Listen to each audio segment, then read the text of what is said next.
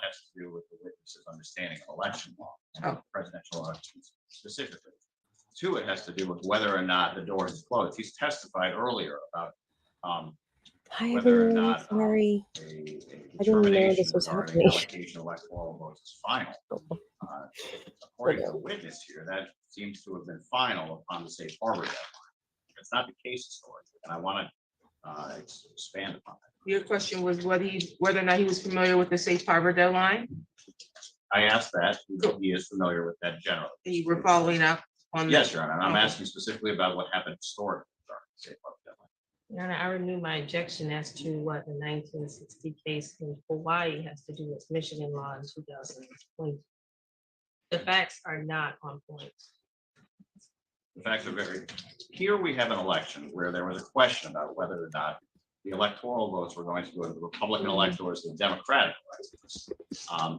The witness is testifying as if that was all said and done by the safe harbor deadline, when historically that's not been the case. Going back to 1960, that is directly on point. And I want to ask this witness questions about that. He has stated, and he is essentially being held out as an expert witness on presidential elections. I want to ask this witness about this. I don't think he's being held out as a expert witness, but to the extent that it goes to his credibility, I'll allow you to ask the question. Your Honor, may I make one note? Yes. The difference between Hawaii 1960 and Michigan 2020, there was a recount in Hawaii. There, as this witness has testified, there was no recount in Michigan, therefore that's not relevant. I'm sure there's lots of differences, but I'll still allow him to question him on that. Thank you. You're welcome. So by the safe harbor deadline in 1960, Hawaii had already certified for the Republican votes, correct? I don't know. And do you know which way the state of Hawaii eventually cast its votes before Congress and the vice president? I do not. You claimed that a court would need to reverse the state certification, correct? I believe I said if somebody disagreed with the legal determination that the Board of State canvassers, then they could seek remedy in the court. Yes. I believe you specifically said it would be required for a court to step in, right? Well, step in what context?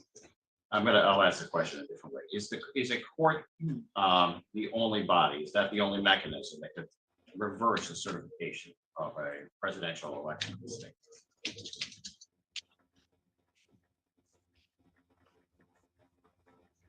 I believe so, yeah. You're familiar with the U.S. Constitution? Yes. And what the U.S. Constitution has to say regarding counting of electoral votes?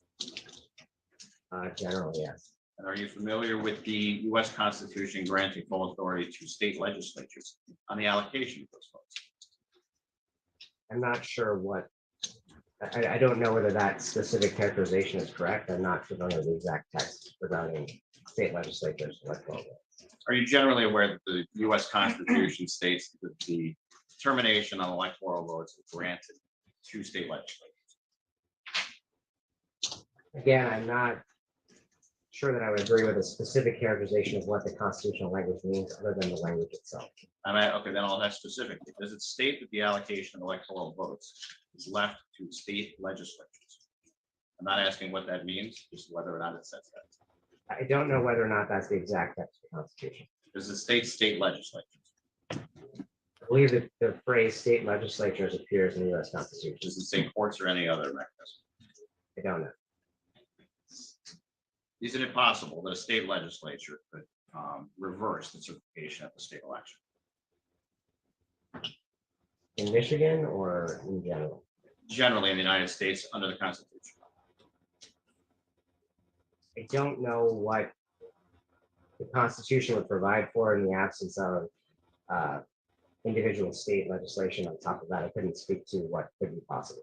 So just to clarify, the Director of Elections for Michigan 2020 does not know for sure, correct?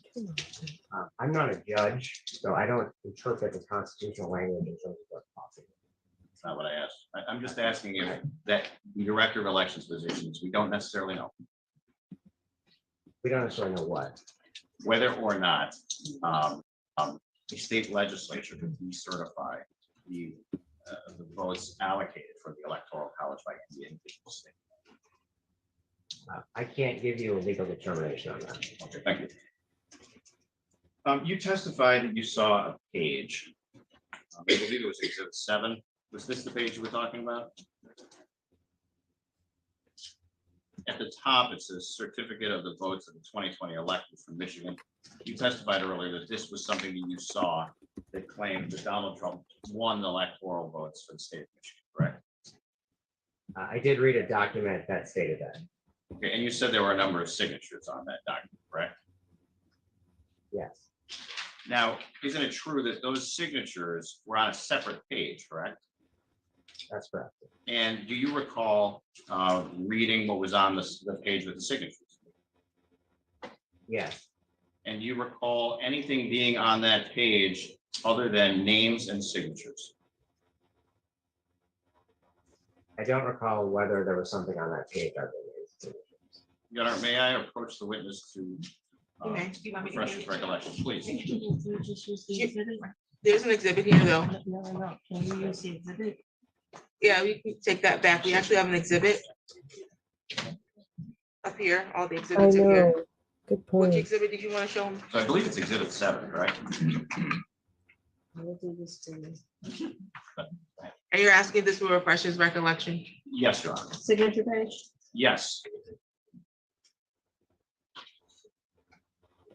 And this was the document you were, it's page 2 of the Right. document you're testifying about, Your Honor. That's right, yeah. Okay, now, now that you've had a chance to refresh your recollection, at the top of that signature page, does it say anything regarding what those signatures are agreeing? It says, in witness whereof, we the undersigned have hereunto in the city of Lansing, in the state of Michigan, on this 14th day of December 2020, subscribed our respective names. So essentially, this page just says that they sign their names on this page. It, in witness whereof appears to be referring to something. This page that makes no reference to a page 1. There's no reference to a page 1 in this document. There's no reference to the statements on any other pages, correct? Well, other than the phrase in witness whereof. Other than it actually does. That would, to me, appear to be the only language here that refers to an external page. Is there a page 2 at the bottom? There's no page number on this document. No further questions, Your Honor.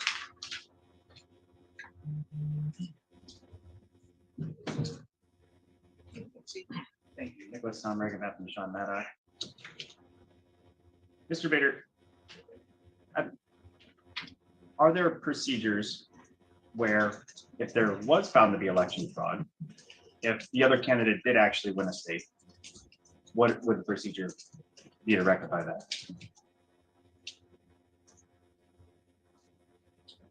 So there, it would depend on, so when you say election fraud, I think you're referring to some sort of illegal conduct with respect to the election or ballots or something that involves the process. That's not a good question. There's a couple of ways that could be addressed. So one is that if a candidate believes that there was fraud or error in the content of the ballots, they can request a recount. And so the ballots can be recounted. And that again can happen after the Board of State Candidates. Candidates can also, or anyone who believes a crime is committed, can refer any alleged illegal activity to law enforcement. I can then investigate that. And then individuals, you know, if they believe there was some other legal error in the election, again, can file a lawsuit and seek to have a court reverse an election official's decision with respect to the election. In your work, there's never been, have you ever experienced an election being flipped back to the other candidate? I believe there have been recounts. I am not specifically remembering whether any changed an election outcome, but that's certainly possible. In a national election, have you ever experienced this?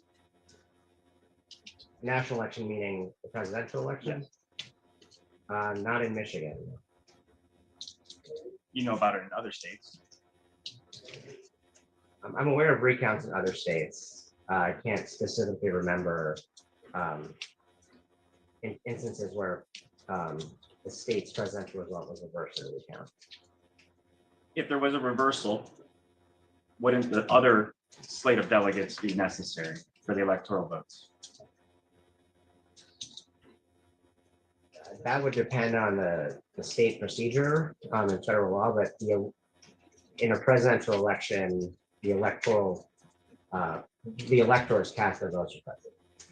Yes, so if the other candidate had found the opposite candidate had found to be won a state, or a different party had found to had actually won the state, their electoral votes would be necessary to be sent to Hi, Paul. Hi, the Paul. National Archives. Well, I mean, I can only speak to the process in Michigan Come on, with Lemon. any detail, but in Michigan, the recount would be completed prior to the electoral college, to the electors meeting to cast the ballots. So if the recount, I for see. example, in 2020, they're going to recount and determine that Donald Trump had received more votes, then the Board of State Canvassers would have met and certified those electors as duly elected following the recount. Then those electors would have then presumably cast their ballots for Donald Trump. Are you saying that once votes are certified, it is impossible that there was fraud that the other candidate could have won? I don't think I said that. I'm asking, is it impossible once votes are certified, that no matter what is discovered in the future, it is impossible for an election to flip? Well, so a recount would happen after certification. So certainly a recount could reverse the results of the election, yes. And additionally, as I referenced, if the court were to make a determination that the result was incorrect, that could also, the court would have the authority to effectuate their decision. And if that were the case, the other party's delegates would be needed. Their votes would be needed. The process would be that the electors would meet to cast their votes for president and vice president.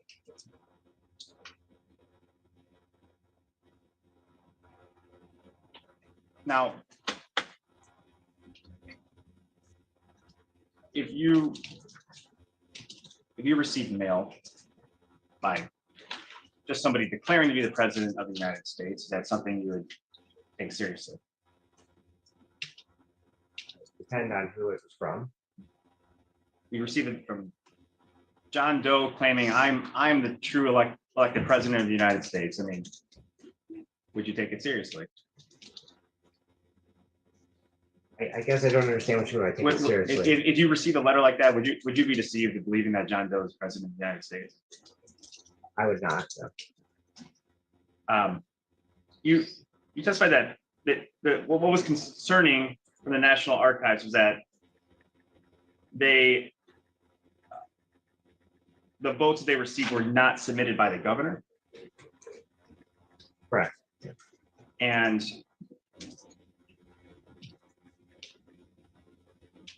what is the legal significance of that? Well, our state law lays out a detailed process by which we determine who won elections and who lost elections. In this case, after spending months preparing for, working with local election officials across the state to conduct the election, overseeing that election, having 83 county canvass the results of that election, having the Board of State Canvassers canvass and certify the results of that election, and having seen the electoral college process, I was well aware that under the procedures that Michigan uses to determine who were duly elected as electors, I knew who those people were, and I knew how they had been submitted. And so this document seemed notable to me in that there was another slate of individuals who were claiming to be duly elected. Okay, electors whoever's for president. unwrapping a Okay, but candy you were- in the you were not courtroom, deceived can that you they actually fucking were. stop? I'm just kidding. I did not believe that they were the duly elected electors.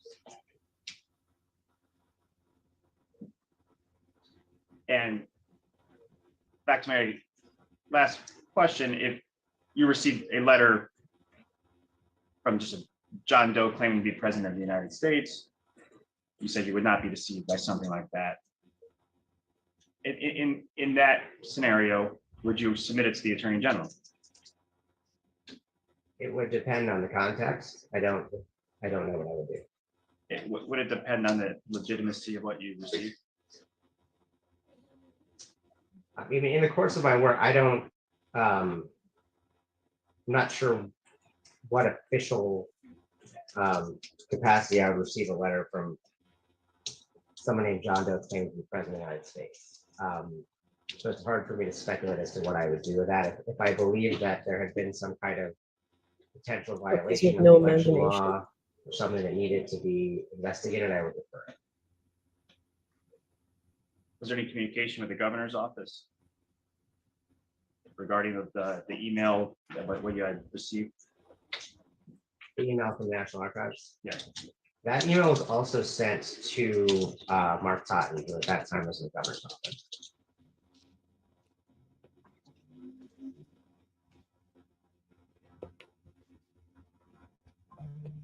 Did you know at the time Michonne Maddow? No. You know her husband, Matt Maddow? No, I do not know him.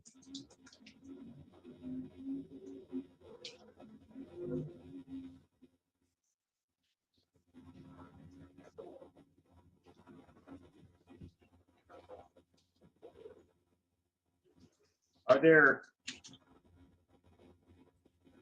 so you submitted, you reported the email that you received from the Attorney General. I'm wondering, are there any official policies or procedures in place on, is that the official policy or procedure on what to do if you receive irregularity? Or is there some other policy or procedure? I don't think there's a written policy or procedure that Oh, determines a lot of news breaking today. how we, or how I or the Bureau of Elections would refer things. But generally speaking, if we think that there has been a possible criminal violation or something that needs to be investigated, that's of legal significance regarding the election law, we will contact the Attorney General. I have no further questions. Cheese, bro, you are fucked in the face. Yep, you might want to Check come up this that side, story out. then at least you can. Oh, never mind Hunter's to the press mic. conference, Paul. Check this the fuck out. Very good. Good afternoon, sir. My name is Paul Scaplan. This the fuck out. The Ms. Chartier had asked you questions earlier about your experience with lawsuits. You remember those questions? Yes. Okay. And in regard to she brought up with you the Antrim County matter, correct? Yes. Okay. And you were aware of that going on in 2020, right? Yes. And a lawsuit has been filed in regard to that case, correct? In regard to that county. There was at least one lawsuit that was filed in Ocean County, yes. Okay. And you were also aware at the time in 2020, not only the state lawsuit that had been filed, or maybe there were other state lawsuits that you know of, but there was federal lawsuit also filed, correct? Yes. Okay, and that was filed in the United States District Court in the Eastern District of Michigan, correct? I believe so. Okay. And on December 14th in 2020, are you aware of the fact that that federal lawsuit had not been dismissed, and it was still pending as of that date? I believe it had not been dismissed as of that date. Okay. And do you know that it was dismissed sometime later in the beginning of January? Is that, Yeah, is that man. your understanding, or do you know? Read I don't that. remember what date it was dismissed. Okay. And Ms. Chartier had also asked you a number of questions about the contested nature of the 2020 election. You remember those questions? Yes. Okay. And you indicated earlier that the procedure is that each county has their own board of canvassers that will certify the number of votes for each candidate, correct? Within the county, yes. Within the county.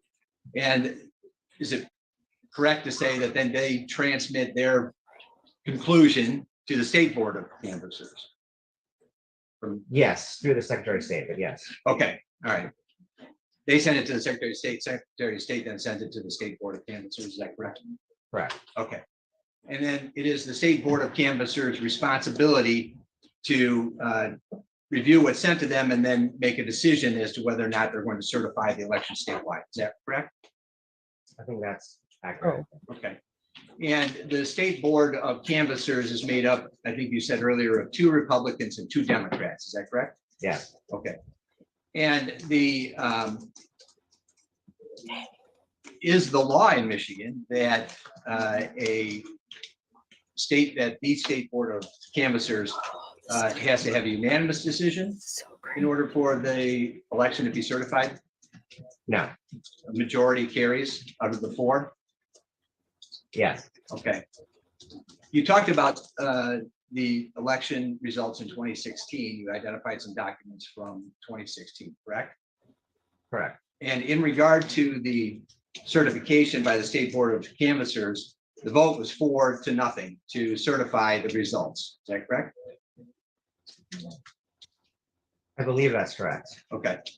And in 2020, that it was not 4-0 in regard to the certification, was it? That's correct. One of the certification occurred on November 23rd, 2020. Is that correct? Yes, And on November 23rd, 2020, one of the members of the State Board of Canvassers had abstained from voting. Is that correct? yes, So the result was 3-0 as opposed Well, to. I don't know about the that, but unanimous the vote, correct? this recording of his Michigan Correct. interview last week, Cheese Bro. You gotta go to the link. Gotta go to the link. You testified earlier on direct examination that you had received, or I'm sorry, you received this email and then you contacted the Attorney General's office, correct? yes. And I'm sorry if I missed it. When did you contact someone at the Attorney General's office? It was shortly after. I don't know if it was the same day or the next day, but shortly after. How did you make that communication? I believe it was a phone call. Okay, and you said you believe that you called Heather Meinegas, is that correct? Correct. Is she someone that you have worked with before? Yes, Do you know what division or unit with the Attorney General's office she is assigned to? I'm not sure what the name of the division is. Okay, I think it's like civil lit. I don't want to get it wrong. She's the attorney. in your mind, it's Yes, a civil litigation yes, part of right. the office, correct? Mhm. Not criminal.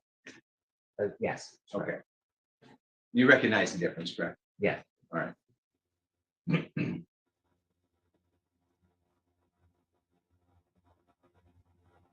Nothing further.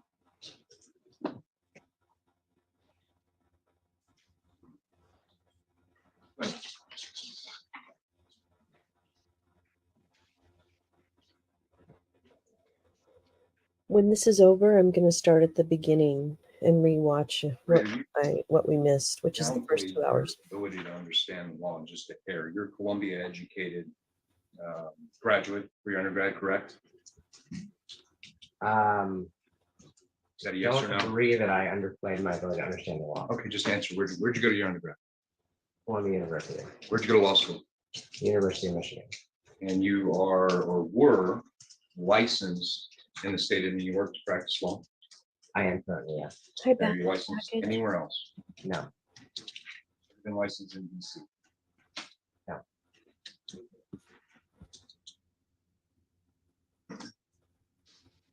You would agree with me that the US Constitution, Article 2, Section 1 creates the federal position of President of the United States and Vice President, correct?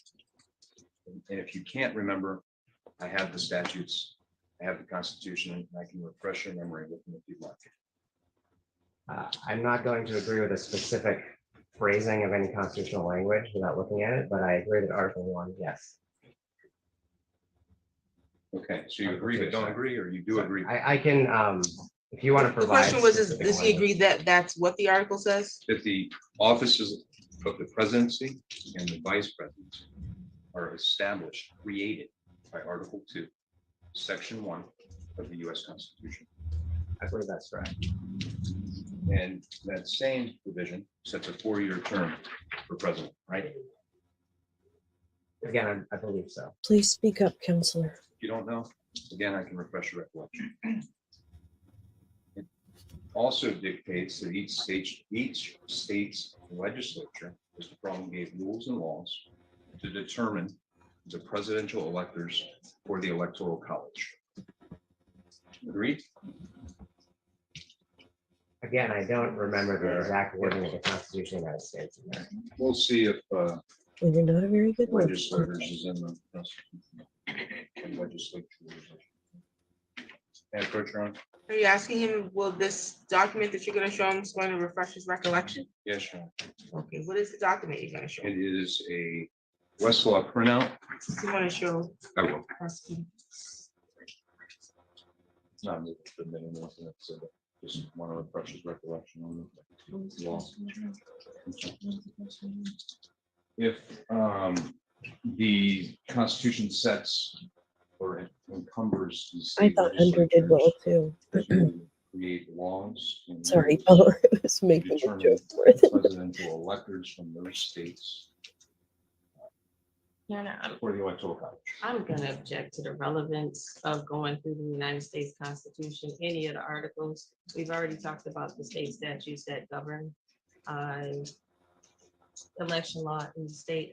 I fail to see the relevance of this. What's the relevance? The relevance is, Your Honor, that this line of questioning into both the U.S. Constitution and the Electoral Count Act prior to its amendment, I believe, December of 22 or 3, will establish that what my client, Kathy Burden, is accused of is not a crime under state law. It's governed by federal law.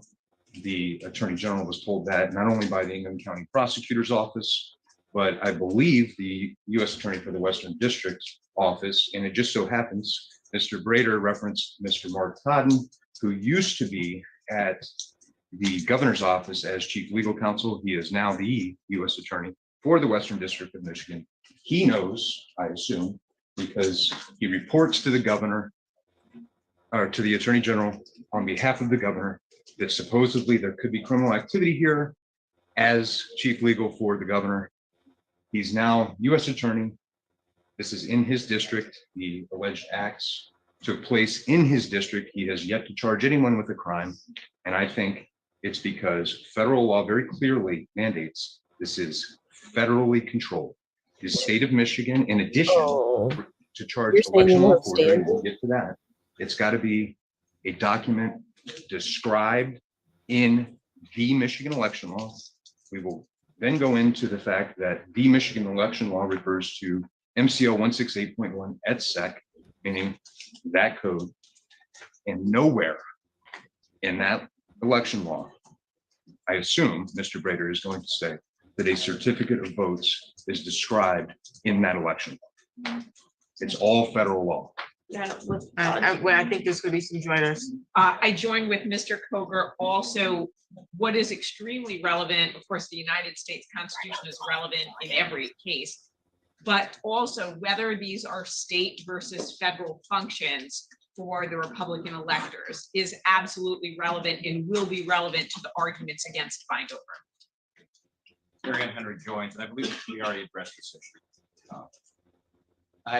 Paul Stavlin, I joined as well. this is whack-a-mole. Nicholas, on with you, John.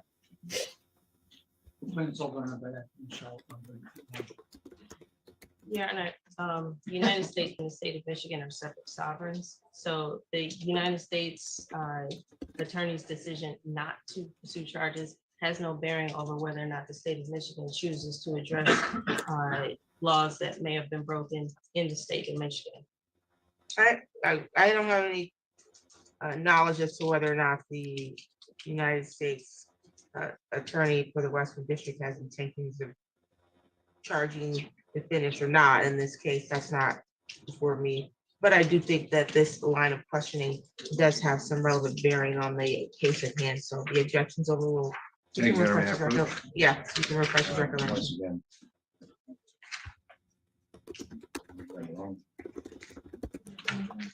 Wrong, copy there.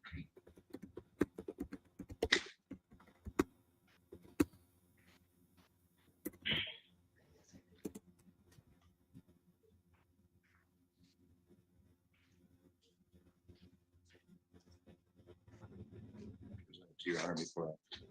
Oh, it's not an exhibit though. I thought you were just refreshing his Yeah, recollection. yeah, Yep, go I don't ahead. need to see it.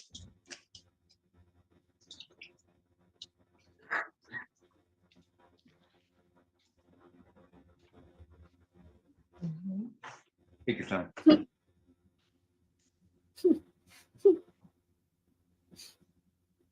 Then we may need you to repeat your question another time.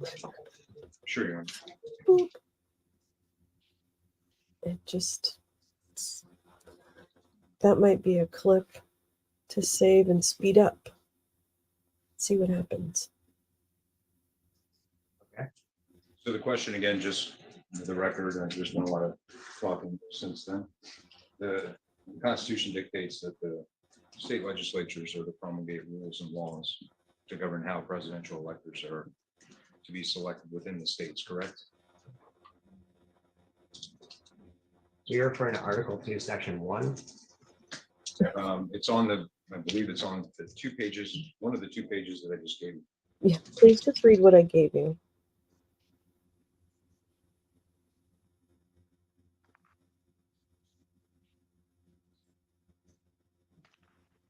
Sorry, what specific section of the Constitution are you referring to?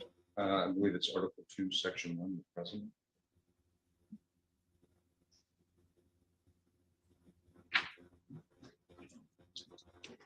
And you're What's that Asking me first to year consider. law? Isn't like first year law referred to as Are something the state legislatures like, required hazing or something? I don't know. to establish laws and rules on how presidential electors for the electoral college I had a teacher like him. are selected from each state. So Article 2, Section 1 says, each state shall appoint in such manner as the legislature thereof may direct a number of electors equal to the whole number of senators and representatives to which the state may be entitled to Congress, and no senator, representative, or person holding an office of trust or profit under the United States shall be appointed and elected. And would you agree with me that the state legislature sets those rules on how electors are to be selected? Is that what that says in layman's terms? I can't speak to a specific interpretation of the United States Constitution. Mr. Ooh. Prater, you're a very high ranking member of Michigan's executive branch of government. You are charged with carrying out the laws of the state of Michigan, which also fall under the umbrella of the U.S. Constitution. Is it not true that every single day you are reading rules, regulations, laws, administrative rules, so on and so forth, and applying them to certain scenarios? Okay, I'm starting to get who's who, but it's slow. I would say I do that frequently. I don't know if I Okay, do it I'm not every day. asking you to enter an opinion binding on any court in any court matter. I'm asking you, as a very high-ranking executive officer of Michigan's executive branch of government, does that document, the U.S. Constitution, require the state legislatures to promulgate rules and laws on how electors from the state are selected for the electoral college? So the exact phrasing here is, each state shall appoint in such manner as the legislature thereof may direct. You've added some language to that. And Okay. I'm not Sure. qualified to Got it. interpret that on behalf of the state of Michigan. Thank you. The idea, you would agree with the electoral college, is it's really the framers' way of ensuring that, supposed direct democracy, or in other words, mob rule, doesn't dictate the outcome of the presidency, right? You're asking my opinion Yep. about the basis for the creation of the electoral college? Yes. Karen, I'm gonna check this relevance. What's the relevance? Well, the electoral college, and I'll get to this later, but the electoral college fractures the power of each state to impact the presidency based on the outcome of the elections in each state. And, frankly, even if these events were to take place, even if Vice President Mike Pence were defrauded for the state of Michigan, it would not change the outcome of the presidential election. I want to know, I'm sorry, I didn't Okay, mean you wanna to know, cut you so, off. okay. I want to know if Michigan's director of the Bureau of Elections knows the function of the electoral college.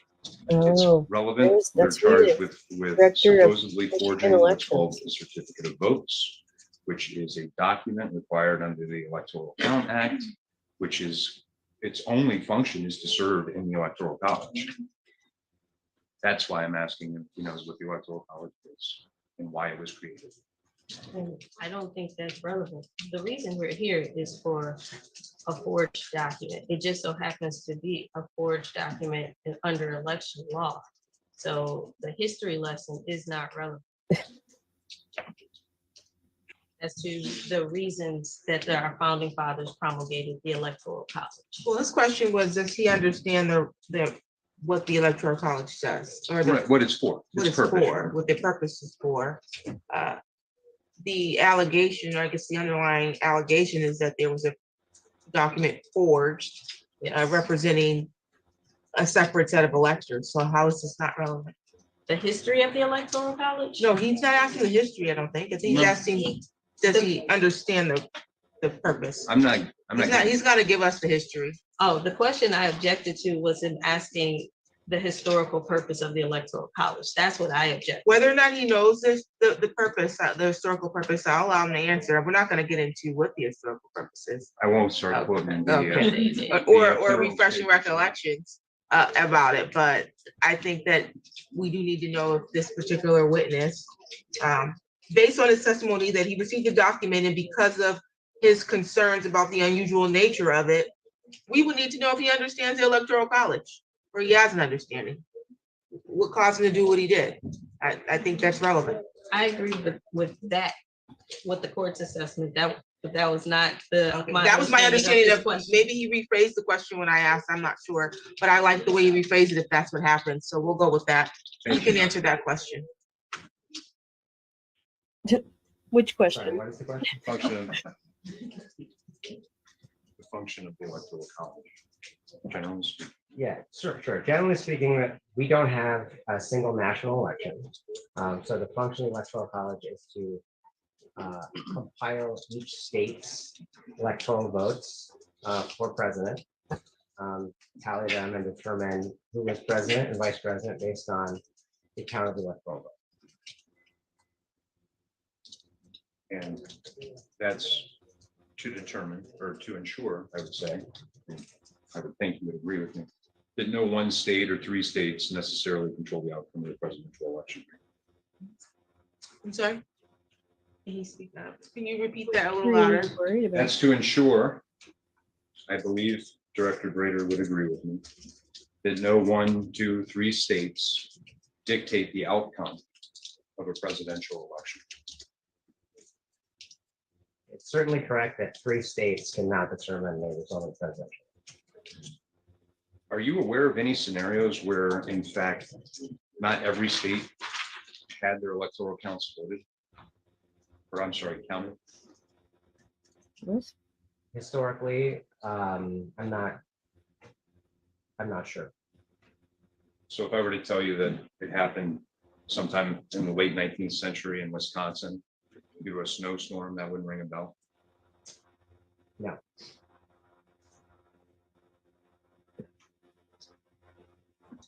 The Electoral College also represents the fact, I think you would agree, that the United States is a representative republic. It's not a true democracy despite any political punchlines. What? How's that So relevant? you're asking my opinion as to whether. I'm not sure I understood what was the I would question? I would like to know if the director of the Bureau of Elections understands what kind of government the United States government is. This is That's silly. irrelevant. It all goes back to the US Constitution, where these offices are created, how they're selected, what the function is. And as somebody who testified previously that he came in 2020 and oversaw a federal presidential election, Sit down, I John think Cena. it's very relevant to know what he, as director of the Bureau of Elections, knows and doesn't know as it relates to a federal presidential election when he is driving the bus. Your Honor. Well, he doesn't preside over a federal election. He presides over a state election of a president. He only presides over what happens with the Michigan votes. What happens federally, nationally, has nothing to do with this witness, and we're getting far off topic going down this road. Will you join in this objection? Well, Counsel for Mary Ann, this is directly. Hey, within the scope of Neil. direct examination. People specifically asked this witness. Well, and they're he down to knew the how real. presidential elections work. It He wasn't then the went on to shallow. explain them. This is Shallow cross-examination, right? on pond. What was asked during direct. And I would add, specifically, the US Constitution was referenced on direct, and so was the Electoral Count Act. So it was open, they opened the door to it, and now, because They opened. candidly, I think it hurts the Attorney General's position, they don't want us asking questions about it. And we don't know what the answer is. We don't know if it hurts their position. It does not hurt my position. It's just not relevant. Yeah. I'm joining in Mr. Coger's line of questioning in his a response to the objection, but also the Attorney General's office asked this court to take judicial notice of various statutes related to election law. I think following what with the Constitution and what that says about elections is certainly relevant on cross-examination. We're not talking about the Constitution right now, though. Or the constitutional process. Your Honor, I can move on. I mean, it's in the record. We can argue it later. It's in the. Constitution applies, as Ms. Chartier already stated, to every criminal case in the United States. And there's no president of Michigan, right? So he is the president of the United States. So how Michigan reacts to that election is most certainly relevant. I agree. You can proceed with your question. No objections over here. Then in that case, you would agree the United States under the federal Constitution was created as a representative republic, not a direct democracy, despite any political punchlines. I don't. I think it's. I don't. Yes or no? see the relevance of that actually. I don't believe that I can accurately answer that question, yes or no, because it includes an opinion about what a representative republic is and what a direct democracy is. I understand direct democracy, as you say, to refer to a system in which everybody votes on everything, which is certainly not the system that we use in the United States. I think people disagree as to whether or not a representative republic is a type of democracy. I'm not a political scientist. My understanding is that democracy also okay. includes Well, this is what we know. systems of government where This is the director of Michigan elections on the stand, their elected officials being questioned by one of the fake electors' attorneys about what type of democracy and republic we have. I am not a political scientist. All right. So in that vein, your personal opinion as director of the Bureau of Elections, what kind of government does the United States have? We are a federal system. I would call it a representative democracy. I think that's the most accurate description of our system. Constitution mandates that the chosen presidential electors meet and cast their votes by ballot for president and vice president, right? Same provision you just read. I believe that's what it says. Ours is Sort God. of alludes to, and I can let you reread it, something called a certificate of votes. Do you agree or disagree? I don't recall whether the phrase certificate of votes appears in that section. I'll represent to you that exact phrase doesn't, but if it would refresh your recollection, take a look and tell me if something that catches your eye that might reference something like a certificate of votes. So Article 2, Section 1 and the third clause states, the electors shall meet in their respective states and vote by ballot for 2 persons, of whom one at least shall not be an inhabitant of the same state with themselves. And they shall make a list of all the persons voted for and of the number of votes for each, which list they shall sign and certify and transmit sealed to the seat of the government of the United States, directed to the President of the Senate. What's that? This is also contained within a clause that is bracketed with a footnote that indicates the clause enclosed in brackets was superseded. by the Wait, 12th let me, Amendment. hang on, let me, Sure. I should stop you there just for the purpose of the record. I don't think it's gonna I need to stop you there. carry the day one way or the other. Working But I out. do the want ways to make it clear, thought I it would. presented Thank you. this to you as solely to refresh your recollection. I'm not offering it as an exhibit. The law speaks for itself. Ultimately, I want to know what you know. But for the purposes of the record, it's not offered as an exhibit, and I don't want you to just read it in as evidence, if that makes sense. So if you want to give an opinion based on what you've read, if your memory is refreshed, then go for it. Well, there again is a phrase that says number of votes, and they shall make a list of all the persons voted for and of the number of votes for each, which list they shall sign and certify. Nice, Scott. Earlier, Mr. Brader, you testified, This is, I believe, I correct me don't if I'm wrong, that the certificate of votes was supposed to go to the National Archives. Is that correct? Yes, And if I recall your testimony, and correct me if I'm wrong, you testified that you did not believe or you did not know whether it went somewhere else. Is that fair? I remember not being certain at the time whether it also went to Congress. So US Constitution, you just read, it goes to the President of the Senate, right? That's correct. That would be you would agree with me, Vice President of the United States. I believe so, yeah.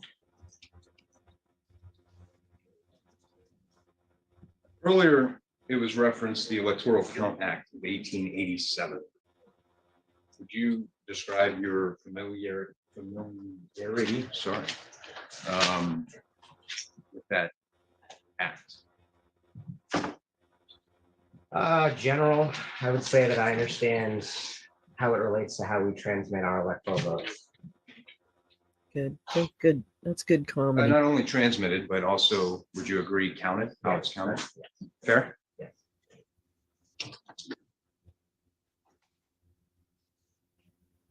And those votes are counted in a joint session of Congress.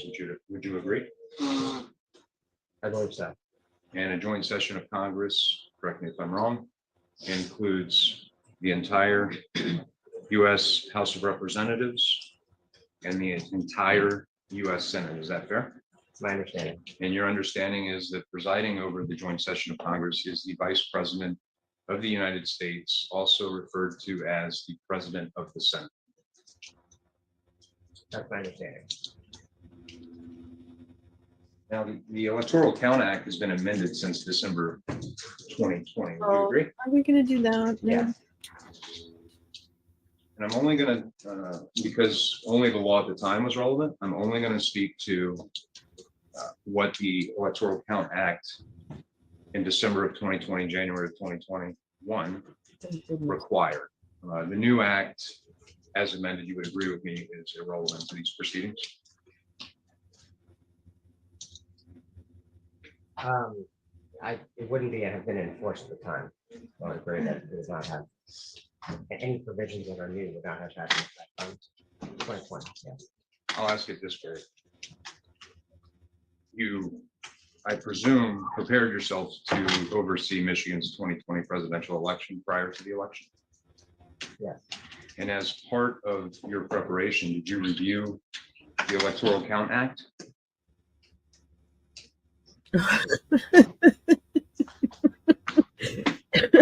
I reviewed I'm it. having I a don't joint know. session right now. I man. couldn't say in what level of detail, but I did. Good one. review it, yeah. Sure, you reviewed it. And it's fair to say you did not at that time review the Electoral Special joint session. Count Act. Sorry, it's been a long morning already. You did not review the Electoral Count Act.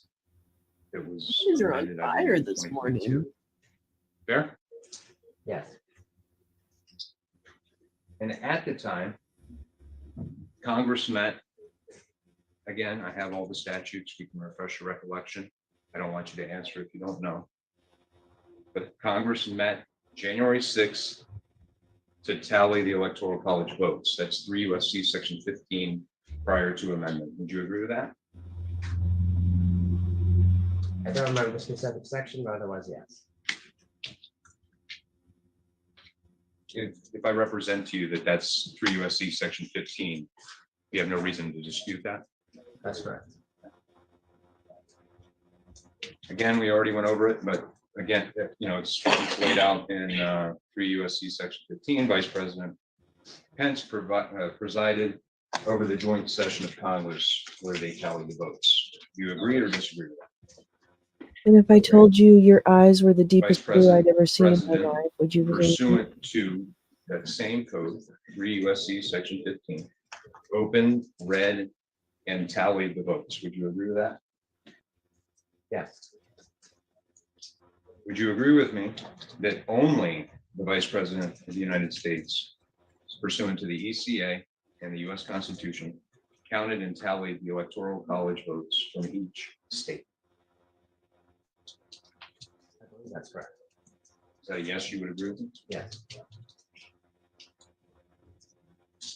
During the 2020 presidential election, I've said his name before, but I believe you would agree with me, that person who was opening and tallying the Yes. electoral votes Oh, was yeah.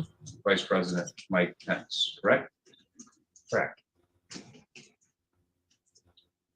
The Vice President would then listen to objections coming from the joint session of Congress to, and I'm quoting 3 USC Section 15. If you don't agree with this, I'll provide the statute to you so you can refresh your recollection. But the Vice President heard the objections to all the certificates and papers purporting to be certificates of the electoral votes. Agreed? That sounds right to me. And that would, of course, only happen if objections were made, right? He's not hearing objections that weren't made, fair? Yes, So the plain language of the Electoral Count Act, as it existed in December and January of That's good. You get your December of 2020 and January of 21, the plain language contemplates the possibility that objections could be made at the joint session of Congress, and that Congress could reject submitted certificate of votes, correct? well, based on the language you stated, you cited, it sounds like, yes, they could raise objections. The second half, I'm not sure I understand the question. That's Oh, a you're a great, trained that's a lawyer, great right, name Mr. for a Brenner? YouTube show. Yeah, The joint session You with know what an whoever. objection is? yes, What's an objection in your opinion? it's a disagreement, noting a point of procedure or law that the objector believes not being administered correctly. When you make an objection, you're asking the presiding officer over the proceeding to make a ruling on your objection, right? Generally, yeah, Agree or disagree with what I'm doing, right, presiding officer, in this case, a court, for example? yes, So if the ECA contemplated objections at the joint session of Congress, to your mind, the second most highest, I believe, the second highest executive officer presiding over Michigan's elections, including a presidential election that you testified you prepared Trying to to intimidate him? administer. In your opinion, Yes. what would happen with an objection, generally speaking, at the joint session of Oh, Congress? yeah. Yeah. Yes, so indeed. my expectation would be that the presiding officer would hear the objection and rule on it. I'm not familiar with the specific procedure by which objections would be disposed of one way or the other in that context. That's fair. We'll get to that. I can refresh your recollection, but for now, I think that's fair. Just so happens it's right here.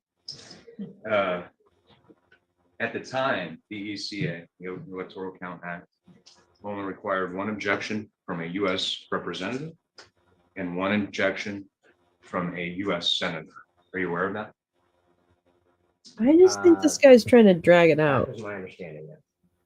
Oh, it's actually required. I mean, I'm just gonna be. a little- Procedure after that objection, and again, I can refresh your recollection, was that the Congress would debate the merits of that objection, and which would include certificate of votes, certificates of ascertainment, so on and so forth. Do you agree? I think it would depend on the nature of the objection, but assuming they apply to those documents, then that would make sense to me. Did you watch the certificate of, or I'm sorry, the counting of the Electoral College votes by Mike Pence? I watched parts of it. Did you watch Michigan's part? Yes. And I presume you did that because you're the director of the Bureau of Elections, right? Don't look over there. Look over here. That was one of the reasons, yes. Hey, What are mine. the other reasons? It was interesting. Pretty remarkable time, right? Yes. Do you recall if any objections were made to the counting of Michigan votes? I believe so. Who made the objection? I don't recall. I represented to you, it was a representative, I believe, from Georgia named Marjorie Taylor Greene. Would that sound right to you? Yes. Vice President Mike Pence then heard the objection and requested, Yes. correct me if I'm wrong, or asked, I should say, if a U.S. senator would join the objection, correct? I believe so. And no U.S. senator joined in that objection, correct? I believe that's correct. And based on your personal knowledge and reviewing that video or watching that video, because it was so interesting and because you're the Bureau of Elections director, does it stand in your mind, or do you recall whether supposed certificate of votes from Michigan's Republican electors ever was referenced or talked about in the joint session of Congress? Not that I can remember, but it's possible.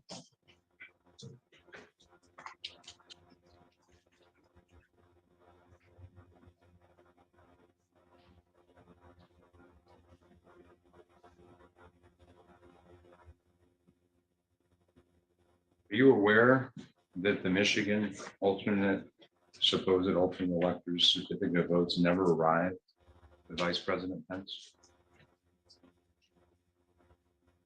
I don't know whether it did or not. As director of Bureau of Elections, you didn't find that piece of information important? Well, I don't You're think that's referring to the, The document right This in front of document? you.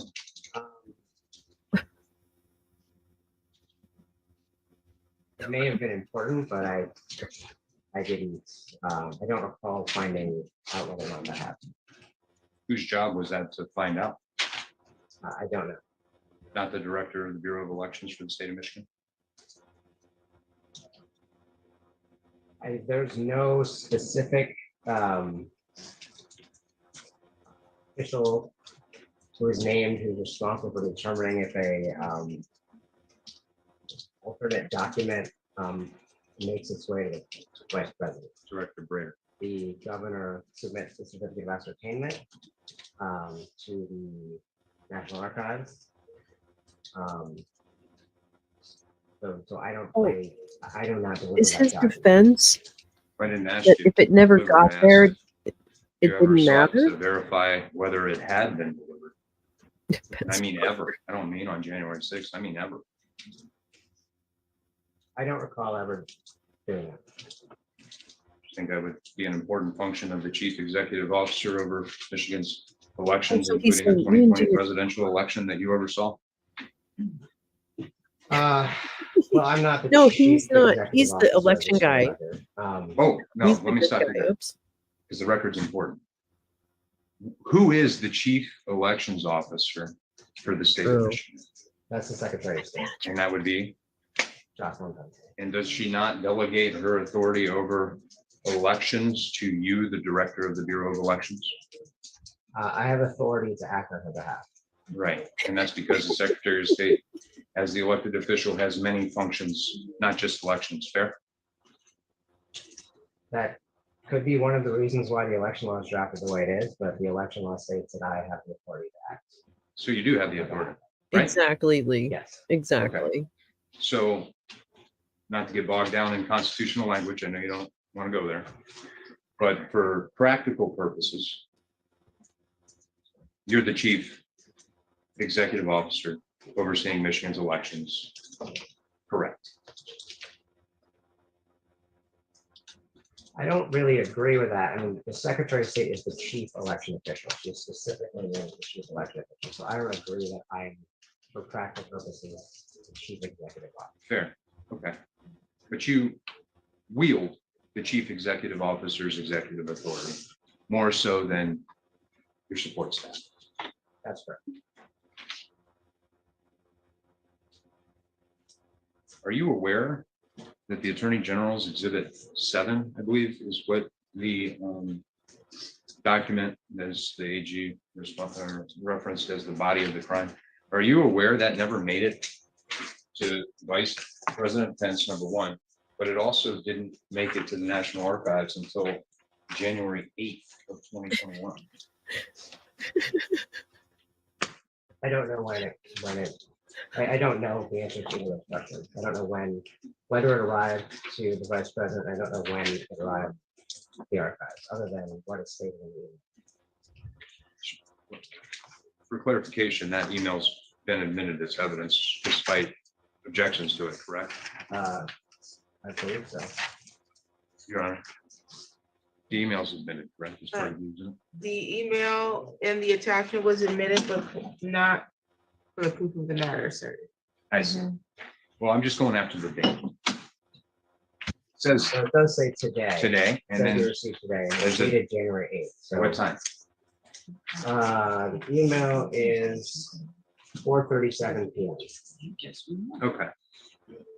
And then your testimony was that Yeah. you just So it didn't forwarded really. that along to Why are we here?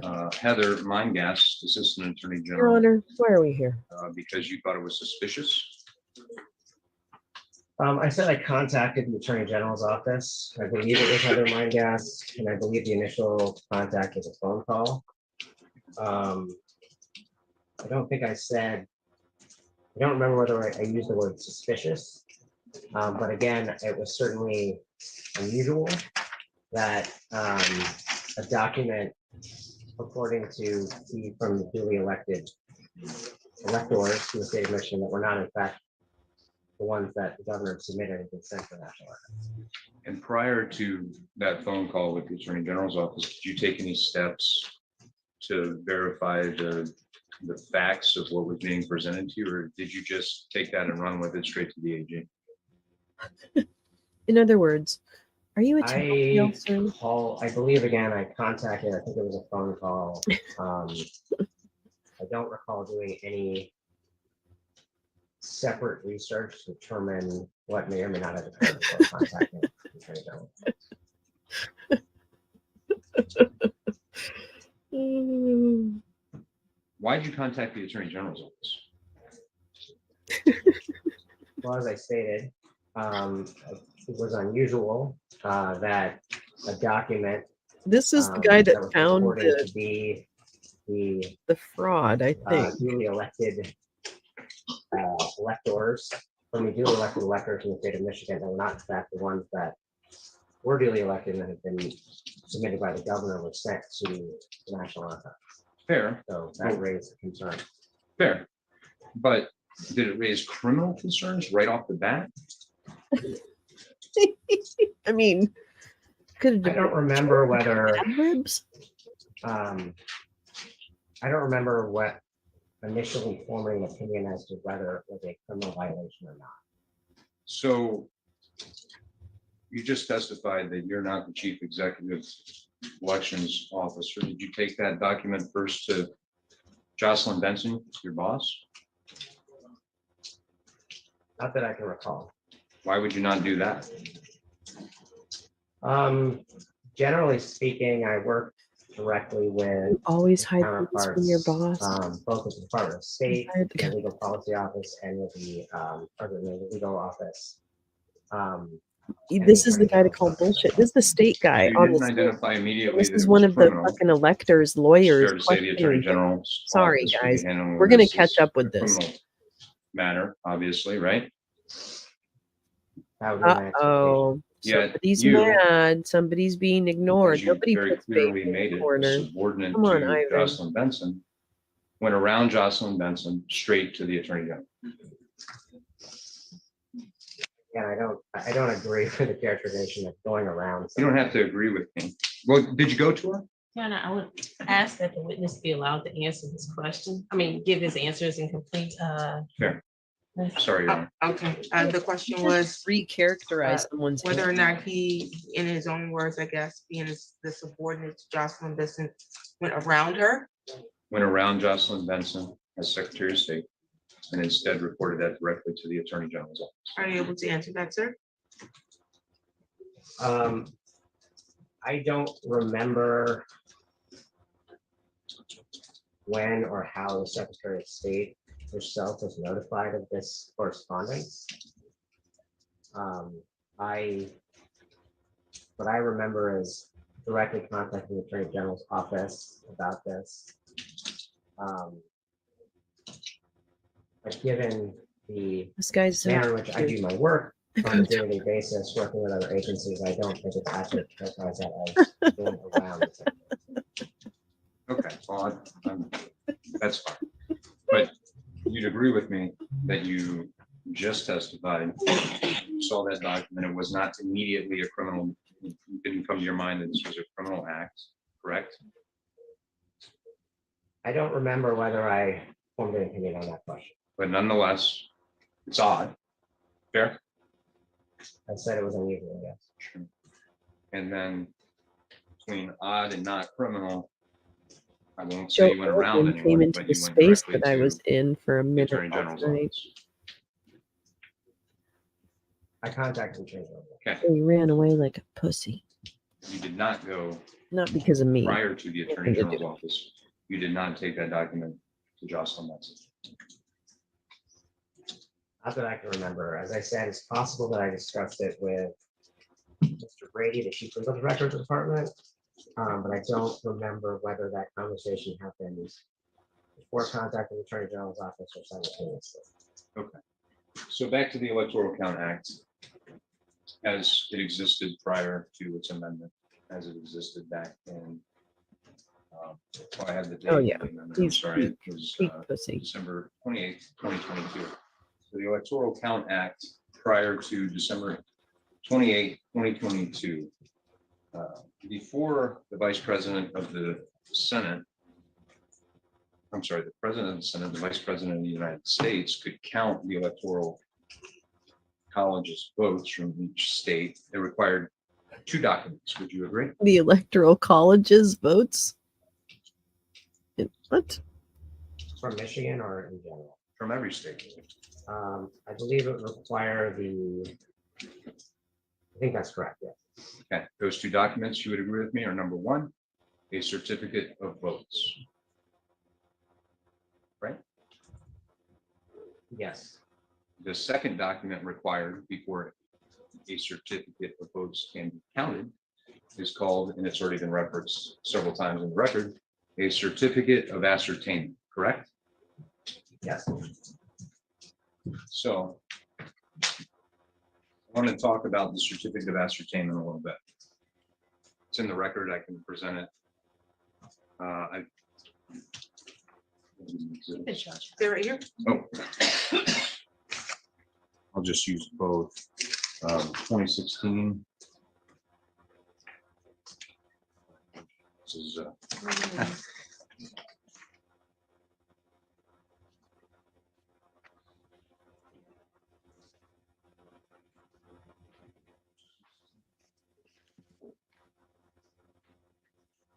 All right. There you go. Multiple joint sessions happening simultaneously.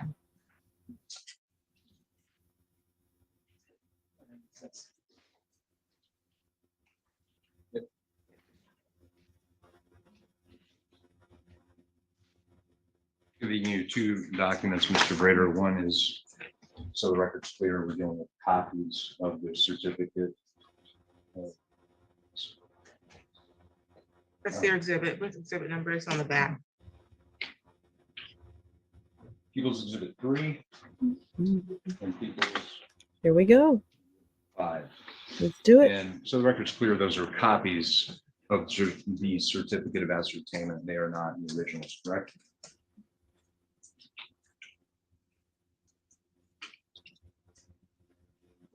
Correct. And those are stored publicly available documents by the National Archives, correct? You know that? I don't know that for sure, but I imagine they are. Are they stored by your office and publicly accessible? We retain a copy of them. Could anybody get a copy if they wanted them?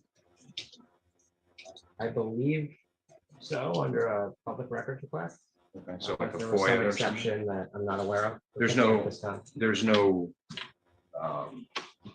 internet accessible thing like there is with the National Archives to get this from your office. Is that fair? Not as far as I know. Mhm. So both certificate of ascertainments, call them elements, they have certain characteristics.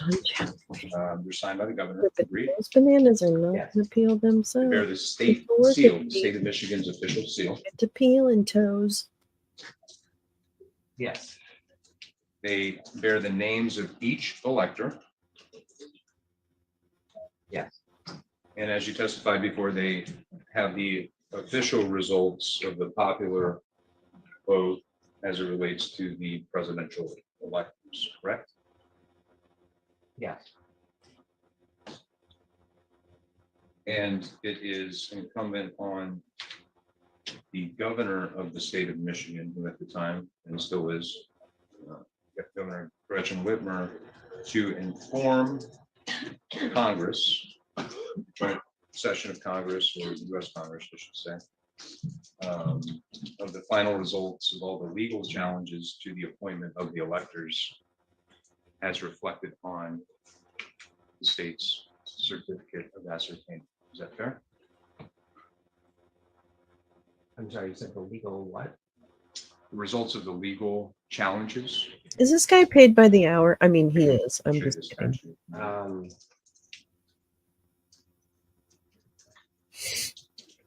I'm not familiar with that provision. I'm not remembering it.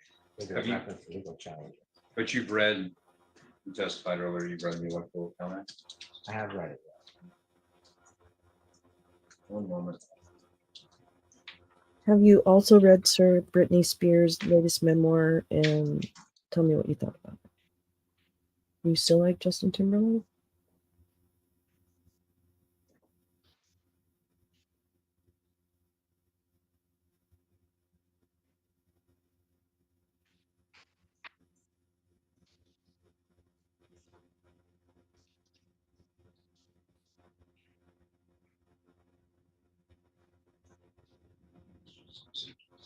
Four hours later. Oh, no, I'm sorry. He's just showing her a document. Right? Exactly. Because I would like to go visit friends and I just need to bring my own supply, you know, and I don't want to worry about it. I agree. I'm telling you what, it would probably calm down all those things on flights, those fights and duct taping and shit like that.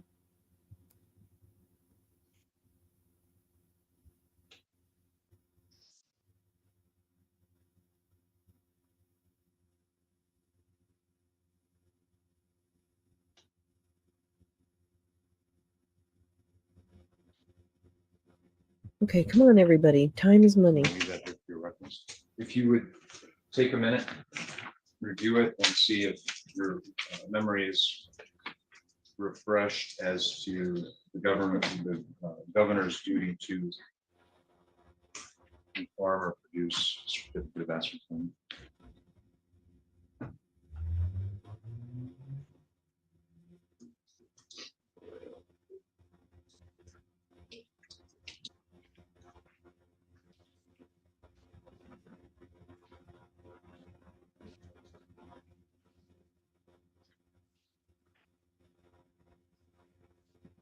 Yeah. Yeah, we had to move to conference room C because we double booked All again. right, is God it fair to say damn that it. the executive officer of the Yes, state, which the chief right. in the state of There Michigan you is go. It governor, works. is encumbered by the section 6 of the ECA to carry out certain duties as it relates to reporting the certificate of ascertainment to the joint session of Congress. Yes. We already hit on it, but I just want to be clear. The certificate of ascertainment, certificates of ascertainment, and the certificates of votes are all publicly available on the National Archive website. Would you agree? I believe that's correct, yeah. And again, it's a section 6 requires the governor of the state to mail the certificate of ascertainment directly to the president of the Senate, again, the vice president of the United States, and the National Archives, correct?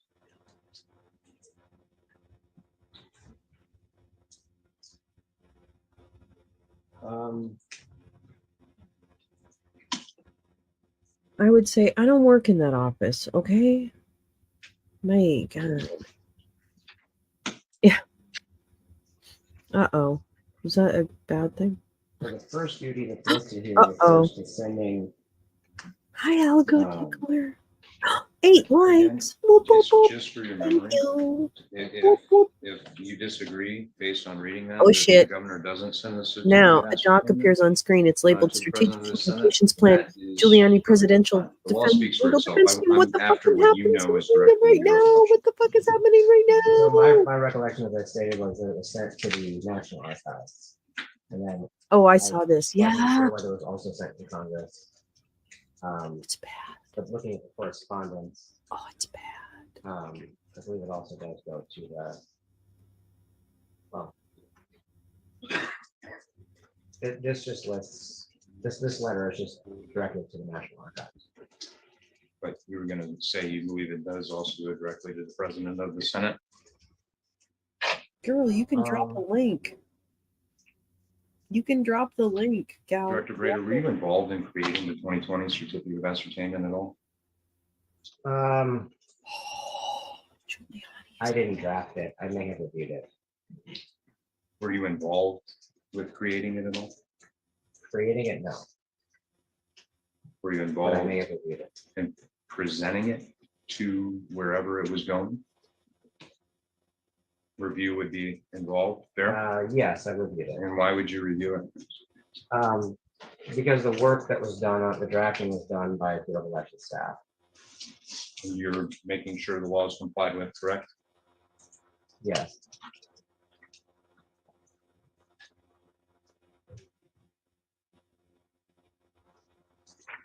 And you would agree with me that the certificate of ascertainment is crucial Yes, I'm so to the sorry, Gal. function that the Vice President of the United States, one of President of the Senate, One of the few has benefits. in counting Everyone and see reviewing, Gal's tallying share the brains. electoral college votes in the Sorry, joint Gal. session of Congress, right?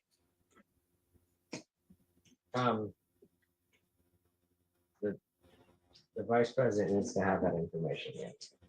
That information being certificate of ascertainment, number 1, from the governor, certificate of votes, number 2, from the electors.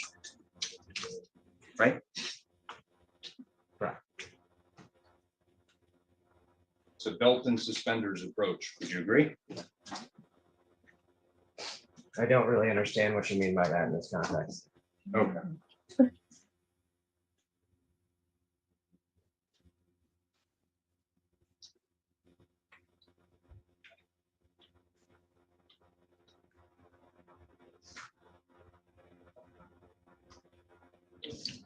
I'm not your Mima. Paid to lie. It's bringing down the entire. Refer Well, to. Let's hope it Exhibit doesn't really 7, please. I believe damage to the it's right wing media have my system. statute 19. Thank you.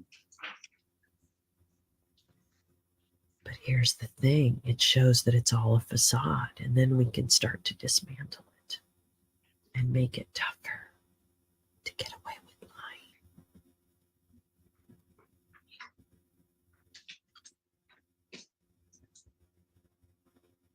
Isn't it true that Exhibit 7 explains that the certificate of votes would not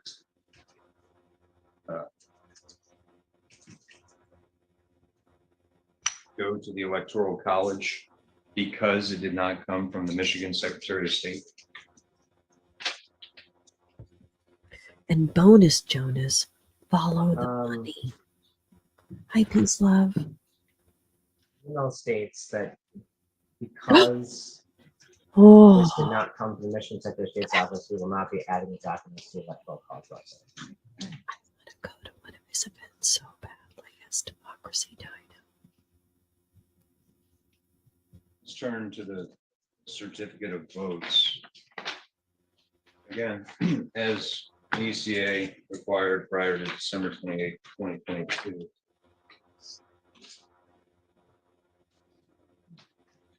Sorry, can't approach one. Yeah.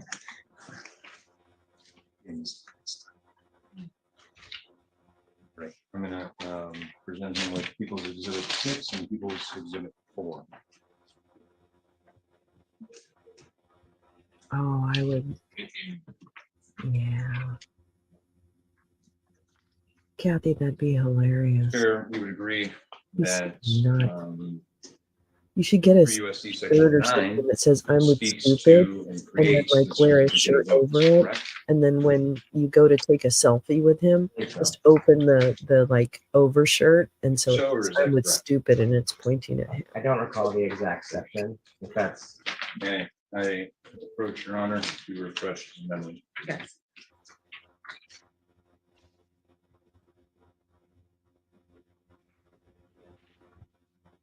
Take your time. I don't want you to read it into the record. It's not an exhibit. Just refreshing your memory.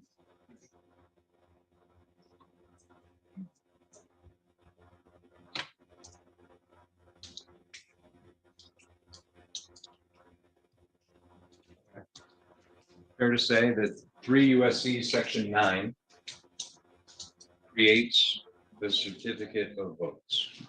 Yeah.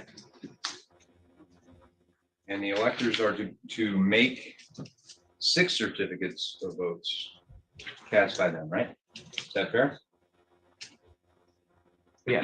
There's 2 distinct lists. One is president, the other one's vice president, right? Yeah. As an extra layer of protection, I get you don't understand belt and suspenders, but for protection purposes, the electors are to annex, meaning attach, correct? The certificate of ascertainment to their certificate of votes, correct? I swear to God, is this guy claiming that because it wasn't like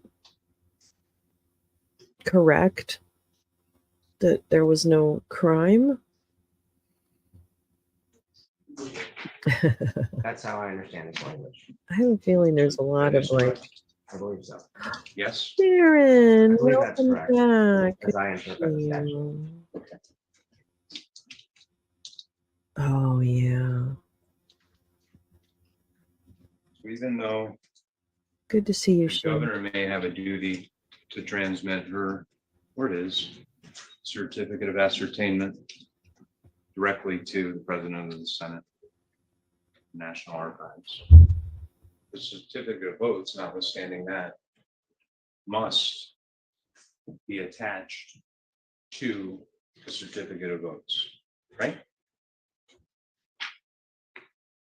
I'm sorry, did you say the certificate of votes must be Attached to the You said certificate of votes must be attached to certificate of votes. I meant this. Thank you for catching me. Certificate of ascertainment must be attached to the certificate of votes.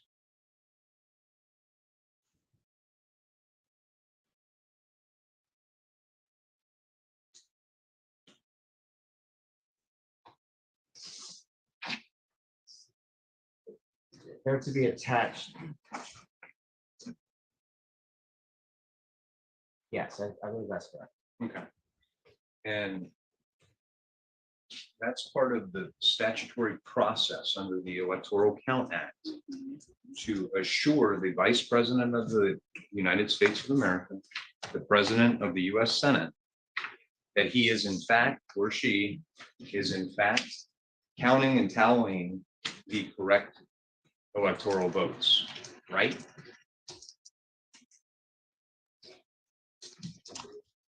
I'm not sure the specific purpose, but the, I believe the purpose is to authenticate the documents that are, or to be able to authenticate the documents of interest. Is it fair to, excuse me? Is it fair to say that without the certificate of ascertainment, there'd be no way to know which certificate of votes would be counted under section 15 of the Electoral Count Act? I'm not sure there'd be no way, but the way that the count, that the act provides is that the certificate of ascertainment be sent by the governor. Would you agree with me that the certificate of ascertainment identifies the correct certificate of votes to count? Yes.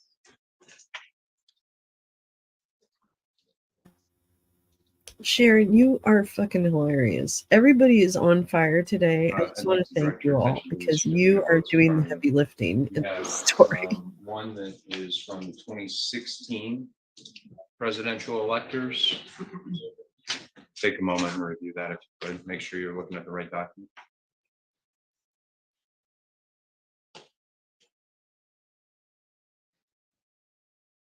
Okay. And that was to give or confirm, I should say, that Donald Trump and Mike Pence won the electoral vote, or their electors won the vote, I should say, in the 2016 Michigan presidential election. That's correct.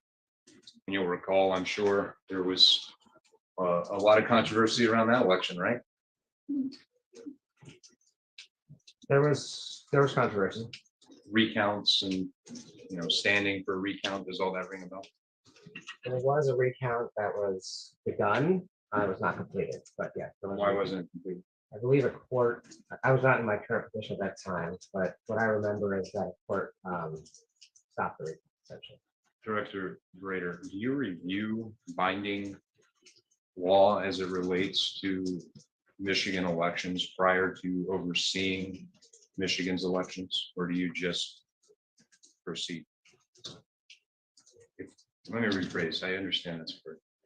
If binding authority comes out and says recounts require these things to be true in order for you to proceed, you would be aware of that before going into the next presidential election as director of the Bureau of Elections. Is that fair? What kind I of would car did you review the get? applicable Oh, statutes and happy relevant court decisions, Christmas, Sharon. Sorry. So with the 2020 election or certificate of votes, take a moment, make sure you're looking at the right document. Sir, yeah. Okay. it's not It's hard. very glaring attributes, those documents. Would you agree? I know. I'd be normal. What's normal? Blue border, I was trying to understand what you meant by glaring. They're distinctive documents. yeah. Blue border, correct? Yes. Kind of fancy looking, would you agree? Yes, Something you can hang on a wall? it is it contains a fair amount of artifice. And again, those are copies of those documents. I presume you would agree with me that the originals are even more formal than that. Would you agree? I imagine they'd be more visually impressive. right? Well, you reviewed it before We sending it, correct? I saw the original version of this document. And in your opinion, your impression of reading those documents, were they visually impressive?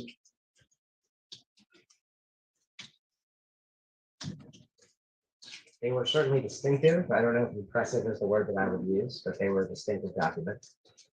Didn't you just use that word, or am I making that up? I don't remember if I said impressive. I'd like you to turn to Exhibit 7 and thumb through that, please.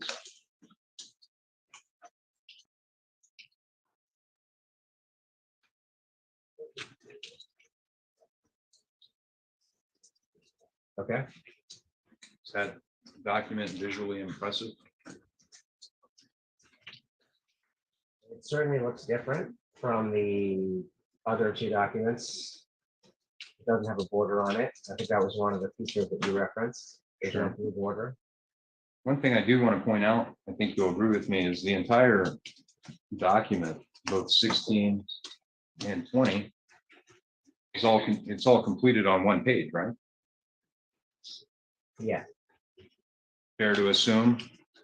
Well, I don't want to assume.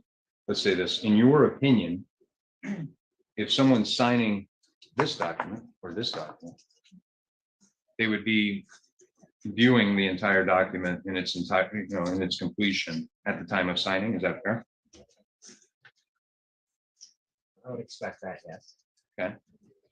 With the Exhibit 7, it's a multi-page document, isn't it? Yeah. And in fact, I think you testified earlier, the signature page just has a statement up at the top of it that says, basically, we were here. Is that fair? quick It update. says in witness whereof. On the stand is the director of We Michigan understand Elections, appearance who here. noticed the fake electors and So, brought it to Sure. someone's that's what it attention. says. No page number? One of the fake Okay. electors' Nothing lawyer indicating that. examining him or that direct, I don't know would be if it's direct or affixed cross. to We were multi-page late. document? And he's questioning him about the Electoral Count Act, et cetera, et cetera. But I couldn't guy determine on the that just stand by is looking at this page. trying to protect If you were democracy. signing that page The lawyer is. after viewing the exhibit as the director, And then what, Bureau of we missed the Elections, first 2 hours of this. So comparing when it he's with done, I'm going to start at the beginning official and play the first certificate of 2 hours. votes, if you are not your specialized knowledge and experience, if you were signing that document, would you come to the conclusion that it would be affixed to a multi-page document? I'm not sure I understand the question. It sounds like speculation. He can give his opinion under 702. Your Honor. His opinion, if he was signing this particular document, If he would come to the conclusion that that was going to be affixed, just based on the face of the document, if he would come to the conclusion that was going to be attached to, affixed to multi-page documents. I don't think that requires anything. or I think he wants to know if this witness would sign that, or would this witness assume or draw the conclusion that it should be fixed to a multi. Fuck. And that, Your I'm Honor, loving all of is just the this. signature page of Exhibit 7, I'm a where there's Texas? 16 Fuck signatures, yes. or peers. I don't think that causes speculation, because he's asking this witness to talk about what he would do in this situation. Am I It's his opinion. categorizing? Yes, Your Honor, sorry. Yes, you are correct in my first. I think that's still speculation. Well, he's looking at the document. How is it speculative? What he would do if he were being asked to sign that document is speculation, if just that page. I mean, that's a I circumstance. think that's the question. If you would just receive that page, Right. how is that speculation? Well, gotta reword now. I don't, in the grand scheme of things, I'm gonna object to relevance, because what he would do isn't relevant to why we're here. It's about what these defendants are alleged to have done. So what he would have done has no bearing over what the defendants would have done. Do you want to respond to the relevance? I'll respond, and I think Ms. Shorty wants to respond too, but it's 702 opinion of the lay witness, Your Honor. He hasn't been qualified as an expert. He's viewing an exhibit that's in evidence. The Attorney General put it into evidence. He's got personal knowledge and experience that he can apply, in his opinion, to the signature page of Exhibit 7. It's perfectly permissible. And I'll leave. And whether or not he would have believed that was gonna be affixed to If- another set of. Yeah, in reviewing just the one page signature, the signature page of this document, if he, in his opinion, would have come to the conclusion that it would be attached to a multi-page document. Yeah, yeah, may I respond to that? before Yes. Ms. Shirley? Michigan Rule of Evidence 702 requires that the witness have expertise or additional education or acumen for if something that a layperson would not know before they're allowed to render their opinion. Whether or not this witness would sign this document does not require an expert or a lay opinion, because Joe, it's not there's about whether or not always this room for witness would have signed the you. document. It's about Welcome, whether or not these Grumpy. defendants signed the document. Can I correct something, Your Honor? I believe it's, I don't have. I know, rules about right? it, I so don't know. I It's- think the prosecutor's That- correct. I It's think very it's interesting. 701 is what I'm referencing. And sorry, no, it was a good catch. So it is permissible, Your Honor, he can give his opinion. There's a foundation for it. It's crucial to the case.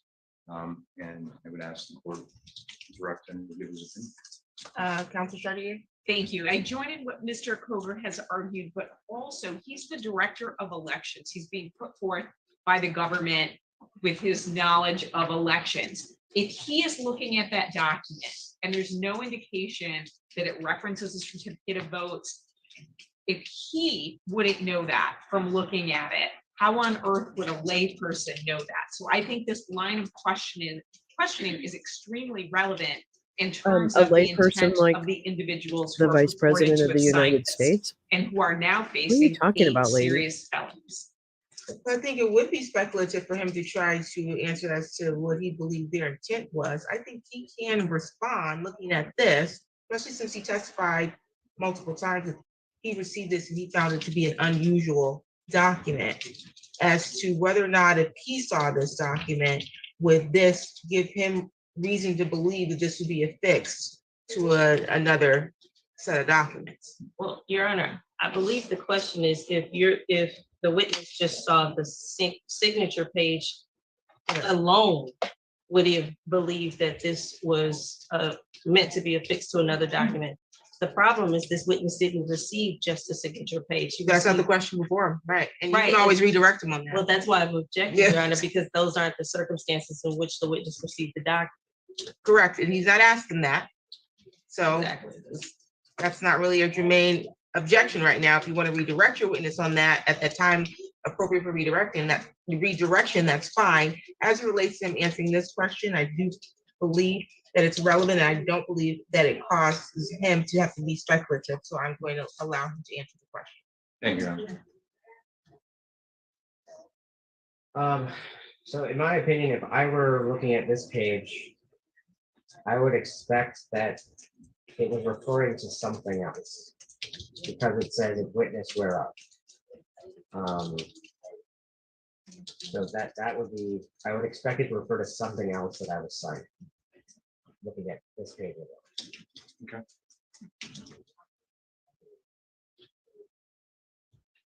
And you may not be aware.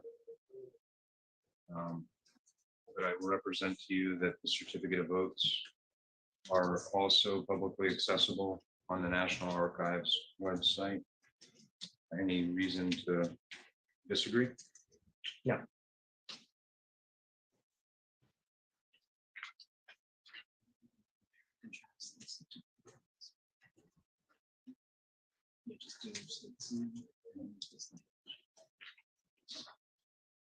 The official, take a minute to refresh your recollection with the certificate of votes, both 2016 and the 2020 versions.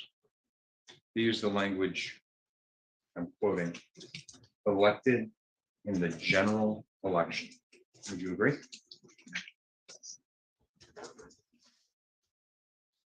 Yes. And it's got the blue border, which I would say jumps out at you, but if you disagree, please tell me.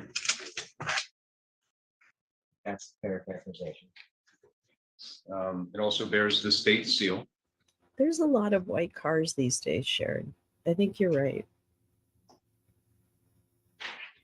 but yes.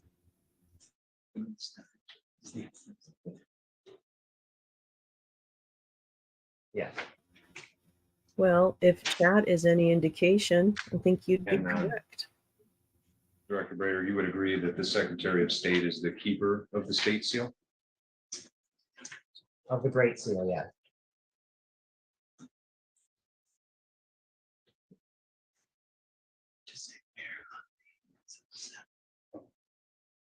Turn to Exhibit 7 again, please.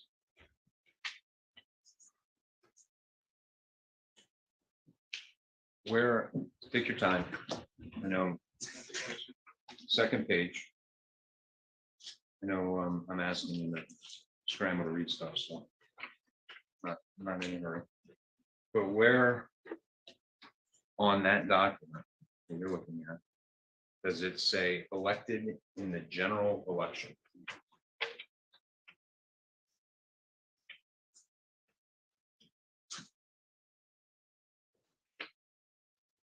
I don't see that very well. Fair to say it doesn't say it? Yes. Where on that document is the obnoxious blue border that's reflected in the He 2016 and Is 2020? claiming that because the There's no blue border document on the there's side. no Where resemblance on that to an document actual is certification there of the something vote, purporting to be, that there was no I said the crime. state seal, you said the And why great would seal. this guy be So worried about the where on that document if document there's is no there something resemblance purporting to the to be that certification of seal the or those vote? seals or That's any this seal? fucking lawyer's argument. No seal, How no state seal fucking in Michigan. ridiculous.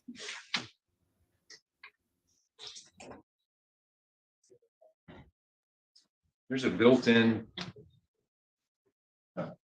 requirement in 3 USC section 6. We've already looked at it, might still be in front of you. If not, we can revisit it. Where successful challenges that would change the certificate of ascertainment. You'd agree with me that the governor is required to send a new certificate of ascertainment to Congress if the original certification or official nature of a certificate of ascertainment is changed. Would you agree? I believe the act refers to Yeah. Makes sense. final determination through the appropriate legal process. I don't remember specifically what is required of the governor in that instance.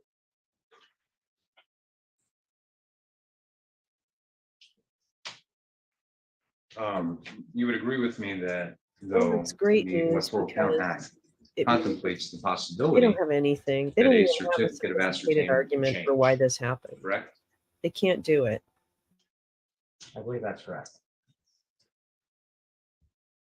And in the event a certificate of ascertainment or the results of an election were to change, it would then be incumbent on the governor to create and transmit a new certificate of ascertainment, correct? That's a good one, Joe.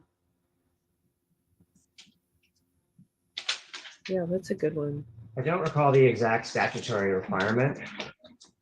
But that's my understanding of the process in that instance. And that, I believe you previously testified, correct me if I'm wrong, that would be to correctly identify which certificate of votes should be counted by the President of the Senate and the Vice President of the United States in the joint session of Congress, correct?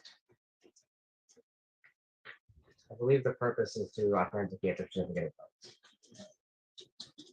And I'll represent to you that 3 USC section 5 identifies reasons where challenges could be successful, or I should say categories of challenges that could be successful. I can show you the statute to refresh your recollection if you'd like, but I'm quoting judicial or other methods or procedures. Are you familiar with that language?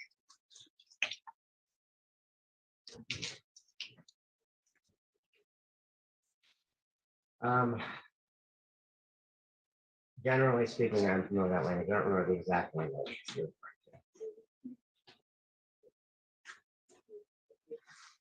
You don't recall that specific language, is that what you're saying? Not literally, but I'm generally familiar with the language they're describing. You want to see it? Would it help to refresh your recollection?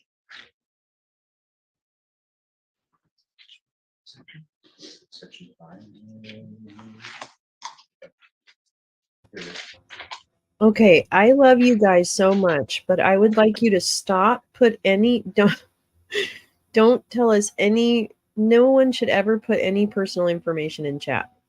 I love you guys, but please, just don't. Don't put any personal information. I love you so much. There's too many baddies in the world. Also, there is the House is debating the Biden impeachment. So I think what we're gonna do, you guys, I love you so much. Stop it. I'm gonna help. I'm gonna help you. Anyway, Just to refresh your I'm afraid recollection. of giving too much information, but Mom really wanted me to tell you. If you get a call from anyone claiming to represent Lolo's Lounge, they do not. So don't take that call. The House is debating the Biden impeachment. I think if this goes to lunch, we have two options. Okay. One, we can check in on the House Earlier, debate, your testimony was that the only mechanism or we can go to the through beginning of this which hearing the because we missed 2 hours of it. certificate of votes could change was a So ponder judicial that. ruling from a court, correct? Widow of Patrice. That's the only procedure I'm aware of under state law. I didn't ask you that. I asked you if you recall testifying that only a judicial opinion or decision could change the outcome of a certificate of votes. Don't know whether I said that exactly, but I do agree that under my understanding in Michigan, once the certificate of votes has been completed, the only method that could be changed would be through judicial determination. Do you want to You would want agree me to with me switch though that now? this section, 3 USC Can I get a section 1 in 5 chat if I should switch contemplates now? and opens up other methods or procedures Oh, all right. under federal law, right? Yes. And fair to say that other methods or procedures could include the objection process Okay. we spoke Wow. about earlier, Less close. where it required one senator, one Oh, and representative. true. Fair? All right, hold on there. I got you I there. don't know the answer to that. I got you. The director of the Hold on, Bureau of darlings. Elections overseeing presidential elections, and you don't know the answer. Let me get I this. don't know whether one section of the federal law and stating other methods Yeah. or procedures What? would Come on. include Where's my dome one? objection raised in another section of federal. Are you overseeing the 2024 presidential election as Bureau of Director of Bureau of Elections? Objection, relevance, Your Honor. What's the relevance? Relevance is I'll withdraw the question, but I want to know what preparation goes into. Failing to pay $1.4 million in back taxes after writing off hookers and sex clubs. All of which was only brought to light because a judge called the bluff of Weiss's sweetheart deal. By only providing 14 of 82,000 emails with pseudonyms, of which 29,000 were tied to Biden's family businesses. Third, by limiting the scope of witness testimony from Department of Justice witnesses over and over and over again. This is an impeachment inquiry. That's all. What are my Democratic colleagues afraid of if there's nothing to see there? Maybe that is all the more reason for the inquiry. I yield back. Gentleman yields back. Gentleman from Oklahoma reserves. Gentleman from Massachusetts Mr. is Speaker. recognized. Mr. Speaker, I yield 2 minutes to the gentleman from Massachusetts, the distinguished ranking member of the Committee on Ways and Means, Mr. Neal. Thank you, Mr. McGovern. The Mr. gentleman is Speaker, recognized for 2 minutes. I rise in shock and frustration at our Republican colleagues' do-nothing Congress. Seinfeld would have called this the impeachment about nothing. They are leading the most unproductive session since the Great Depression. And after manufacturing crisis after crisis, weeks of trying to choose a speaker and putting their record-breaking economic recovery, which is non-existent, under the spotlight, they think that formalizing a fishing expedition will dress it up enough for the American people to believe it. This is not the work of the Ways and Means Committee. The greatness of this committee has nothing to do with an impeachment proceeding, and how the Ways and Means Committee got involved in this baffles Republican and Democratic members of the committee. The truth is, it's been nearly a year and not a shred of evidence has shown any wrongdoing or interference by Joe Biden. Their recycled conspiracy theories continue to be debunked. They continue to mistake Congress, a legislative body, for a law enforcement body. In their only public hearing, their own witnesses conceded that there isn't evidence to warrant moving forward, which I have submitted to the record, Mr. Speaker. The gentleman from South Carolina said we're trying to hide something. I moved in the Ways and Means Committee to have the whistleblower's testimony done in full public for observation. They turned it down. Meanwhile, we're staring at another Republican government shutdown at the beginning of tax filing season. Enough with this obsession with one person, Joe Biden. The Ways and Means Democrats, we are concerned about all members of the American family, and for the taxpayer that is about to impede it because of the work that's being done on impeachment instead of on tax reform, this is where we find ourselves. Nothing here, no evidence, no wrongdoing after a year, a waste of time for the American people, a waste of time for a Congress that should be addressing the real problems of the American family. The jostle. And without objection, the gentleman's request is granted. A gentleman from Massachusetts reserves. Gentleman from Oklahoma is recognized. Thank you, Mr. Speaker. Mr. Speaker, I yield 3 minutes to my very good friend, distinguished chairman of the Ways and Means Committee, the gentleman from Missouri, Mr. Smith. Gentleman from Missouri is recognized for 3 minutes. Thank you, Mr. Speaker. Thank you, Chairman Cole. President Biden has hidden from the American people his knowledge of and role in his family's overseas business dealings. Even in the face of overwhelming evidence showing his knowledge and involvement, President Biden still refuses to come clean. So far, 2 key DOJ witnesses have failed to show for congressionally subpoenaed depositions after DOJ directed them not to appear. Other witnesses have refused to answer certain questions from investigators, and the Biden administration has refused to turn over many of the documents requested by Congress, claiming this inquiry was not properly authorized. Let there be no mistake. Today's vote asserts Congress's authority to conduct an impeachment inquiry and gather all the evidence to proceed with our investigation. The American people deserve answers. Here's what we know so far. The existence of multiple email aliases suggests that Joe Biden was deliberately trying to conceal his activities from the public, including one-on-one communications with a key Hunter Biden business partner during his vice presidency. We also learned that investigators were blocked from looking into potential campaign finance crimes by the Biden campaign. Hunter Biden had only known Kevin Morris, a Democrat donor, for 2 months before Morris started settling his tax debts to the tune of about $2 million, and then spent about $3 million more to cover Hunter's lifestyle. In the midst of the 2020 campaign, just weeks before Super Tuesday, primary elections that would decide the future of Joe Biden's candidacy, Morris emailed Hunter Biden's business associates, and there was, quote, considerable risk personally and politically to not filing his late taxes. But the only person who faced political risk was Joe Biden, whose campaign the whistleblowers had reason to believe Morris was speaking to. As members of Congress, we have to abide by campaign finance limits, and so must the president. Morris's millions in payments to cover Hunter Biden's taxes and other financial obligations appeared to the whistleblowers to be an illegal donation to the Biden campaign. Unfortunately, they were blocked from investigating further.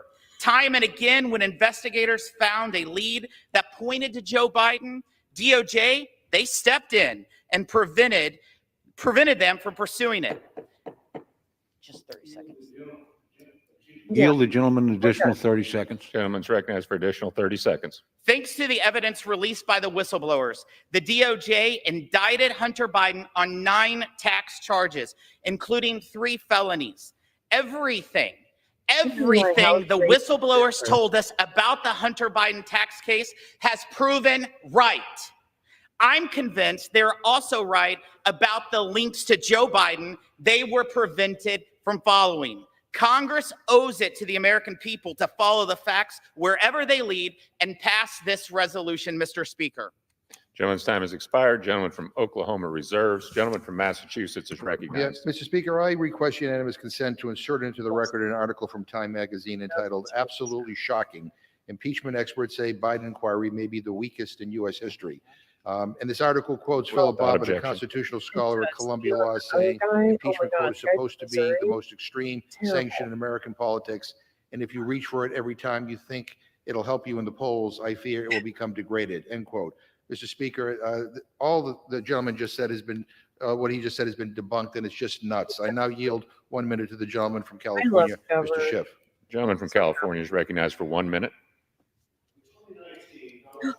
To extort the president of Ukraine by withholding military aid unless Zelensky agreed to announce a sham investigation of Joe Biden. The evidence of Trump's impeachable offenses was overwhelming, and Trump was impeached. In 2020, after losing the election, Trump incited a violent insurrection against our own government. The evidence of that high crime was witnessed by everyone in this chamber. He was impeached again. And in 2023, Donald Trump is once again seeking illicit help in his campaign, this time by badgering Republicans to impeach Joe Biden. Even with no evidence of wrongdoing by President Biden, Republicans are all too willing to do it. There is a through line to all of this. Donald Trump will violate the law and Constitution to gain power and to keep it, and Republicans will enable him every step of the way, no matter how destructive the consequences to our institutions or to the country. I yield back. Gentleman yields back. Gentleman from Massachusetts reserves. Gentleman from Oklahoma is recognized. Thank you, Mr. Speaker. Mr. Speaker, I yield 1 minute to my very good friend, distinguished member from California, Mr. McClintock.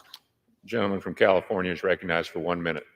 Mr. Speaker, short of declaring war, impeachment is the most serious act that Congress can take. It must be confined to the narrow grounds established by the Constitution and never used to settle political differences. But the Democrats would have us simply turn a blind eye to mounting evidence of a family influence peddling scheme that implicates the president. This we cannot do. We owe it to the country to get to the bottom of these allegations, and that requires the House to objectively invoke its full investigatory powers, respect the due process rights of all involved, and lay all of the facts before the American people. Last session, the Democrats made a mockery of impeachment, and we cannot allow them to become our teachers. Shrill voices should be kept far from this inquiry, lest they undermine its legitimacy and credibility. Congress has an obligation to approach serious accusations seriously. With this vote, Yields back. Gentleman from Oklahoma reserves. Gentleman from Massachusetts is recognized. I'll tell the gentleman what is a mockery. This is a mockery. And we hear the same tired old conspiracy theories being recycled over and over and over again that have all been debunked. And to further debunk them, I yield 1.5 minutes to the gentleman from New York, Mr. Goldman. Gentleman from New York is recognized for 1.5 minutes. Thank you, Mr. Speaker. I rise today in staunch opposition to this resolution. The Republicans have already spent 12 months on this exact investigation. They have obtained more than 100,000 documents, pages of documents, and dozens of hours of witness testimony. But there is simply not a shred of evidence proving any wrongdoing by President Biden related to his son or otherwise.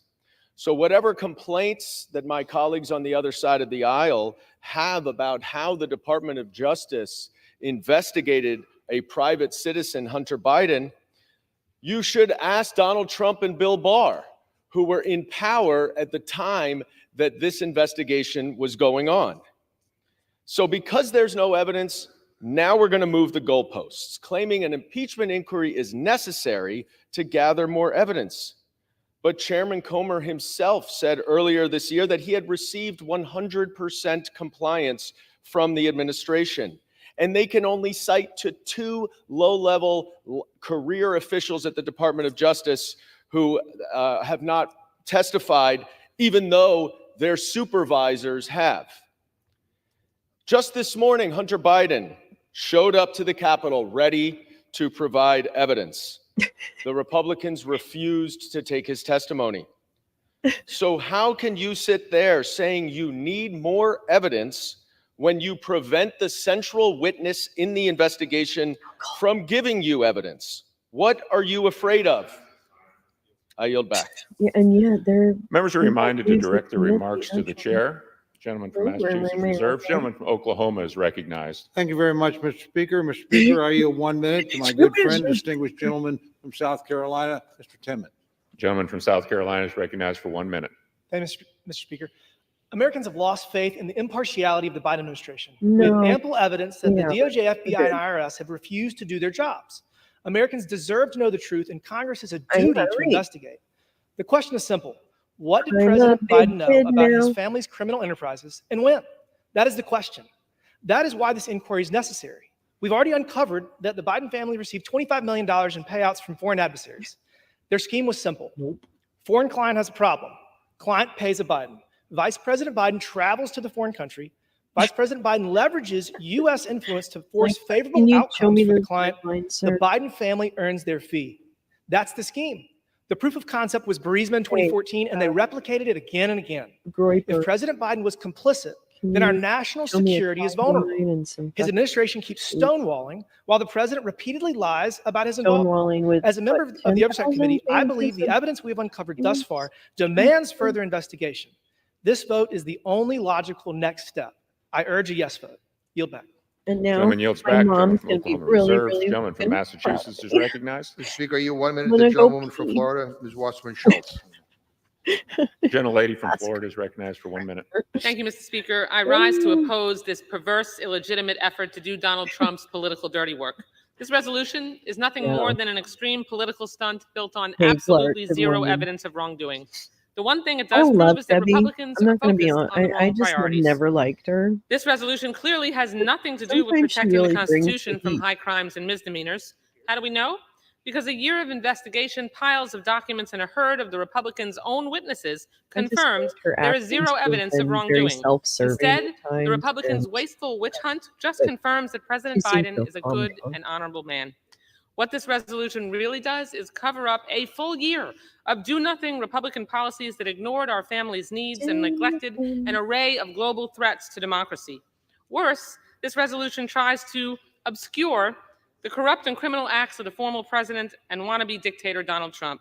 This extreme political stunt is built upon the sick, twisted extremism of House Republicans and totally unmasks their complete absence of an agenda that helps the American people. I urge a no vote on this resolution, and I yield back the balance of my time. Gentlelady's time has expired. Gentleman from Massachusetts reserves. Gentleman from Oklahoma is recognized. Thank you, Mr. Speaker. Mr. Speaker, I yield 2 minutes to my very good friend, distinguished gentleman from South Carolina, Mr. Fry. Gentleman from South Carolina is recognized for 2 minutes. Thank you, Mr. Speaker. I rise today constant in strong support of House Resolution 918. This year, House Republicans have conducted a methodical investigation into the alleged actions of the Biden family, including that's Joe what Biden matters. himself Let's put it that in his way. family's That's foreign what business matters. dealings Really in does. foreign If foreign you guys peddling like schemes. Debbie, then I. As a member of both the House Judiciary and Oversight Committees, I can say that our investigation has peeled back layer upon layer of Biden family scandals and has exposed the safety nets designed to insulate the Biden family and Joe Biden from impending accountability. You know, there's an old legal saying, Mr. Speaker, that if you don't have the facts, you argue the law. If you don't have the law, you argue the facts. And if you have neither, you pound the table. What we are seeing from the other side today is that they want to talk about Donald Trump. They want to talk about January 6th. They want to talk about a perceived lack of transparency. They want to talk about how nothing is happening out in the open. Well, let me assure you that we have done this for months. We have done more in 10 months than law enforcement agencies have done in 5 years. So let's talk about the facts. $25 million have flowed to members of the Biden family, 20 corporate entities. 9 members of the Biden family have received these monies. $40,000 direct payment to Joe Biden himself, $200,000 direct payment to Joe Biden himself, allegedly under a loan. We have WhatsApp messages, pseudonyms, fake email addresses, and 22 meetings in which Joe Biden himself met with Hunter Biden and his business associates. We have been stonewalled. We've even seen this today as Hunter Biden paraded onto the Senate side and did not come to a lawfully issued subpoena deposition in front of the House Oversight Committee. Now is the time for an impeachment inquiry. Thank you, and I yield back. Gentleman yields back. Gentleman from Oklahoma reserves. Gentleman from Massachusetts is recognized. All right, good. Mr. Speaker, I yield 2 minutes to the gentleman from Massachusetts, the distinguished Democratic whip, Ms. Clark. Gentlelady from Massachusetts is recognized for 2 minutes. Mr. Speaker, the MAGA majority is putting forward an impeachment inquiry, even as their own leaders admit there's no evidence of wrongdoing. They've already reviewed tens of thousands of documents, interviewed dozens of witnesses, and nothing. Why? Because this has never been about the truth. This is about avenging Donald Trump. This is about undermining our democracy and influencing the 2024 election. President Ford once said, "Truth is the glue that holds government together." Mr. Speaker, it's truth that allows this chamber to function.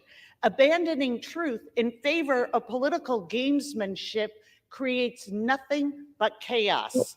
Guys, stop.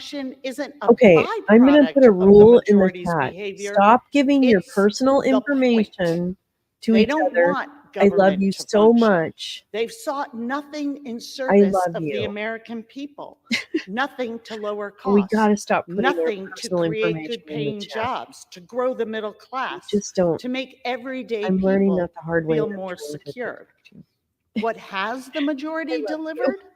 The kind of extremism that chooses rich tax cheats over working people, that obstructs the ballot box and hikes the cost of health care, that protects guns over kids, that bans abortion and criminalizes doctors, that rewards polluters and corporate greed and tells everyday Americans, you foot the bill. This sham impeachment is below the dignity of the people's house.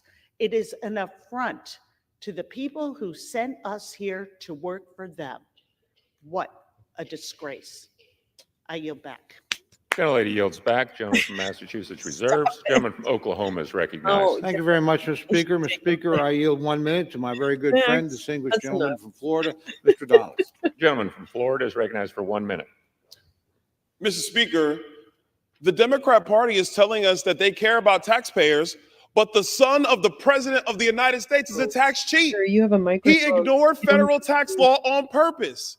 He laundered money through 20 LLCs. He concealed millions of dollars of overseas money. And the only reason he was able to accomplish these feats of getting so much money into his companies is because the president is his father. That is it. If you're asking why we are looking for an impeachment inquiry, it is because there were 170 suspicious activity reports at the Department of Treasury, which we went and looked through. And every one of those reports said very clearly that there was evidence of money laundering and potentially tax evasion. There were hours of deposition. There's a web of LLCs with company names that have no business interest whatsoever. And then we have finally uncovered one example, Mr. Speaker, $5 million from a foreign company going to a joint venture partly controlled by Hunter Biden. Next day, 400,000 goes from Hunter Biden to. Gentleman's time has expired. There you Give go. the gentleman an additional 30 seconds. Thank you. Gentleman's recognized. 400,000 goes No, to keep an account controlled by Jim and Sarah Biden. Sarah Biden writes a check to herself, and then $40,000 is in a check to Joseph Robinette Biden, the president of the United States. That's your evidence. If you want to talk crime, bribery, co-conspirator to being to FARA violations, and we can go on and on. Vote for the resolution. Congress must investigate these crimes. I yield back. Gentleman yields back. Gentleman from Oklahoma reserves. Gentleman from Massachusetts is recognized. It's amazing, Mr. Speaker, a pattern is developing. If you'll notice, my Republican friends never talk about Joe Biden. It's all Hunter Biden. They seem to be obsessed with him. I don't know. They need to get some help. Anyway, Mr. Speaker, I yield 1 minute to the gentleman from California, Mr. Swalwell. Gentleman from California is recognized for 1 minute.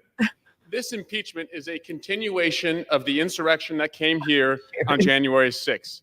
They have never, this gang has never accepted Joe Biden as the president. And the architect of the idea that you could overturn the election is the current Speaker of the House. And then Donald Trump sent that violent mob here. It didn't work.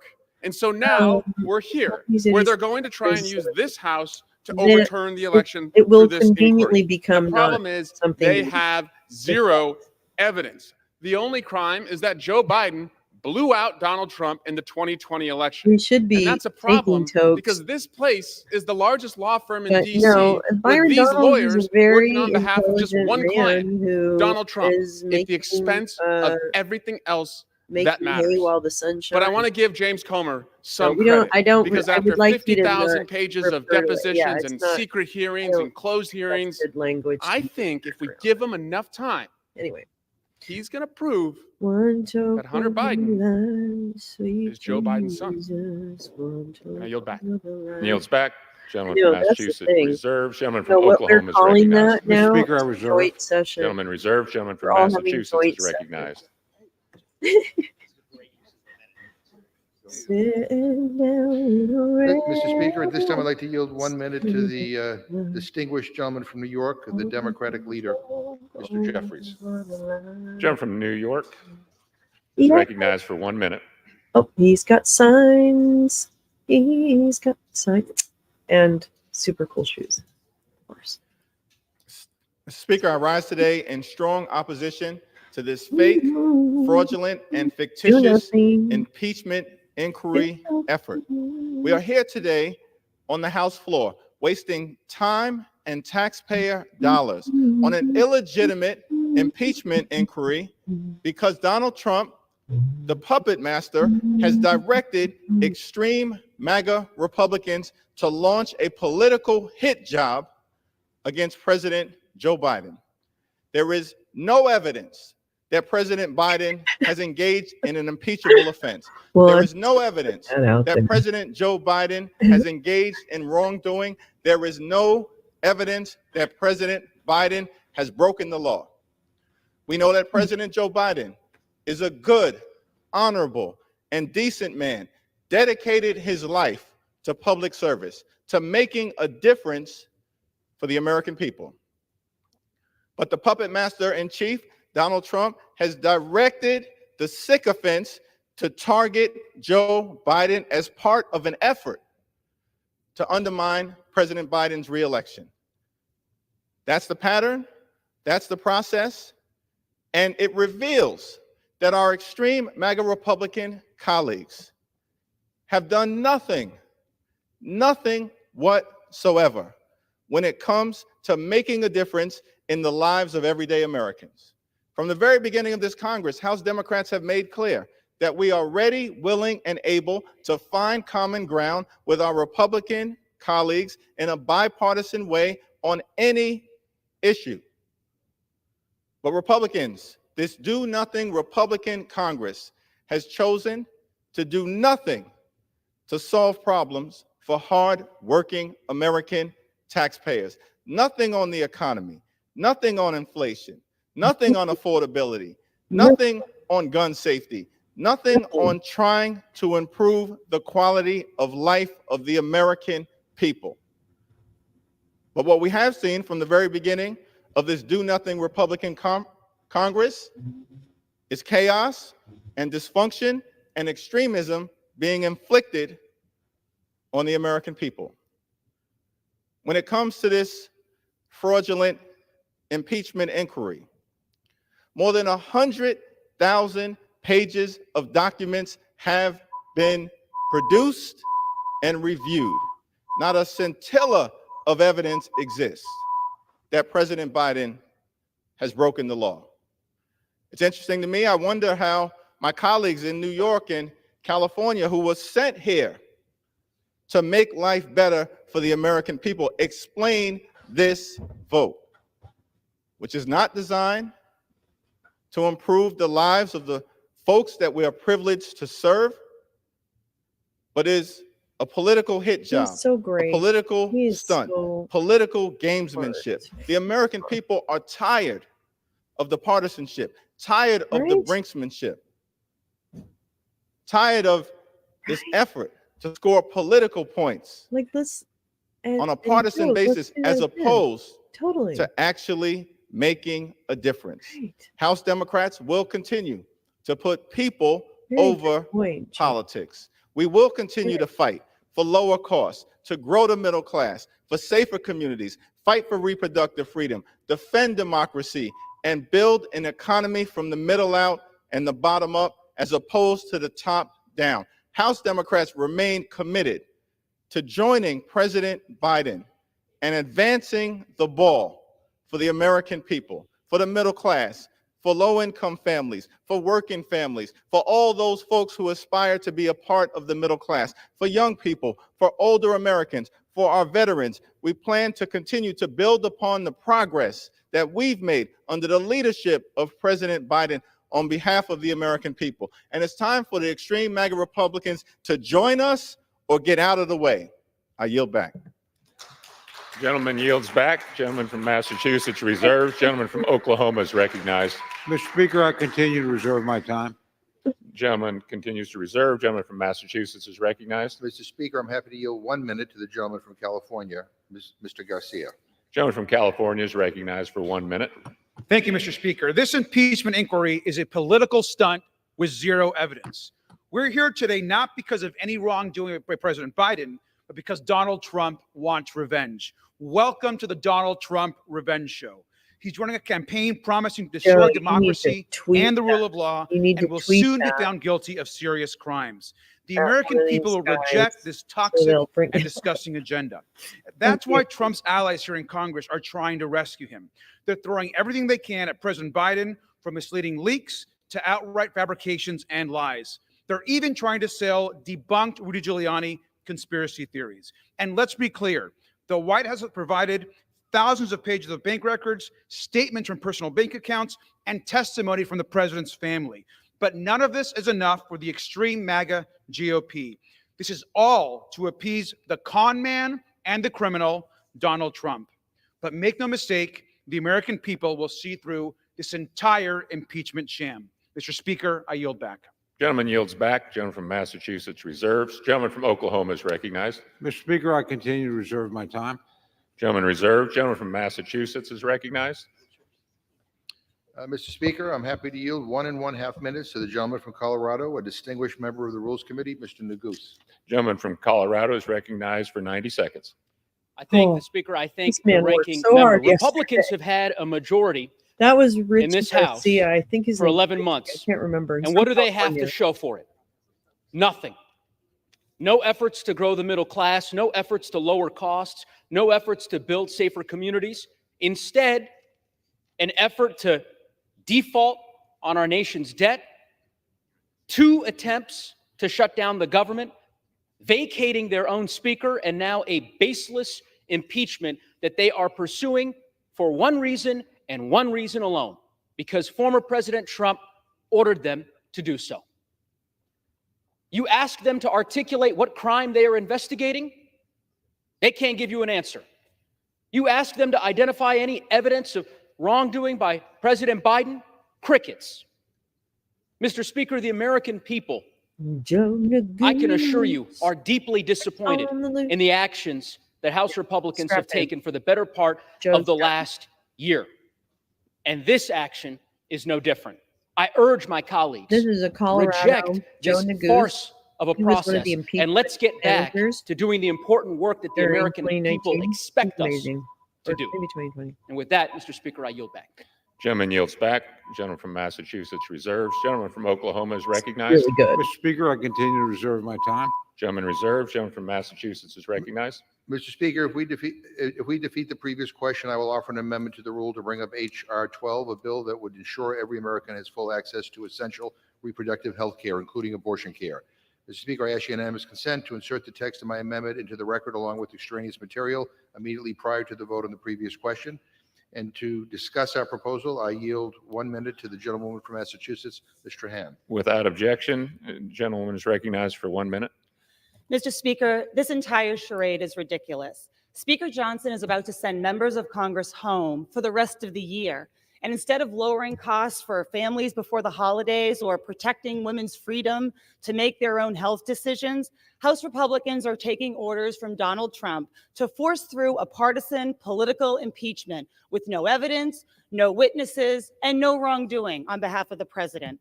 Meanwhile, as we speak, Kate Cox, a pregnant woman from Texas, is being forced to flee her home as Republican leaders try to force her to carry her baby to term, who was diagnosed with a terrible condition that would result in miscarriage, stillbirth, or death soon after birth.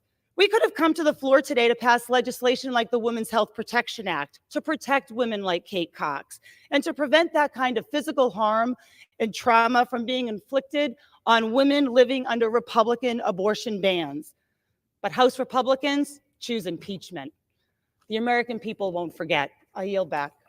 Gentlelady's time has expired. Gentleman from Massachusetts reserves. Gentleman from Oklahoma is recognized. Mr. Speaker, I continue to reserve. Gentleman reserves. Gentleman from Massachusetts is Speaker, recognized. Can I inquire how much time is left? Gentleman has 3 3/4 minutes remaining. Gentleman from Oklahoma has 6 3/4 minutes. Does the gentleman have any other speakers or?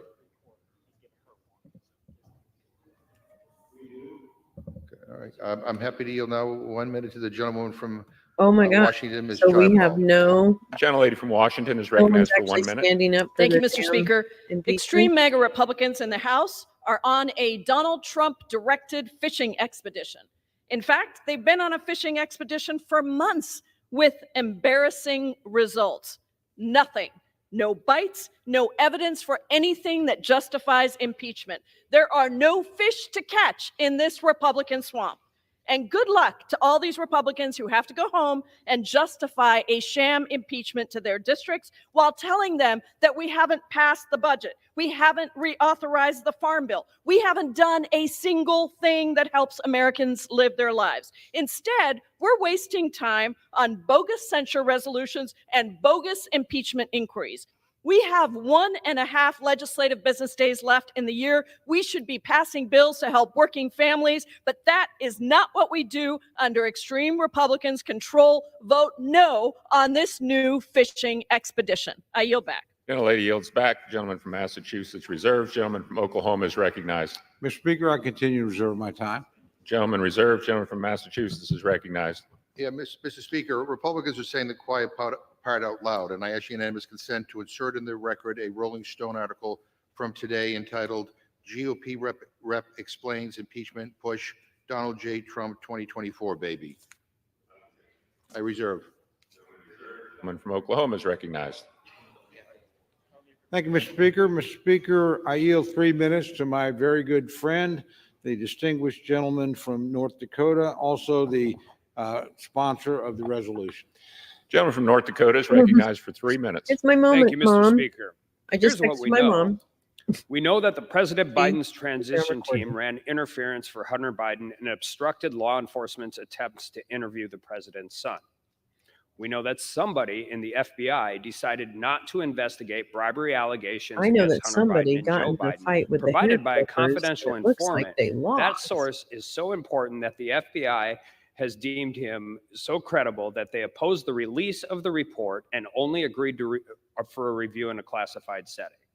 We know that the IRS investigators were not allowed to follow leads that had the potential to implicate President Biden in No. Hunter Biden's alleged financial crimes. The answer is no, man. We know that recommendations for This is it. prosecution of Hunter Biden were denied or delayed until the statute of limitations had run.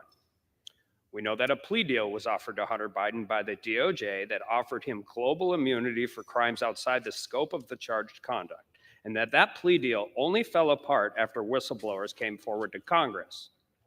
Set aside for a minute the $24 million, the 20-plus shell companies, the payments to President Biden, and the changing narrative from this White House every time a new bad fact comes to light. Set that aside.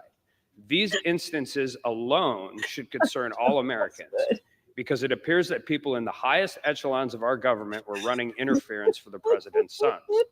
My colleagues on the other side of the aisle have an innocent explanation. The Addie's kicking in, bitches. The problem is, it's very difficult to see an innocent explanation I'm for all of writing these. my own missile The down. FBI, into the well of DOJ, the Senate. IRS, and the president's political operation have all frustrated attempts to investigate the Bidens.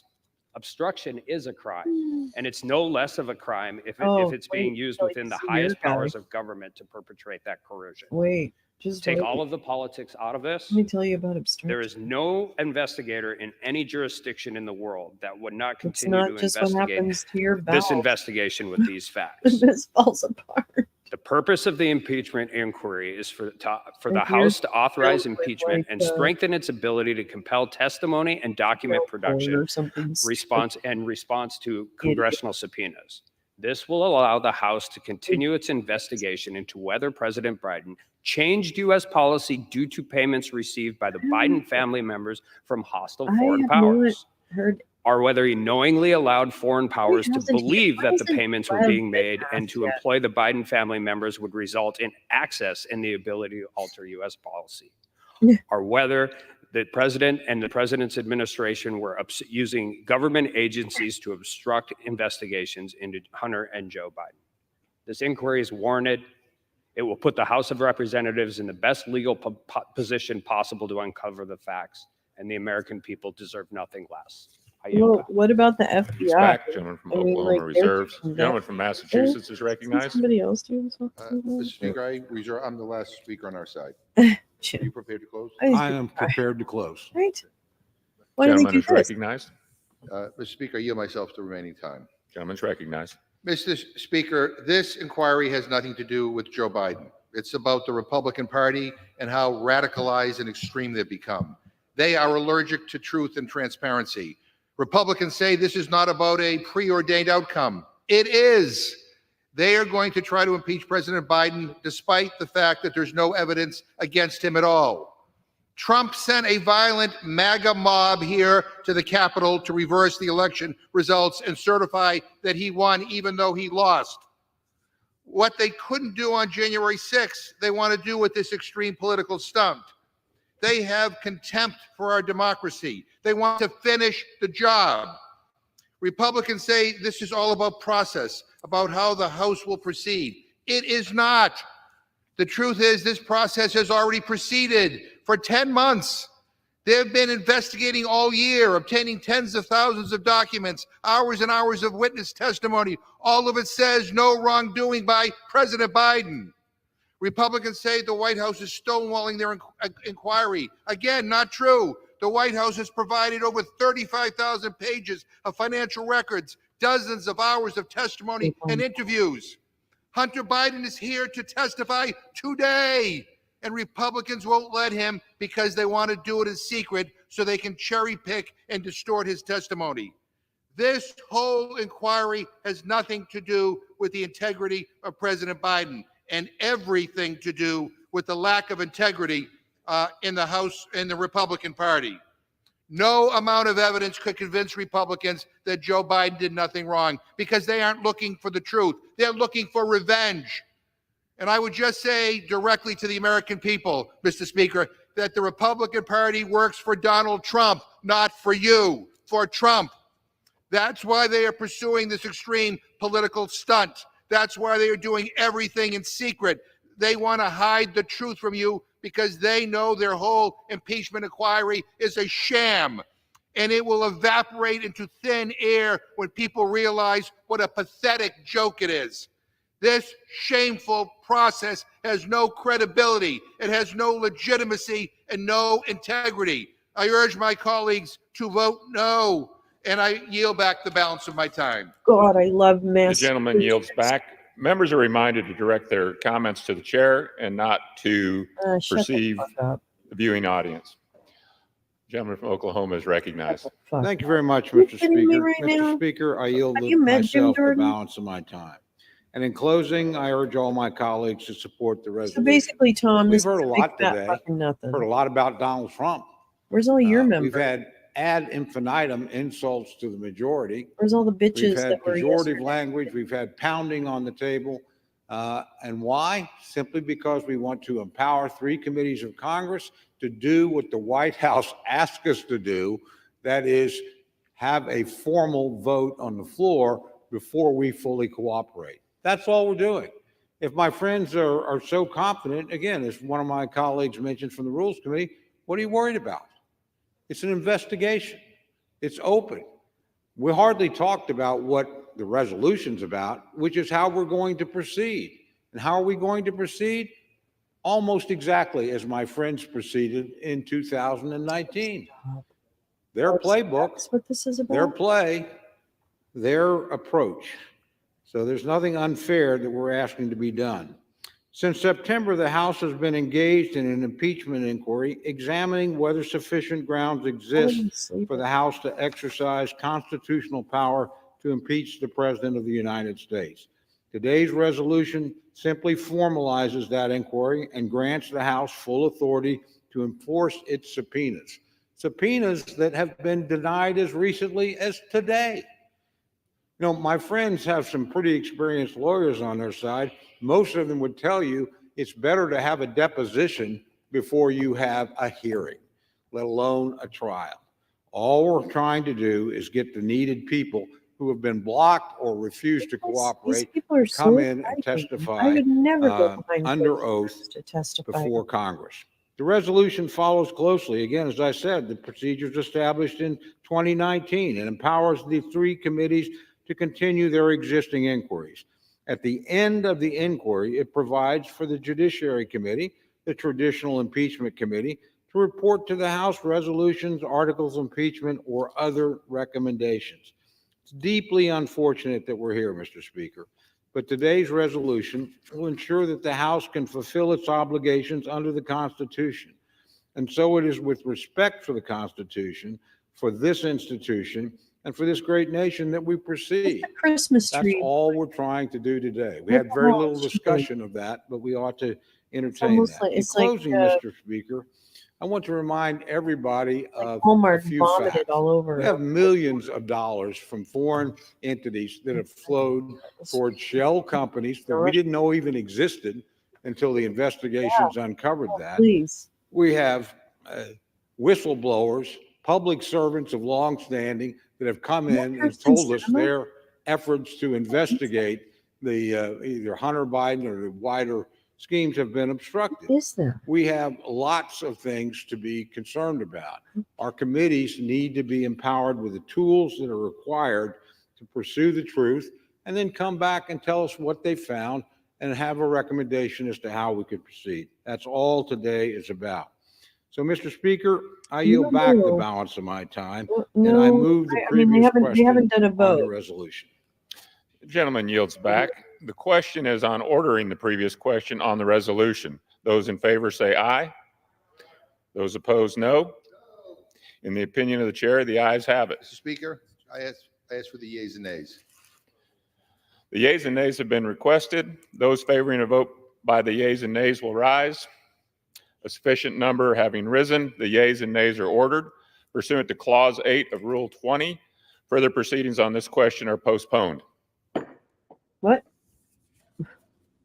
What's that mean?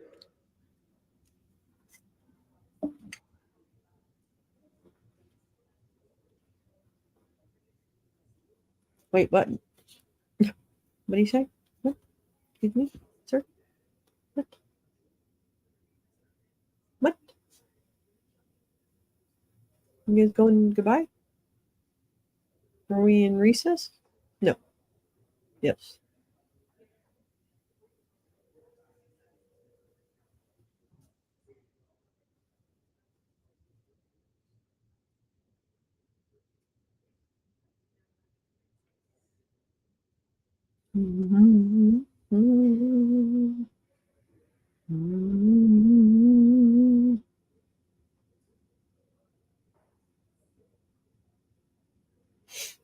When the moon hits your eye like a big pizza pie, that's amore.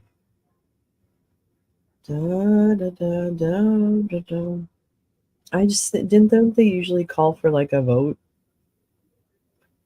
Do do do do.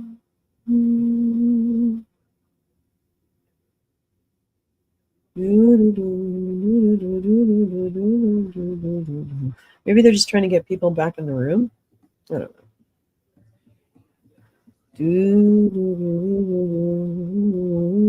That's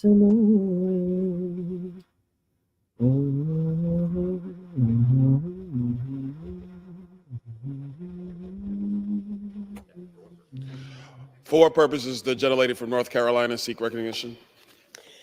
Mr. Speaker, I ask unanimous consent that all members may have 5 legislative days in which to revise and extend their remarks and to insert extraneous material on H.R. 1147. Without objection. Pursuant to House Resolution 922 and Rule 18, the chair declares the House and the Committee of the Whole on the State of the Union for the consideration of H.R. 1147. The chair appoints the gentleman from Tennessee, Mr. Desjardins, to preside over the Committee of the Whole. Wait, what are we talking about? Sorry, I blanked out Byron. Byron, I can't hear you even though you're talking. He just had to pee. Oh, okay, I got it. The House is in the Committee of the Whole House on the State of the Union for the consideration of H.R. 1147, which the clerk will report by title. A bill to amend the Richard B. Russell National School Lunch Act to allow schools to participate in the school lunch program under such act to serve whole milk. Pursuant to the rule, the bill is considered read the first time. General debate shall be confined to the bill and shall not exceed 1 hour, equally divided and controlled by the chair and ranking minority member of the Committee on Education and the Workforce or their respective designee. Fun to listen to. I love Bill. The gentlewoman from North Carolina, Ms. Fox, and the gentleman from Virginia, Mr. Scott, each control 30 minutes. The chair recognizes the gentlewoman from North Carolina. Let's listen to bitch fest. Thank you, Mr. Chair. I yield myself such time as I may consume. Okay. Gentlewoman is recognized. We'll listen to her. Mr. Chair, I rise in strong support of H.R. 1147. It's Christmas time across America. For many, the season brings with it the annual return of cherished Christmas traditions. Here we go. Such as leaving milk and cookies out for Santa Claus and his reindeer to enjoy. As for my family, our traditional choice of dairy has always been whole milk. We want only the most nutritional option for Santa. The nutrients in whole milk, like protein, calcium, and vitamin D, provide the fuel Santa needs to travel the whole globe in one night. Whole milk is the unsung hero of his Christmas journey. And I'm brought to you Protein by helps milk. build and repair Santa's muscles. Hoisting heavy sacks of gifts up and down the chimney is no easy task. Calcium is vital for strong bones. It is calcium that keeps Santa strong and sturdy as he dashes from rooftop. Shh. No, she didn't just say that. She didn't. Hold on. Let me just, hold on. Let me. Okay. All right. So we have a decision to make. Let me just come back to you. Hold on. I'm sorry. Okay. We need. We literally were leaving her as she said, as he flies through the sky, he flies through the sky. It's the Milk and Cookie Caucus. The Milk and Cookie Caucus. Come on. Come on, say it with me, everybody. Come on, say it with me, everybody. because it's the Milk and Cookie Caucus. Yeah. Brought to you by Sexy Grandma, Virginia Fox. It's the milk and shut up your caucus. You shut up now and drink your milk. I said shut up and drink your milk. Shut up and drink your milk, I said, son. I'm gonna say I think I nailed it. Santa does a body good. No, really. Hi, MJ. Holy rolling cow. Jesus Christ. That took a turn, didn't it? Santa's like, that took a real turn. It's the Milk and Cookie Caucus. Oh, yeah, I know. I think it's like, it's, what is it? Grandma Dominatrix. Grandmanatrix. It's the Grandmanatrix channel. Now drink their milk and cookies.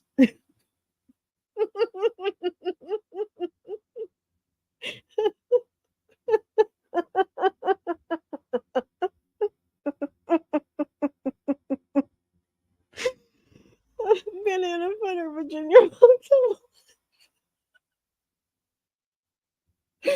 Okay, I think I'm tired. Okay. I stayed up late, which, by the way, I'm going to start playing games and watching movies on Discord at night. So you never know when I might be on Discord. I very much welcome anyone. Be the only. Oh my God. They're talking about a different 1%. Never mind the 3%ers. I mean, listen, Siegfried, I don't know what just happened, but at one point we were talking about Hunter Biden and his run for the presidency and impeaching him and looking at dick pics of his dad. And then all of a sudden, Virginia Fox was standing up talking about Santa's milk and cookies and wanting to drink his milk and cookies. And then I just don't know what happened. And then I pushed the button and I said, let's get out of here. Get back in the bus, everybody. We gotta go. Come on, get back in the bus. Get back in the bus. We gotta go. We gotta go. Come on, come on, come on. And luckily everyone did. I think we made it back with everyone. I'm very happy to say. Oh my Lord, that was so weird. Okay. Whew. Yeah. Lolo yells at you like Virginia Fox 62 guns. Oh Jesus. And that's not, and yeah.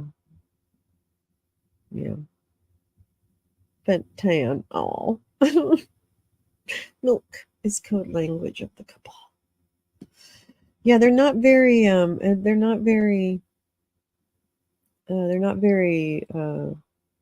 innuendo-y. No problem. No problem. Back in the bus, everybody. Let's go. We got to get the fuck out of here. Okay, so here's the decision we have to make. This is where we stopped at the court case in Michigan, fake electors. Now, we missed the first 2 hours of this court case. So, my question is, do we continue with this? And then I can always do the first 2 hours at a later point in the day. Or would you like me to stop here and go back to and start from the beginning, and then we can skip the part that we watched already?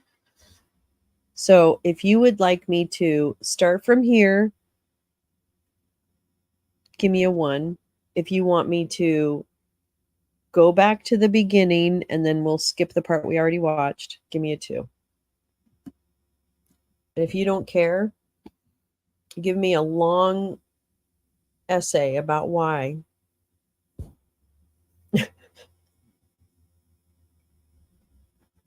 Just kidding. Oh my God. 2, 1. Banana. 2, 1. 3. Now, damn it. Oh my God. Look at, I've got.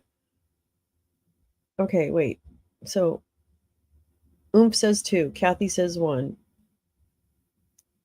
Dempsey says 2. I think Siegfried says 1, but I don't know if now damn it means 1, because in Siegfried that could mean 1. Oh, and you meant get on the bus now. Okay. Honestly, I don't care. I'm just glad not to hear Virginia Fox. Okay, here's what I'm going to do. It's fine. I'll make an executive decision because it's 50-50. I'm going to go ahead and say that we're going to go back to the beginning because I kind of want to hit, I want to hear how we got here because I think it's very confusing. Oh, great. Okay, Paul doesn't care. He's like, I don't care. Do whatever you want to do. I'm along for this ride. I'm with Dempsey Lee. Okay, all right. So let's do that, and then we will make sure. Let me just make note of where we are timestamp-wise in this, which I never know how to tell, but that's okay. So I started this 2 hours early. Oh, come on. Oh, okay. So this was about 4 hours into it is where we stopped. So we missed the first 2 hours. So we basically, after we watch the first 2 hours, then we have to skip ahead about 2.5 hours. Okay. If anyone could remember that, that would be amazing. But, no worries if you can't. All right. Let me get us back to basics here. Oops. Don't do it. All right. Are we just settling? Is that what we're doing? Settling. They won't start their audio. Now remember, this one is quiet, so you may need headphones, and there's not much I can do, unfortunately. On the record, Thank you. in the matter of the people of the state of Michigan versus Mashawn Maddock, file number 23-02218FY, council appearance. Caleb Reno, appearing on behalf of the people. Good morning, Your Honor. Attorney Nicholas Somberg, on behalf of Sean Maddock. Okay, today's the date and time set for a preliminary examination. I'm first going to address a motion that was filed by the defense. It's a motion for discharge. And in the interest of time, I did review both the motion, the attachment, and the response. I'm still struggling with the defense counsel's position as to where the authority is supposed to come from for the district court to dismiss this case for the reasons that you're asking the court to discharge. Your Honor, I would rely on points I made in my brief. Which are being that the Attorney General's public statements basically conceding that Maddock was somebody who was brainwashed, had no intent to defraud or deceive anybody, and that she couldn't, as a matter of fact, take a plea if she wanted to, because she truly believed that Donald Trump won the election, negates their entire case that this is any sort of fraud or forgery or election fraud. What legal authority are you relying on for the district court to dismiss a felony? That the Attorney General being the highest prosecutor in the state of Michigan, that by her own statements, that first there's rules of ethics, there's rules of ethics that she should not be bringing a case in which she knows has no merit, and that is cited in my brief, Your Honor. Do you regularly practice criminal law? Yes, sir. Okay, so do you know what the purpose of a preliminary examination is? Yes, sir. What is the purpose? Probably not. And the jurisdictions before the district court for that purpose, correct? A motion to dismiss because of any other evidence, which is not currently before the court. You're giving me a statement that's not before the court. It's not evidence for the court to consider. What legal authority? Legal authority is not your opinion, or you telling me something that you believe could be some damaging evidence to the prosecution's case. Legal authority will be a court rule and or statute that I can rely on to dismiss this case. And you've provided me with none. So for that reason, your motion is denied. Thank you. Thank you, Your Honor. On the record, the matter of the people of the state of Michigan versus Kathleen Burden, file number 23-022209FY. Appearance, please. Kayla Crino appearing on behalf of the people. Good morning, Your Honor. George Danini and Garrett Koger on behalf of Ms. Burden, who is in court. Thank you. Similar to the motion just addressed by the court, this is a motion filed by the defense for the district court to discharge this case. I need some legal authority. Yes, Your Honor. What we were hoping And you was is that we advocating for salvage the the milk motion to discharge. lobby. I don't have it in front of He me was telling you because to drink we your were milk planning on and arguing at cookies, the yeah, close but of the proofs. We think that the proofs where we are going to be establishing, at least we believe, lack of criminal intent will help to supplement the motion that we filed. So what I asked from the last time we were here together, at least on Zoom, was that we do it at the conclusion of the preliminary exam, which is scheduled to sum up tomorrow, hopefully. Okay, so you want me to reserve your motion until the end of? Yes, Your Honor. Okay, I'll do that. Thank you. Okay, and any other preliminary matters before we begin? I don't know if we have all the defendants here. I have one, is this two? No. These AGs, all the AGs, okay, 5 AGs, okay. Who do we have here? That's two. You're not near Mike. If you're not near Mike, I need you to come to where there is a mic, because if you get objection or anything back there, it's hard for us to pick up, and I know we're limited on space in this courtroom, but. There are too Okay, many who's in this first row? lawyers in Are the these courtroom. any defendants? Too many lawyers. Too many Okay, so lawyers nobody's, in the court. where's your attorney? Too many lawyers. So the woman on the far left is my client, Kathleen Burke. Okay, who are the other two people that raised their hand? What's your name, sir? Ken Thompson, I'm waiting for my attorney to show up. Dave Gilbert.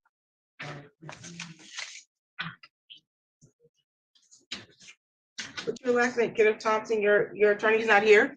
I don't see him yet.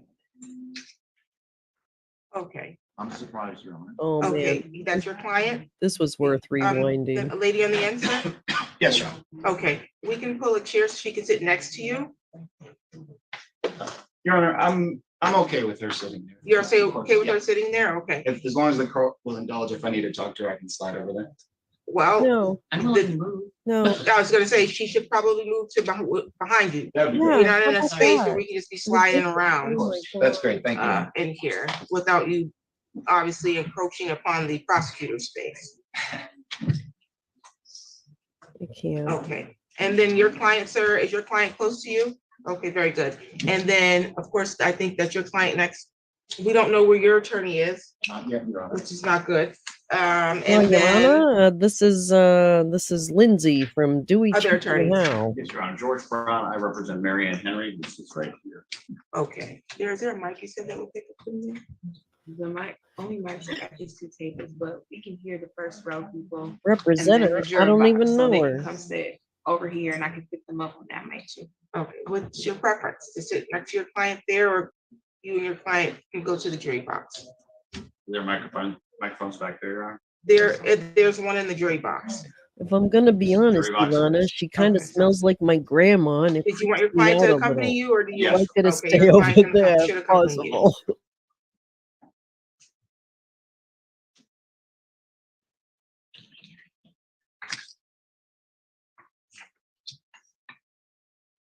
Okay, and Mr. Silverthorne, where's your client? Michelle Langham, she's raising her hand. She's in a walking chair and she's got a cast on her leg. so Okay.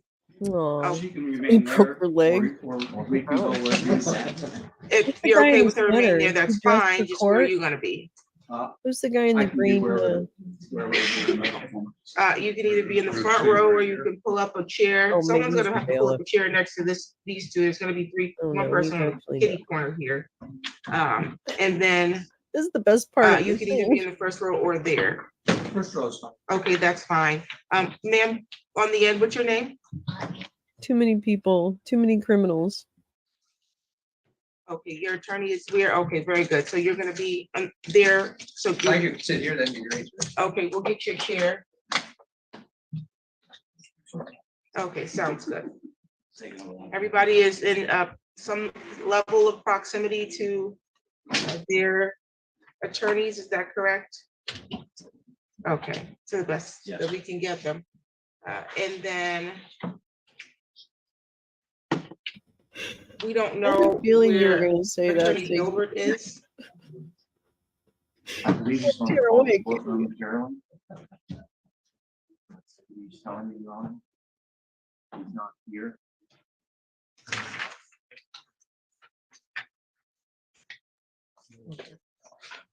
Any other preliminary matters before we call our first witness?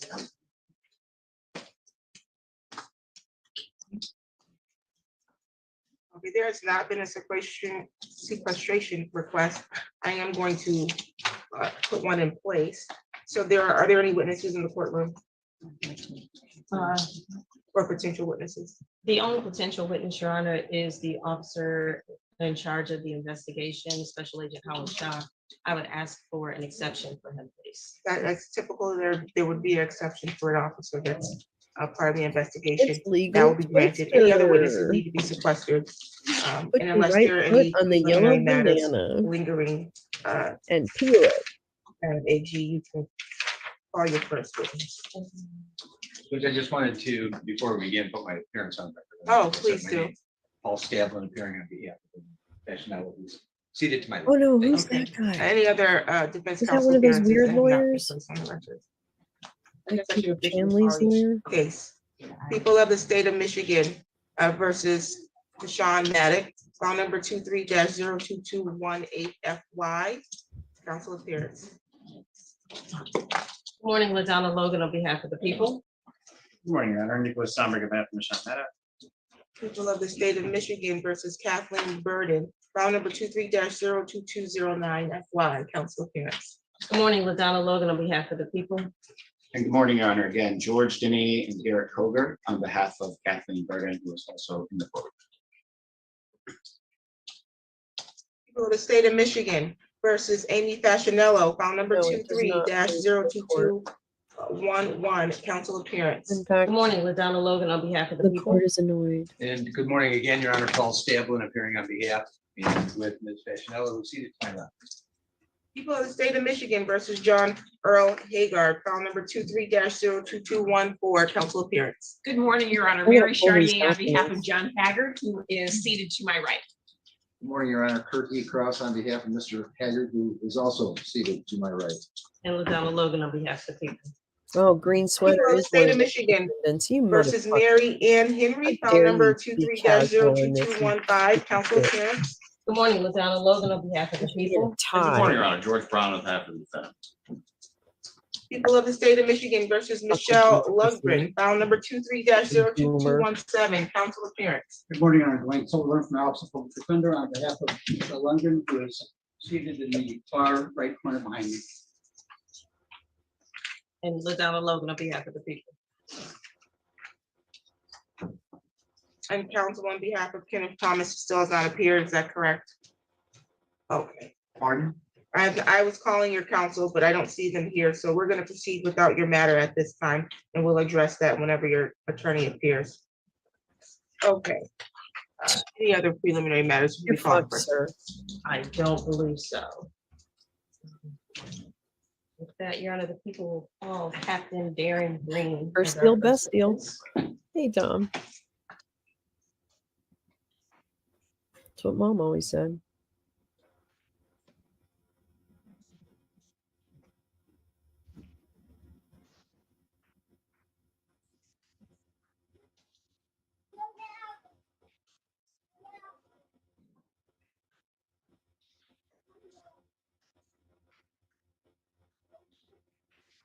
So my understanding is this is motions to dismiss their cases. Is that I should know this, but I was a little caught off guard by this. Obviously.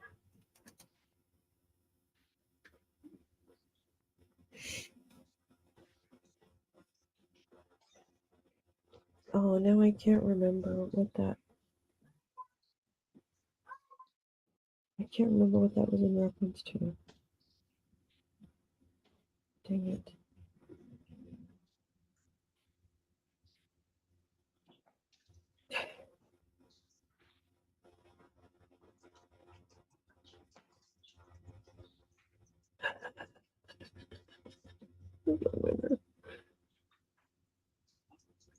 we doing, everybody? What are we doing? Was we pooping? Brainwashing guy had the motion to dismiss. Got it. Got it.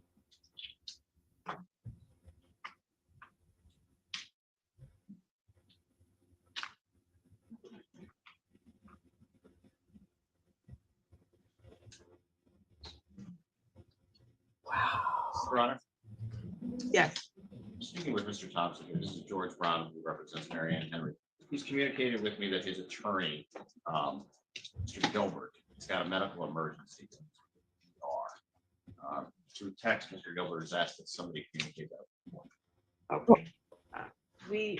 You're free to stay or leave. I'm just gonna reset you to the next group of cases because I don't have your attorney here. I to address it. understand, I appreciate it. Okay. I apologize for this. It's fine, I there's don't nothing know you about could do that. about that, but thank you. Mhm. Why did you do it? Did you punch him? Uh-oh, what's this? Whoop, Is whoop, this your witness? Yes. Okay, you can whoop, come here. whoop. Let's talk about all the first. Okay. You solemnly swear or affirm the testimony you're going to give is the truth and the whole truth under penalty of perjury. You can have a seat. We went back to the beginning of the court hearing. This is the first Can you case. state your first, last name and spell them both? Sure. My first name is Darren, G-A-R-R-E-N. My last name is Green, G-R-E-E-N. You can proceed, counsel. Thank you. Good morning, sir. Morning. Could you please state your name Yeah, Captain Darren Green and where you work, sir? for the Michigan State Police. And how long have you worked for the Michigan State Police? A little over 23 years. On December 14th, 2020, were you on duty? Yes. And what was your assignment on that day? I was the first lieutenant in charge of state security operations, and part of that umbrella was physical security of the Michigan Capitol building, the exterior and interior common area of the Michigan Capitol building.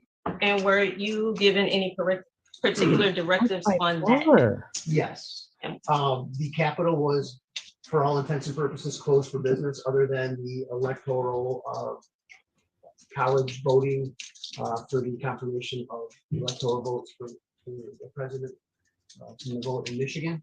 And other than that, the Capitol building was closed for business that day. Were you given a list of who was allowed in the building? Yes, I didn't have the list, but I was told via radio that the 16 people who were there to vote for the electoral college had been checked in and were present inside the Senate chambers, and then no other people for the electoral college was to be allowed into the Capitol building. And while you were part of the security of the Capitol building, did there come a point in time when another group tried to enter the Capitol building? Yes. Do you know about what time that was? I don't recall the I'm exact tweeting one picture from it. Do you know what entrance the group tried to enter? Yes, it would have been the north annex. It's the ground floor of the Capitol building on the north side where a lot of the dignitaries will come and go from the Capitol building. Oh, is this And the guy who how tried to keep them from Did going in? the fact that this group was trying to enter the Capitol building come to your attention? I was on the first floor of the Capitol, and one of my officers that was assigned to the north annex called me on the radio and said that there was 2 state representatives and some guests of theirs that were at the north annex that were trying to get into the Capitol building. So from that radio traffic, I went downstairs to the ground floor and proceeded to the north annex. And did you actually speak with the group that was trying to come into the building? I did. And what did you tell them? I told them that the people that were on the list that had been granted permission to come into the Capitol that day to participate in the electoral college vote had already arrived at the Capitol, were inside, and that the Capitol was closed for business and they were not going to be allowed in. And when you told the group that the electors were already inside, did the group say anything in particular? Objection, Your Honor. First of all, false right hearsay. And second of all, the question posed is saying what the group said without identifying any particular speaker, so it's impossible to understand who said. I'll rephrase. At any point in time, do you know how long your interaction was with the group? Maybe a minute or two at the most. Did you become aware that that interaction actually was recorded? I wasn't aware of it at the time, but I was after the fact. Okay. I saw it on the internet. Have you seen the recording? I have. Okay. And did you recognize yourself in that recording? I did. Permission to approach, Your Honor? Yes.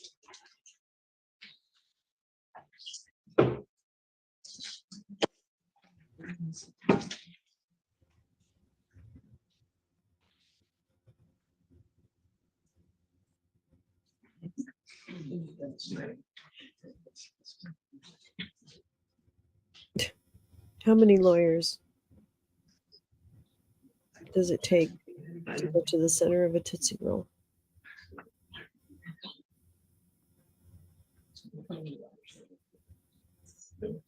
Permission to lean forward. Permission to show this paper to 17 people in this room, Your Honor. How about the person coming in and replenishing the Diet Cokes? Have they seen the document yet? Oh, Captain Green, I'm showing you just a still photo. Do you recognize this still photo? I do. Are you able to tell us whether or not that is from the video that you saw of the December 14th, 2020 interaction?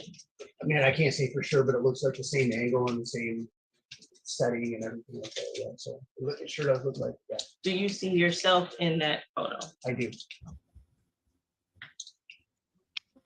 Your Honor, I would ask for permission to be able to share my screen with the court.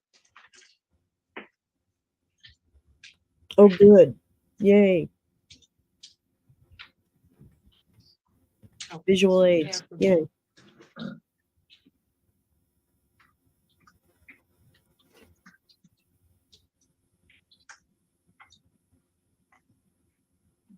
And Judge, just so I understand the logistics, while she's queuing that up, are we gonna be seeing it here? How do we? You'll see it up there. Okay. Don't panic, counselor. It'll be fine.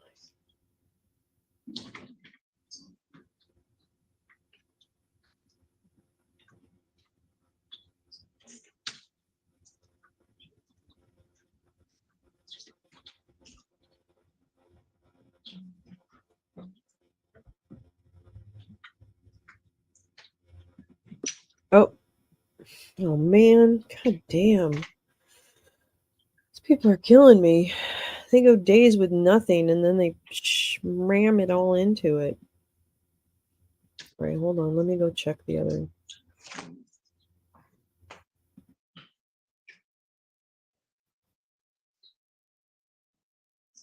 What are you talking about? Jesus. Oh. Okay, good news is they're still talking about milk. So wait, what? Oh, she's sharing. So, No. all For purposes of right, the record, video, People's proposed exhibit 10 is currently displayed. It is paused so that we can see the first frame. Captain Darren, do you recognize that video? I do. And where do you recognize it from? The internet, and news outlets and stuff. And did it record your interaction with the group that was trying to enter the Capitol building on December 14th, 2020? Yes. People would move for the admission of People's Proposed Exhibit 10. Any objections to People's 10?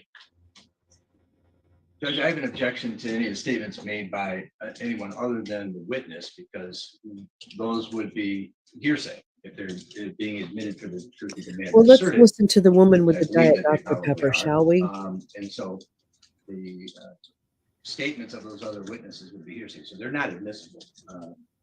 Obviously, whatever Captain says on there is fine, because he's here to be cross-examined, but we can't cross-examine the defendants.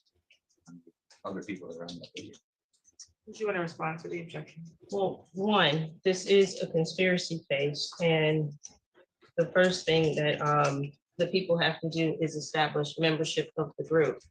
And any statements of that group in furtherance of the conspiracy are admissible against one and all. And the court can accept those statements out of order as long as the people establish that, one, there was a conspiracy and that the defendants were members. Your Honor. Go Go ahead. ahead, no, go ahead. Thank you. I That's join why in we're the here. objection. I also join in the objection, quite frankly, of Captain Green's statements, even though he is here to be cross-examined, they are out-of-court statements. I believe being admitted for the truth of the matter asserted. As for co-conspirators hearsay statements, we can't cross-examine any of the defendants, so that does implicate Mr. Haggard's rights. But also, it's my understanding there are people on this video who so far have not been charged as conspirators, one of them being a lawyer who, again, is not one of the 16. Thank you. Your Honor, we also join, other than, I just need you to state your name for the record. sorry, George Brown representing Ms. Henry. We join in the objection.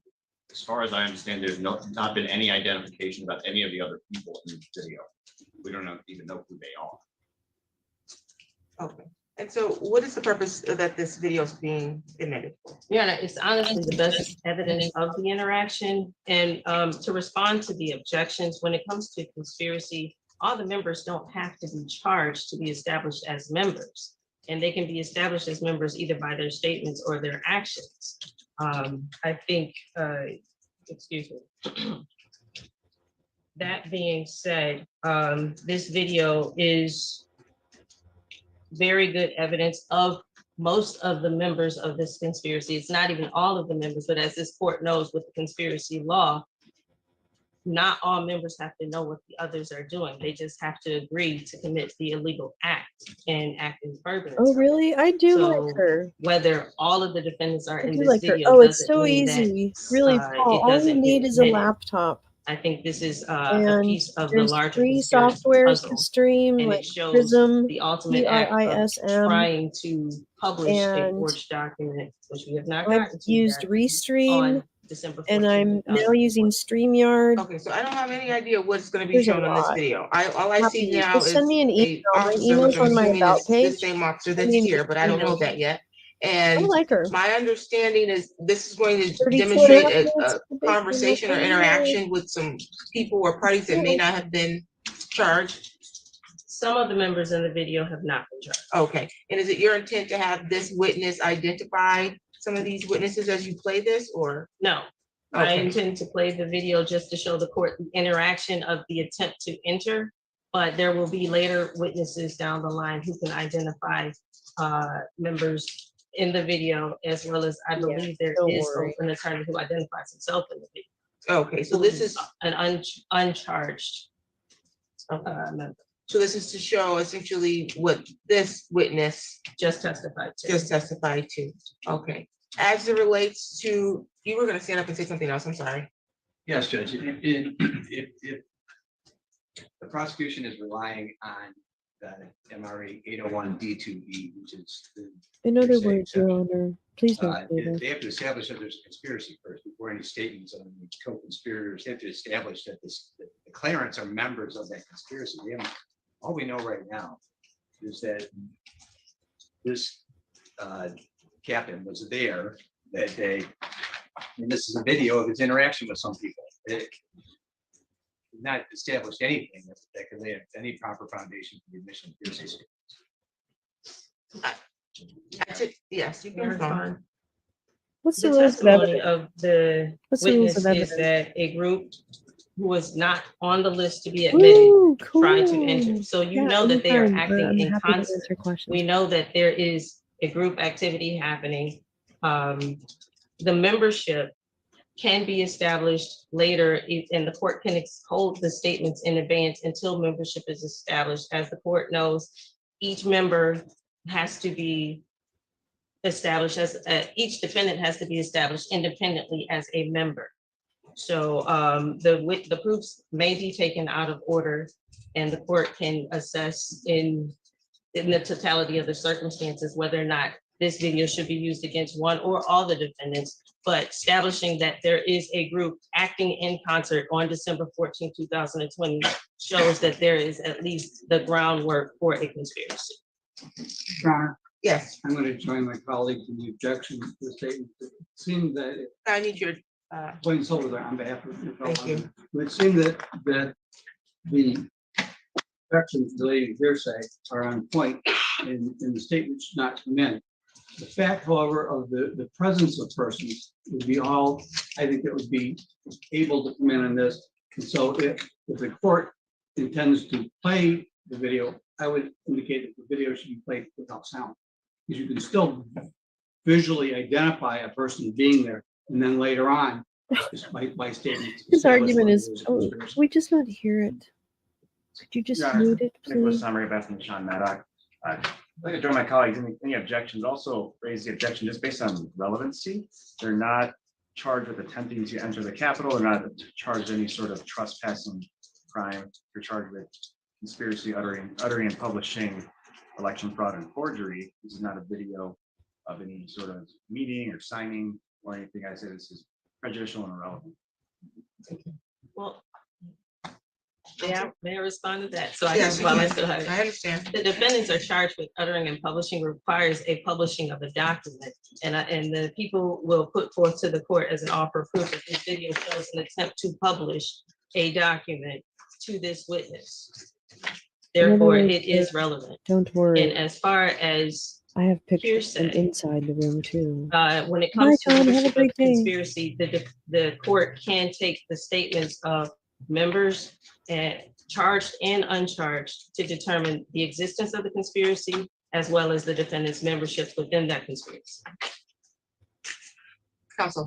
Thank you. The notion that some of these people may be uncharged co-conspirators, I think the government has to identify who those people are. And so even if they are allowed to play the video, I think we need to know if there are 6 people on the video and 3 are uncharged, which ones they are alleging are uncharged co-conspirators. Because then if they're not uncharged co-conspirators, that takes us into, again, an entirely different analysis. Thank you. Counsel. That's not required with this witness. I just have to establish it during the tendency of these proofs. I tend to agree with some of the objections and some of them I don't. I think that my agreement with some of the objections is that it may be premature to play portions of this video. I don't know what the evidence is going to roll out. I don't even know what this video is going to purport to show the court other than what this witness has already testified. So I'm going to hold the objections in abeyance and take it under advisement, and I'll make a ruling later on as the proofs are rolled out. You can continue. Is the argument admitted? Give me just a moment because I'm trying to see if there's some media. I'm trying to see if they have a media cast here. Okay.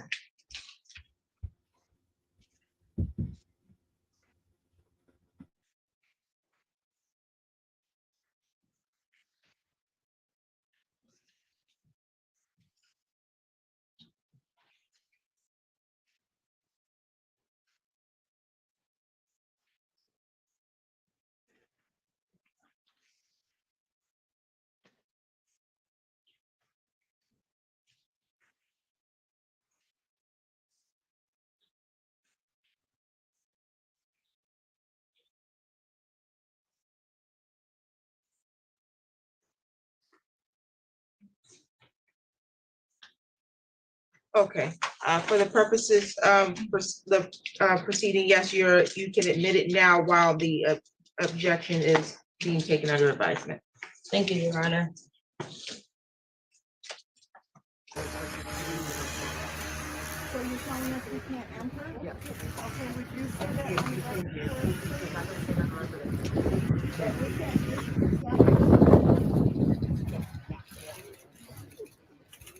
What did he say? He said we can't enter.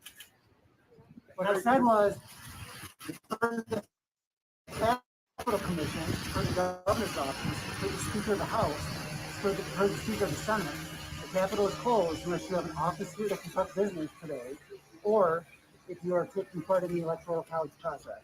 Anybody else is not permitted to come in. They are here to. The electors are already here, they've been checked in. They're also elected. All 16 electors that we've been advised by the governor's staff that we're going to be here to vote in the Electoral College have been checked in, they're already here. But these are the rest of the electors. I understand. I rest my case. If the Capitol is closed, everybody Sir, has permission. come forward. Captain, the electors are also, the GOP electors are also on the governor's certificate of ascertainment. I'm not gonna get into a political debate. I'm following It's not a orders. political debate. Okay. It's the official sealed document. The certificate of ascertainment has also the GOP electors. They are here. They're Okay. trying to do their constitutional duty. I understand. And their constitutional duty requires them to be at the Senate chamber today at 2 p.m. Okay. They're here. All right, they're not, I understand they're not being permitted in. If you have a problem, you can contact. Who was that? Now I can't remember who that was speaking I about. saw the governor's press release this morning. It's due to COVID. Is that the reason being given? No. All right, that was what the press release said. Is there another reason why? You'd have to ask the governor's office to answer that question. I don't have. We any have a knowledge. copy of paperwork that was prepared as electors under their constitutional duty. Can I speak to the Sergeant of Arms of the Senate who delivered it to the chamber today? He's in a meeting right now with the Electoral College. He's not available to me. Captain Green, is it First Lieutenant Green? First Lieutenant, can you deliver this? I cannot. Okay. Is there anyone here that's willing to? Mariana, I'm gonna stop this video at about 2 minutes and 4 seconds. Captain Green, at the point that we just watched before, there's a man on the video in a camo coat. He had an envelope in his hand. Did he try to do anything with that envelope while you were standing at the door? I mean, he had asked me if I was be able to deliver it to certain people that might be inside the Capitol. And I told him that I would, accept any documents or make any deliveries for him. Did that man in the camo coat say what was purported to be in the envelope? Objection, Judge, hearsay. I think the court has, I don't know if the court's ruled in this specific statement.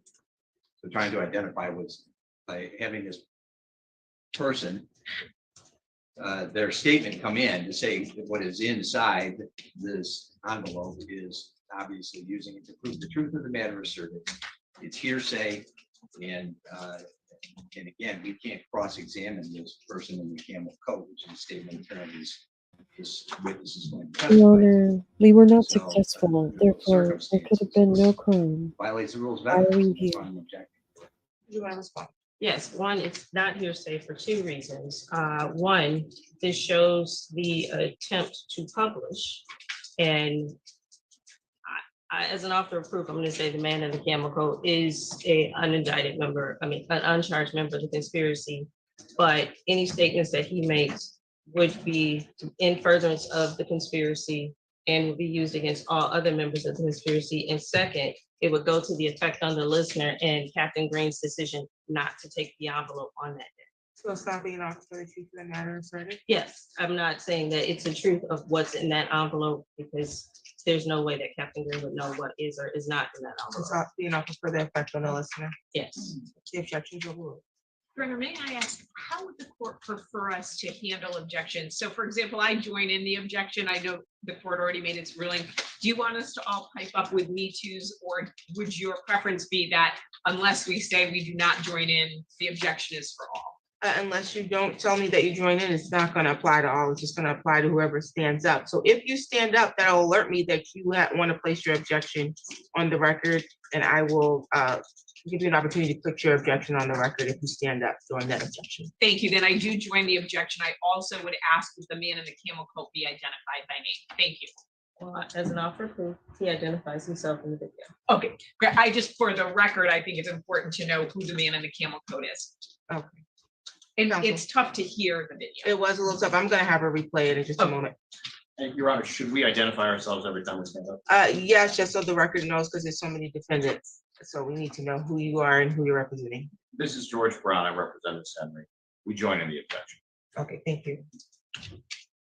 Dwayne Silverman on behalf of Michelle Lundgren, I too join in the objection. George Danini, I join as well. Thank you. Thank you. Next time, bring back on that. We joined the objection. I thought the court wanted us to only, that we automatically join unless we say we're out. No, the opposite. Correct. If only one person stands up and objects, then I'm assuming it's only their objection. If you all have not been, last I checked, you weren't working on your defenses together on this. Everybody was individually represented. So you need to make your individual objections And so if one person makes the objection, I just need you to stand up so that I know that you two are going to join that objection. Otherwise, it's only gonna apply to the person who put their objection on the record. Okay. And I already overruled the objection for the purpose that you said is being offered Oops. for the effect Hi, on the listener. Aisley. How are and not you? For the truth of the matter. Welcome. Okay. We're rerunning Did the Michigan gentleman in the fake camel electors case tell happening you now. what was purported to be in that envelope? I it's been 3 years and I couldn't really hear the video, so I can't answer that 100%. But I do know, remembering back then, that I was definitely thinking that it was something to do with the electoral college, and he was trying to get to me to get inside with the people. Inside. And did you or did you not take that envelope? I did not. With that, Your Honor, I will continue to play Exhibit 10. I think it would benefit some of us to replay a portion. Is that what you needed? I think the whole thing is difficult to hear. I mean, I have seen it in the discovery that we've received, but just if a record is being made of what's being said in the video, I think that it probably would be challenging for any court reporter. And the initial part of the video is hard to hear. I'm not sure if the court is able to turn up the TV just a little bit more. It does get a little bit louder when the wind dies down, but initially at the door, it is very hard to hear. We are at the max right now, which wasn't too far from where we already were. I don't believe the court reporter had any issues with hearing the video. So I think it was just those of us in the courtroom that had the issue. We also have fans going, so that doesn't help. Would the court like me to restart the video? Yes, please.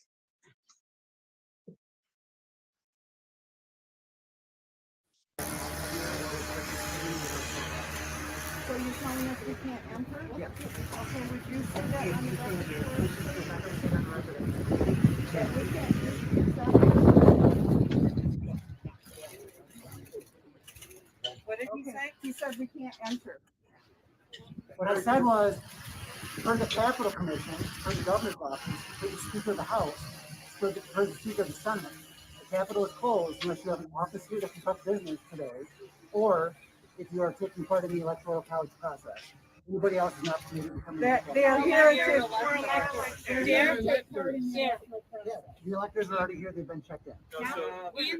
They're also elected.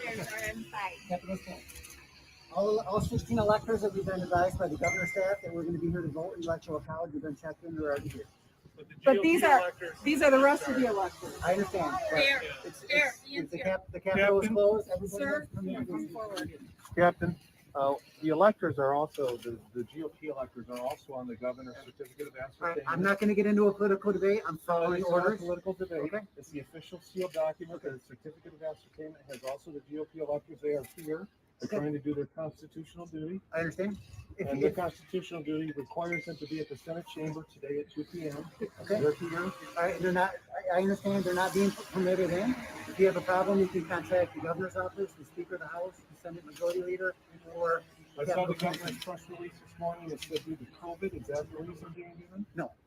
All right, that was what the press release said. Is there another reason why? You'd have to ask the governor's office to answer that question. I don't have. We any have a knowledge. copy of paperwork that was prepared as electors under their constitutional duty. Can I speak to the Sergeant of Arms of the Senate who delivered it to the chamber today? He's in a meeting right now with the electoral college. He's not available to meet. Captain Green, is it? First Lieutenant Green. First Lieutenant, can you deliver this? I cannot. Okay. Is there anyone here that is willing to allow us, I've got elected officials and electors, okay, to deliver this to the Senate today at 2 p.m.? Okay, I can ask the Senate Majority Leader, the House Majority Leader, and Senator Mike Shirkey, would you deliver that to him? Tell him Ian Northman. You can contact his office directly and make arrangements to drop that off to him. So I'm not. Well, you're not letting us in the building. His office is inside. He's not here. What's that? He's not here. So are you telling me that the Senate chamber is in session and the Senate leader's not here? Yeah. So you'd have to contact his office and make arrangements to meet with him to turn over. Right. Somebody from the governor's team that's running this. You'd have to contact the governor's office with their team to make arrangements for them. Right. Again, the electors by statute, it's statute MCL 168.47, have to be at the Senate chamber today. Okay. At 2 p.m. They're trying. I'm telling you that they're not going to be allowed to enter the Capitol. All right. Thank you, Lieutenant. You're welcome. Thank you.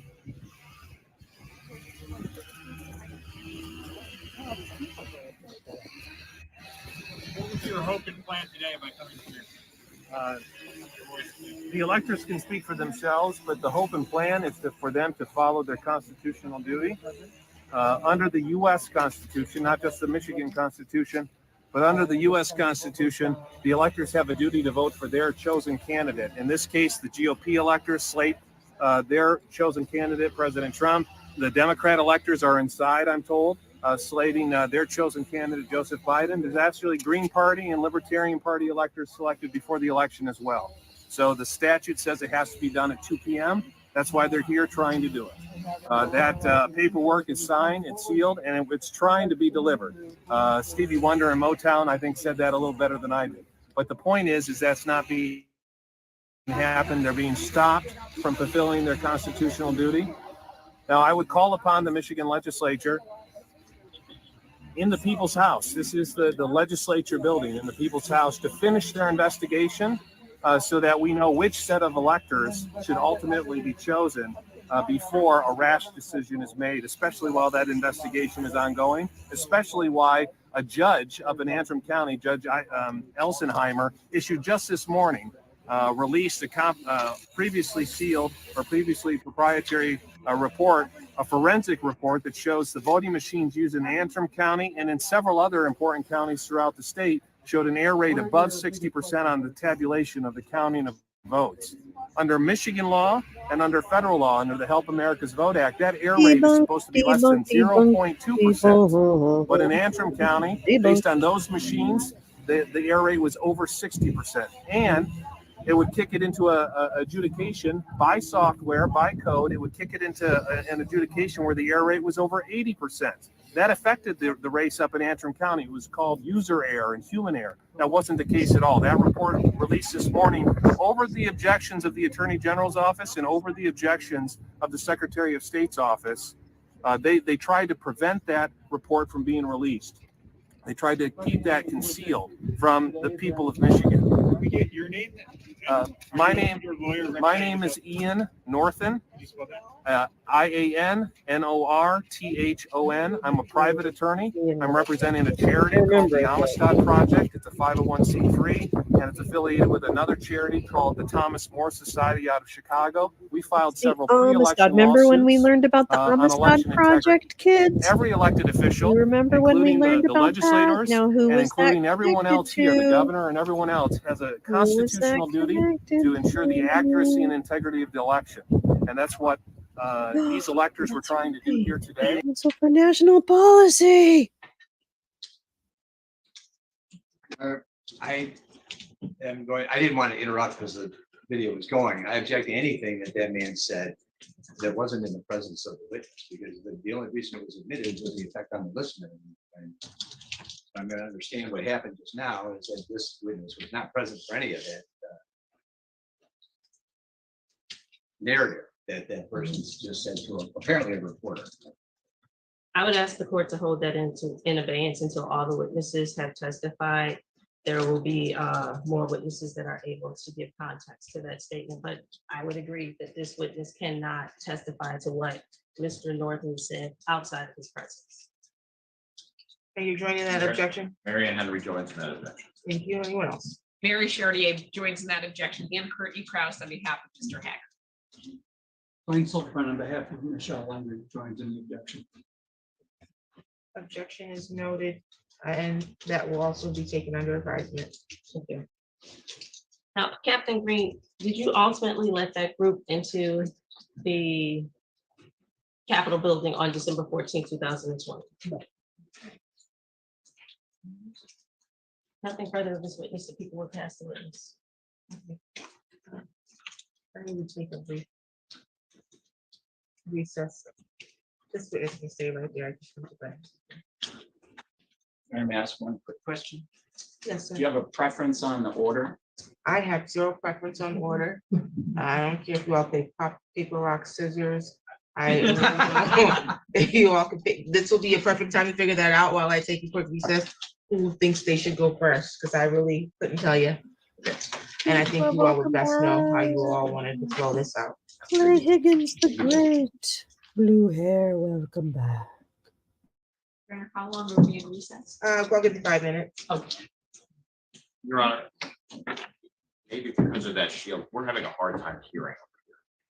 It's not just the shield too, it's because that fan is right above your head, so you can't hear the witness or me. I'm having a hard time hearing you, Your Honor. Okay, I can speak up. Is that better? That is better, Your Honor. Okay, thank you. So I'll do that and I'll make sure that the witnesses are doing the same. If for whatever reason our voice drops, please just shoot your hand up to remind us to raise our voice, because it's the fan that's in that, of course. I don't even know if I can remove this. This is coming up, right? I hear you.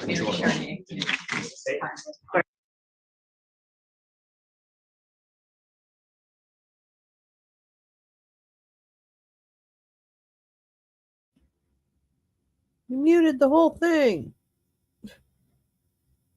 Oh, are they taking a break? All right, I'm just gonna let them do their thing.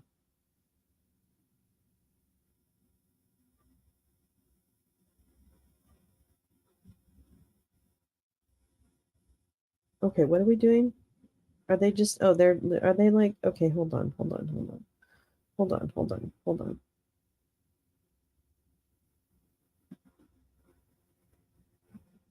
Okay, this is kill. We're just chatting. We're chattering. Yeah, we're chattering. Let's go back on the record. Go back on the record. Let's go back to the record. There we go. There we go. Thank you, Lee. Not that good at counting. Okay, we're back on the record. We're gonna cross-examine this witness, and you're still under oath. I hope you all figured out who's gonna go first. Yes, Your Honor, I'll be going first. Would the court prefer that I speak from here, my voice is fairly loud, or go to the podium? I know it would be awkward, I think, for witnesses to have to turn to the right, but whatever the court's preference is. Oh, I can hear. We can hear you clearly. I think it would be really clustered if you had to stand in between there, so we're just gonna ask him to turn and face you. Great, and I'm not slender enough for that very small space that I see there, so okay, that's terrific. So Captain Green, this is a bit unusual. I need you to turn to your right and chat with me. My name is Mary Chartier. I represent Mr. Haggard. I want to ask you a few questions about your interaction that we saw in the video and just that day in general. Yay! So were there extra security officers at the Capitol that day? Yes. Do you remember how many? I don't, off the top of my head, no. Could you give us at all an estimate, over 50, under 50, anything like that? Under 50. Under 50? Were you normally assigned there, or were you an individual who had a special assignment that day? No, that was my normal assignment. The video that we saw, the gentleman in the camel-haired coat, you'd agree that's not Mr. Haggard, correct? Yes. You've seen that video probably a few times now? A few, yeah. Would you agree with me, Mr. Haggard is not in that video? Yes. The individual who identified themselves as a lawyer, you have no reason to believe he wasn't a lawyer, correct? No. And he was talking, at least to you, about statutes in the Constitution and why he wanted to enter, or at least hand you that envelope. Yes. There were other, to your knowledge, Republican electors who were with this lawyer, correct? Yes. And you don't know, based on that video, your interactions, what that lawyer may have told the Republican electors, correct? I have no idea what he was told. There was nothing that you saw in your interaction with this lawyer that, for example, you have no indication that he did not genuinely believe what he was saying, do you? No. He didn't like say, haha, just a joke, or I'm lying, or anything like that, correct? That's correct. And of the individuals who you may have seen and heard there, you didn't hear that from any of them, correct? Not that I recall. No. After your interaction with the folks at the door, what did you do? I probably went back in and then started my rounds of the Capitol, checking on my people and making sure that everything was business as usual for the people that were allowed inside the Capitol. Did you write a report or anything about that interaction? No. And I know you're a police officer. And how long have you been an officer? Just over 23 years. When you witness a crime, do you write a report after that? Yes. So for example, if you saw me punch Mr. Kraus in the nose, would you write a report? And he didn't ask me to do it. Would you write a report about that and say, gee, I think I just witnessed a crime? I would, yeah. And you didn't do that in this case, did you? No.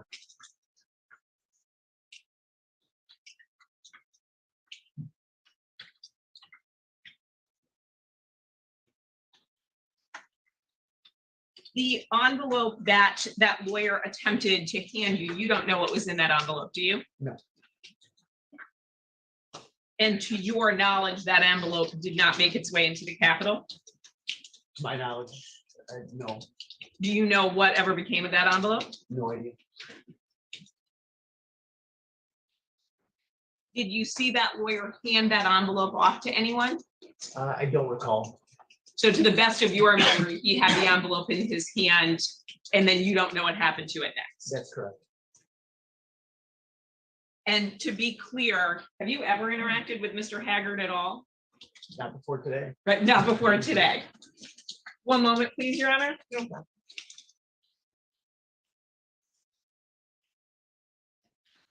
I have nothing else. Thank you. Next, Council. George Robert, Mary Ann Henry Trooper. There weren't any events or interactions before or after this video that you witnessed, correct? Related to Involving this group. There weren't any interactions between you and anybody in this group that weren't on video, correct? Correct. And you see the woman sitting next to me? I do. You can identify as Mary Ann Henry. You didn't see her that. It's, it was 3 years ago. I don't recall. you can't identify if she was there or not. I can't. No further questions.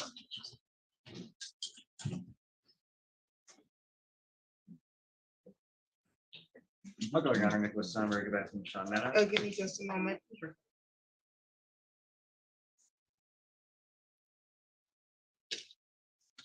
Okay, you can see. Thank you. Then is it common for people or groups of people to try to attempt to enter the Capitol building when it's closed? It's not common, no. Have you ever seen it happen? I have seen it happen, yeah. And in your experience, are such attempts typically associated with protests? For the most part, yes. Or just people that are confused and wonder why they can't go into the people's building, as it's often referred to. How long have you been in your, what is your position specific to the Capitol? So when I was at the Capitol, it was state security operations, and part of the umbrella that I was responsible for was the physical security of the exterior of the Capitol, and then all common areas inside the Capitol. And I held that position from June of 2019 until May of 2022. And specific to your experience and your responsibilities of the physical security of the Capitol, people do maybe show up to protest outside of business hours. Absolutely. People may show up in the middle of the night. Sometimes. Is that correct? And how do you typically handle these situations? You just either, if it was me personally or my officers that I supervised, it was to contact those people and kind of explain the rules and regulations and the policies that were set forth by the Capitol or the Capitol Commission about when the Capitol was open, for what type of protests or places you could congregate. You could bring signs in, weapons, things like that. It's just to educate them about what the rules and policies of the Capitol were. And is that what you did on this day? I guess I didn't really explain. I just let them know that the Capitol was closed because that was the direction that I was given on the day. Did you have any interaction with my client, Sean Meta? I feel, is he state rep? Is he state rep? Sean's a woman. Oh, okay. Then there was a representative, Matt, I think, when I was at the Capitol, but I recognize the last name, but I don't think I would know who you're talking about. You recognize the last name, Maddox, as a state representative, but you did not have interaction with my client, Sean, on that day. That's correct. Or not to my knowledge, I don't recall. Thank you. No further questions. Anyone else? No, go ahead. Judge Garrett Koger on behalf of Ms. Burden, is it all right if I use this Yes. corner here to rest my You're mind? not near a mic, so we just need you to come over a little bit here.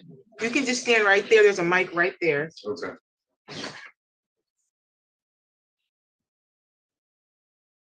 Trooper, you watched the video that the prosecutor just played, correct? Yes. Twice in full? Yes. Do you know who Kathy Burden is? No. I represent to you that that lady right there is Miss Kathy Burden. Would you agree with me that Miss Burden is not on the video you just watched twice? I didn't see her on the video, so I would agree with that. You've been a police officer or a trooper. I'm sorry, I know you guys don't like to call police officers. You've been a trooper for over 23 years, right? Yes, sir. It's fair to say you've been collecting criminal contraband that entire time? Actually, in my earlier days, yeah. In this case, were you warned that there could be people walking around with fraudulent documents and trying to get in the Capitol building? No.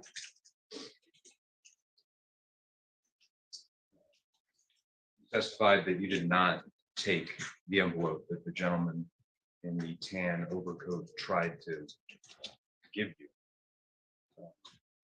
We're not dealing with cocaine or methamphetamine, which I am sure you have experience with, but is it fair to say that you did not immediately recognize that document as a criminal contraband? That'd be correct. You didn't suspect that there could be a forged document in that envelope? No idea. Are you aware?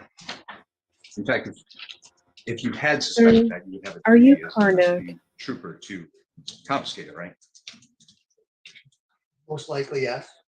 Maybe. Is it a yes or most likely?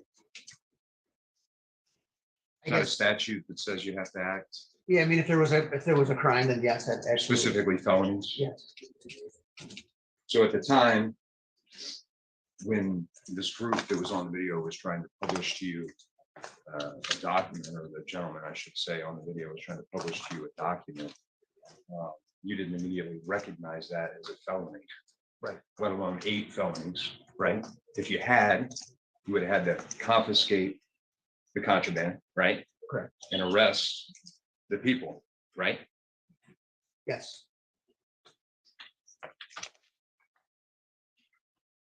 Here, of course, you didn't arrest anyone. That's correct. Is it fair to say that on December 14th, No. 2020, as a very seasoned lieutenant, I guess by then you would have had 20 years of experience as a trooper, right? Correct. You were not under the impression that anyone there was committing a crime, let alone 8 felonies. That's correct.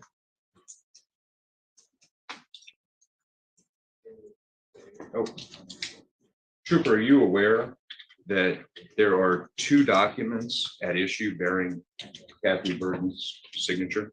I'm not aware of that. Okay. And again, you cannot say what was in the envelope you didn't confiscate, right? Okay. Nothing for you, I think. I don't have any questions, Your Honor. State your name for the record, please. Oh, I'm sorry. Paul Stanley. Thank you. Mr. Silverthorne? You've heard the video, correct? Yes, sir. And do you agree that there are a lot of voices speaking at the same time? Yes, Often classified as speaking over each other, is that correct? that'd be correct. You didn't hear anyone in that group yell, "We're the elected, did you? I didn't hear that, no. Have you had any interaction with Ms. Shaw Lundgren? Not to my recollection, no. And you didn't see her in that video, did you? I don't recall seeing her in that video, no. And specific to Michelle Lundgren, you didn't hear any individual voice say, "We're here as an elected," did you? I didn't hear that, no. Thank you. I think we got everyone. But an additional question, Your Honor. Additional question? Yes. George Brown from Mary Ann Henry. Trooper, you had been warned that there may be people trying to enter the building? Not to my recollection. I was just told that there was only going to be certain people allowed in the building that day. And at that point where that video took place, I had already been made aware that the people that had permission to be in the Capitol building that day to participate in the Electoral College had been checked in and were there, and then no other people were going to be allowed inside the Capitol building unless they had office there and were there conducting business. Were you given any indication that anybody may be arriving? No, I had no idea. And were you there 4 years prior during the last? I was not. No further questions, Rob. Redirect. Yes, Your Honor. Thank you. Do you, why was there extra security on December 14th, 2020? I think based on the contentious presidential election and just the atmosphere around the Capitol and politics in general, there was just a heightened sense of security and wanting to protect the infrastructure of the Capitol building. And were there any protests on December 14th, 2020? I don't recall. I don't believe that there was. There was a ton of them in my time at the Capitol. They kind of tend to run together a little bit. But I don't recall anything on the 14th that triggers my memory. And the group that attempted to enter through the annex, did that group self-identify as protesters? No. And you did not take that envelope, correct? I did not take it. And did you allow that group to enter? No. Thank you. May this witness be excused? May this witness be excused? Yes, please. Okay, thank you, Cooper. Captain Green. Thank you, Your Honor. No further questions for the witness. I just want to clarify an objection. You want to clarify an objection? Yes, there was an objection as to the statements being made by the person who identified himself as the attorney. Okay. I wanted to clarify that Mary Ann Henry, she was not objecting to statements being made by the attorney. He does not object? She does not object. Okay. Counsel? And same, and I would echo that from Ms. Arnetta. We do not object to the person identified, who had self-identified themselves as an attorney that is taking. Anyone else? Okay, that's noted. Thank you, Your Honor. Thank you. You can call your next witness. At this time, Your Honor, the people will call Mr. Jonathan Brader. Special Agent Shock, once again, I'm just going to make use of this time and show my exhibits to the defense counsel.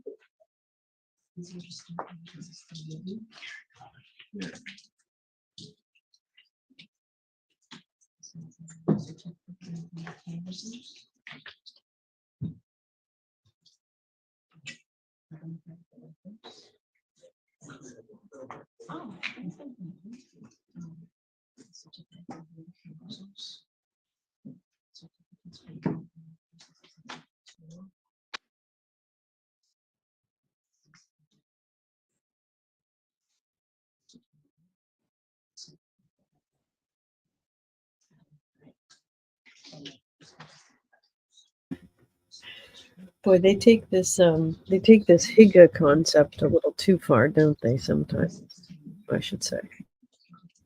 You northern Midwesterners and your snuggles.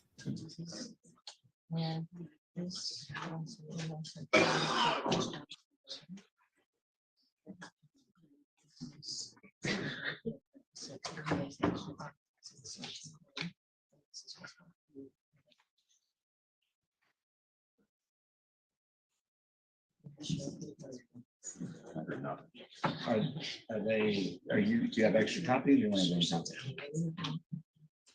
How are we gonna track your numbers? It's gonna be a little bit hard.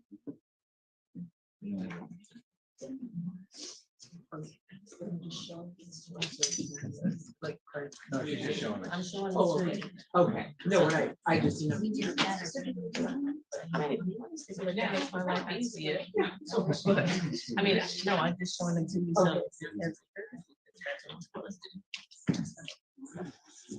for the candidates who certificate. Certificates for the 16 Democratic electors.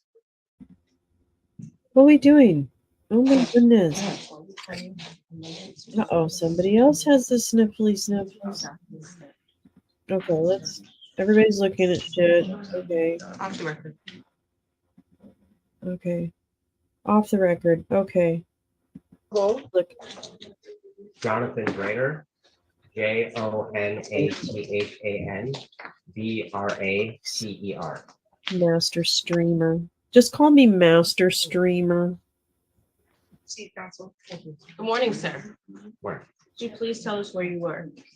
I work at the Michigan Department of State and the Bureau of Elections And how long have you worked for the Michigan Department of State?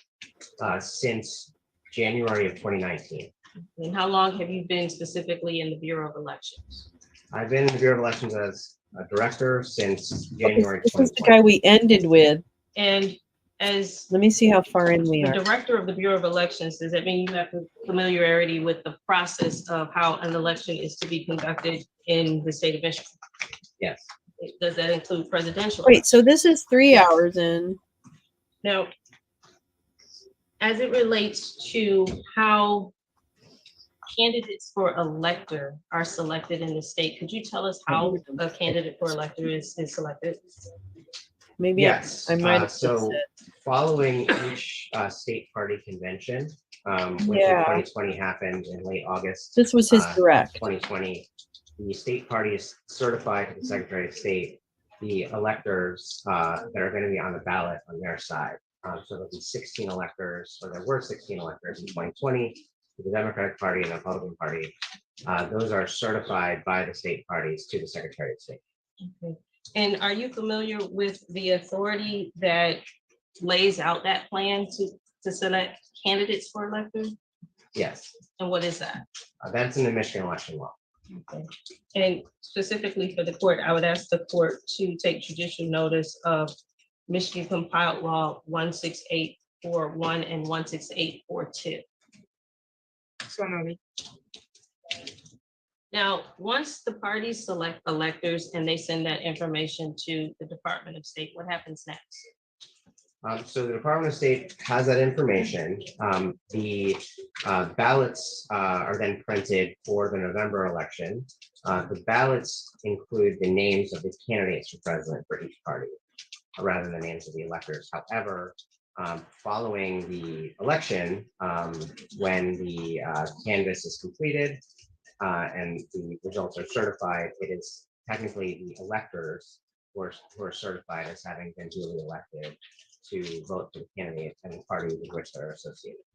And how do you decide which party's candidates will be duly elected? So the first step is in each county, there is a county canvass. So in each of the 83 counties, Board of County Canvassers, which is comprised of 2 Democrats and 2 Republicans, canvasses the results of the election in each of their 83 counties. They then certify that information to the Michigan Secretary of State. Following that, the Board of State Canvassers then convenes. They compile all of the canvasses from the county level, and then they canvass and certify the results of the election statewide. So following that, following the canvass of all of the county results, they then determine which, in the case of the presidential election, which electors were duly elected in the election. When the Board of Canvassers certifies the votes, do they create a document putting their findings of which party they've determined has won the vote? Yes. Permission to approach the witness, Your Honor? Be back. And this has been shown to all parties. The hand you what has been marked as People's Proposed Exhibit 1. Do you recognize that document, sir? Yes. And what is that? This is the official canvass of votes that the Board of State Canvassers completed following the canvass in 2020. It occurred on November 23rd of 2020. And is that a record that is kept in the ordinary course of the state's business? Yes. People would move to admit People's Proposed Exhibit 1. Any objections? Yes, Your Honor. On behalf of Kathy Burton, I've checked on the basis that I believe that document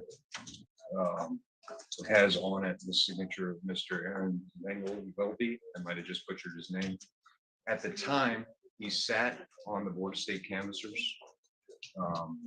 and he voted to certify the election, to my understanding. Since then, he has joined the Attorney General's office. To the extent that this is offered with his signature, in other words, his statement that he's adopting it should not be admitted with him in the room if he's going to testify. There's sequestration order. Shut And up. it makes him a fact witness, Your Honor. So to the extent he's working on this case within the Attorney General's office, there should probably be a conflict wall, and he shouldn't be working on it because he is a fact witness, as the prosecutor just highlighted for the court. That's my objection. Well, Mary Chartier joining Mr. Coger's objection. George Brown for Mary Ann joining. Paul Stablin joining. Blaine Silverman joining on behalf of Michelle Lindsay. Rick Sonberg joining from John Matter. Response. Well, one, this is a business record kept in the ordinary course of business. It is also a public record. And the authority for those are Michigan Rule of Evidence 8036 and 8038.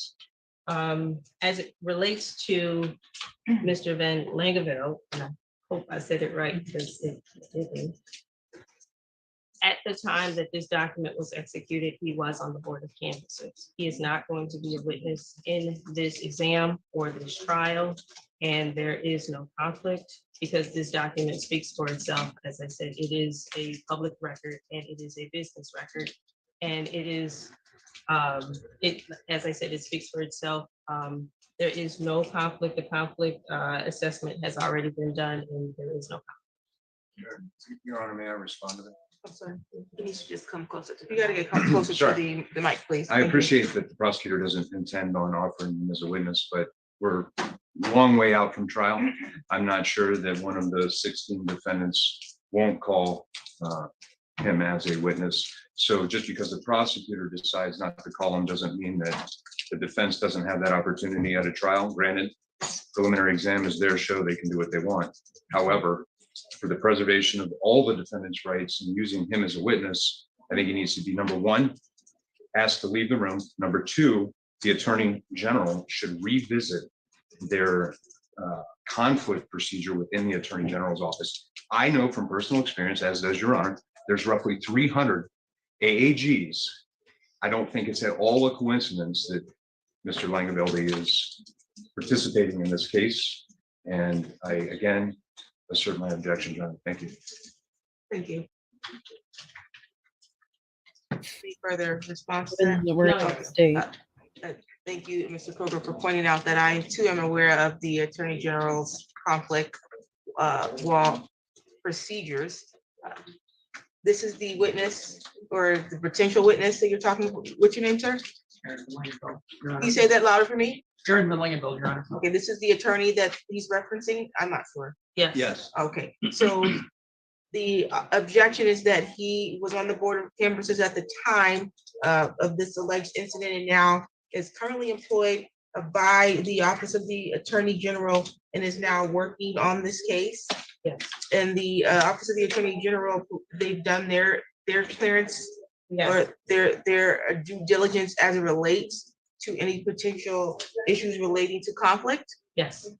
My personal recollection of being at the Attorney General's office is that they were pretty astute when it comes to making sure there was appropriate conflict walls placed out where necessary. I'm not here to determine whether or not they did that. I don't have any information before me to determine whether or not they dropped the ball on that. I don't know that this witness is going to be called today. Did any of the defense counsel subpoena this witness for today's purpose?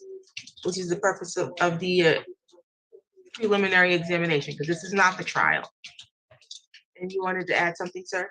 Yes, Your Honor. The person we're speaking about, he wasn't merely involved in board of canvassers. His decision whether or not to certify the 2020 election was a matter of much media speculation. I anticipate that during the pendency of this case, if it is bound over, that he very well may be a witness. Okay, but he's not been called as a witness for today's purpose. He's not a witness today. He's currently employed by the Office of the Attorney General, and they don't see it as a conflict for him to work on the case. Oh, I'm sorry, Your Honor. If we had Donald Trump in the courtroom today, I doubt he would be sitting on the AG side, and certainly there would be some kind of objection. Now, nobody's calling that person today, but we anticipate that they may be aware. If Donald Trump was working at the Attorney General's office, you I'm saying? saying, Your Honor, sorry. I'm trying to follow your analogy. The person we're talking about here was not just part of the election. He was one of the 2 Republican boards of canvassers on the board of canvassers, and his decision whether or not to certify the 2020 election, which is very much at the heart of his case, was an issue at the time. And he may very well be called as a witness during. I don't disagree, but the court doesn't get to determine whether or not the Attorney General had an appropriate conflict wall placed up. That I don't have authority over that. I don't get to place up a conflict wall on their behalf. He's now assigned to this case as an attorney. All right, I think that wasn't the only. I'm sorry. There's appropriate mechanisms for if you believe there's a violation of conflicts as it relates to an attorney, and it's not in the courtroom. I don't make decisions about conflicts. Your Honor, I'll leave it to brother counsel. He had additional questions. Well, we have order here. I can't see back here, sorry, because they gave me a new monitor. You have to step up or raise your hand because I sometimes will miss who's behind there. Counsel. Thank you. I join in the comments and objections by counsel. At the very least, he should be sequestered during the pendency of the exam, because while he might not be a fact witness at the exam because of the issues that the court needs to determine to bind over, I can assert that I believe he will be a fact witness at trial. And while the Attorney General's office, I have no authority over what they do, and I understand the court doesn't either, I do think it's important to place on the record that they are creating, it appears, quite the conflict, because a lawyer cannot serve as a lawyer and a fact witness on the case. Thank you. I was joining in the comments as the court orders defense witnesses sequestered every week, probably almost in every trial that aren't called. Also, I don't think the Attorney General has the power to prevent the defendants from in the future calling this gentleman as a witness by the rules of putting him on this team, when it clearly would have been advised in advance that he had the potential to be a fact witness. It can't be a mistake. Mr. Kroger? Sorry, Judge. That's an impressive screen. It's you. Yeah, Judge, I just refer back to your initial sequestration order and asked that be enforced. The only exception was for investigator Chalk, and then I'm sure there will be a discussion at the Attorney General's office later as to conflict laws. I agree with Your Honor that is up to the Attorney General's office, and we can go from there. But for the time being, I think a sequestration order enforcement is in order. Thank you, Your Honor. Thank you. I agree. I don't see how this particular attorney could not be called or would not be called as a witness if he was one of two people to certify. Three. It's one of 3 people, either way. I'm inclined to believe that if his name is on this document that's trying to be admitted as a business record, he could be called as a witness. So sequestration was ordered and he needs to be removed from the court.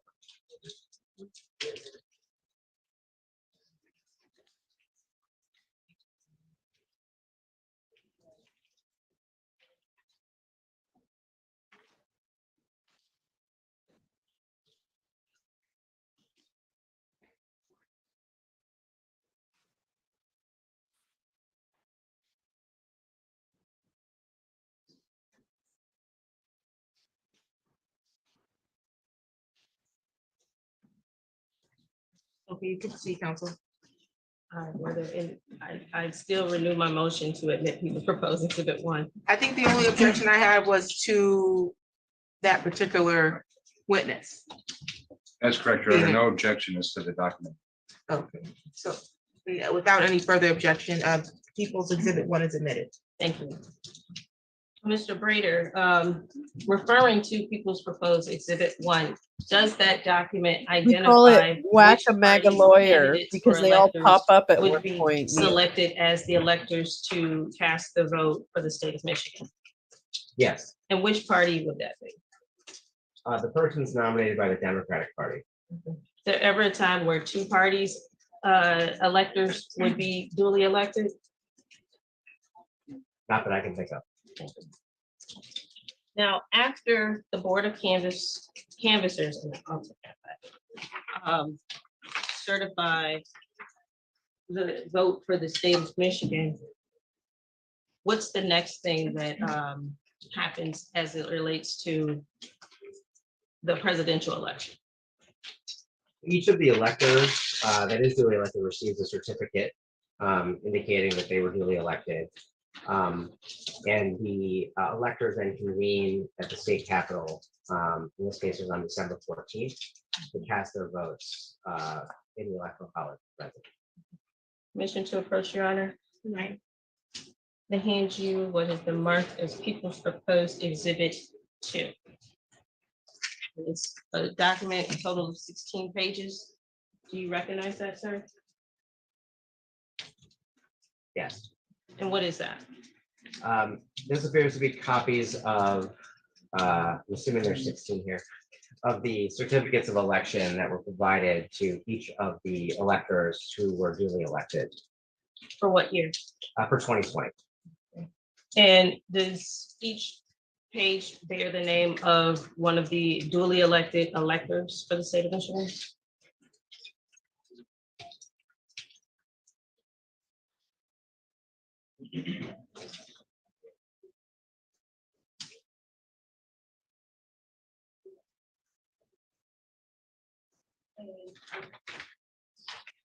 Yes.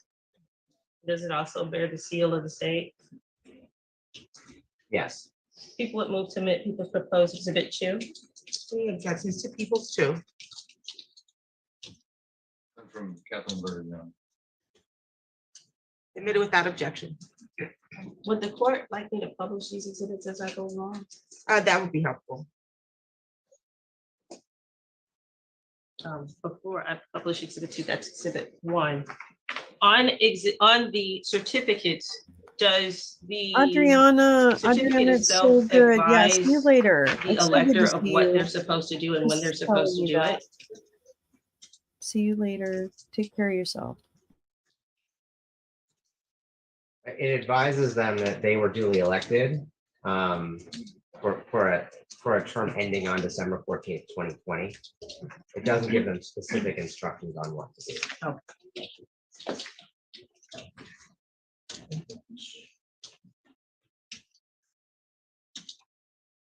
Now, as it relates to sending out those certificates, what's the next thing to happen after the certificates are drafted and sent out to the electors for the state of Michigan?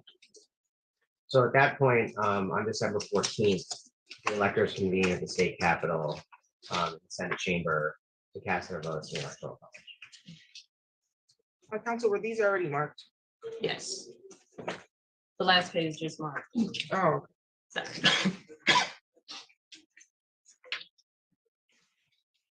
Maybe it's out of order. Oh, I see, it's a light stamp. Okay, you can continue.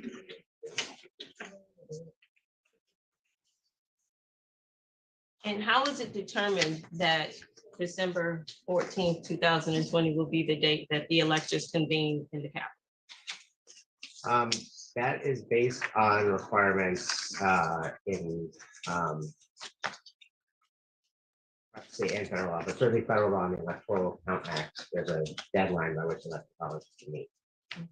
And Your Honor, I would ask the court to take notice of Michigan compiled law 168.47 as it relates to when the electors are supposed to convene and where.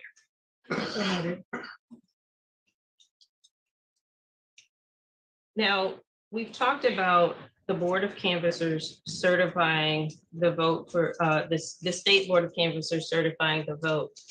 If a candidate wants to challenge that certification, is there a procedure in place?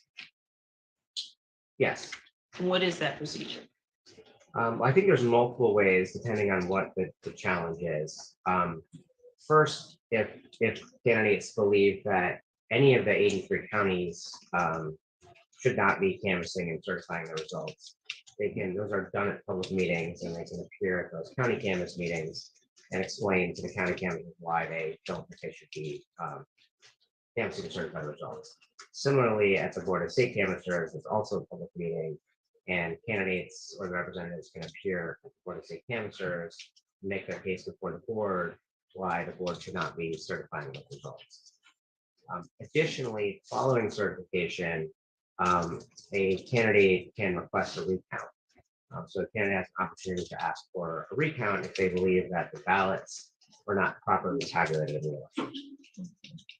And to your knowledge, after the State Board of Canvassers certified the vote for Michigan, was there a recount request? No. And how long does a candidate have to ask for a recount? In the case of a state certified election, it would be 48 hours after the certification. And the people would ask the court to take judicial notice of Michigan Compiled Law 168.879, which lays out the procedure for Welcome to the recounts. fishbowl. Stand over in there. What about lawsuits? You Can a can candidate file a see a lawsuit? segment of the courtroom, but you And can't if the candidate hear were to take the route of a lawsuit, anything. It's just not meant for would this that be many something defendants. that drags on for a long time, or would the courts be amenable to hearing it quickly? In my experience, Objection. He has no knowledge of what the courts, whatever courts are being referred to, what their timeline would be. I join in the objection. It's speculation.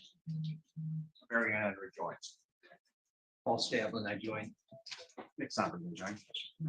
William Sullivan, and Michelle London joins.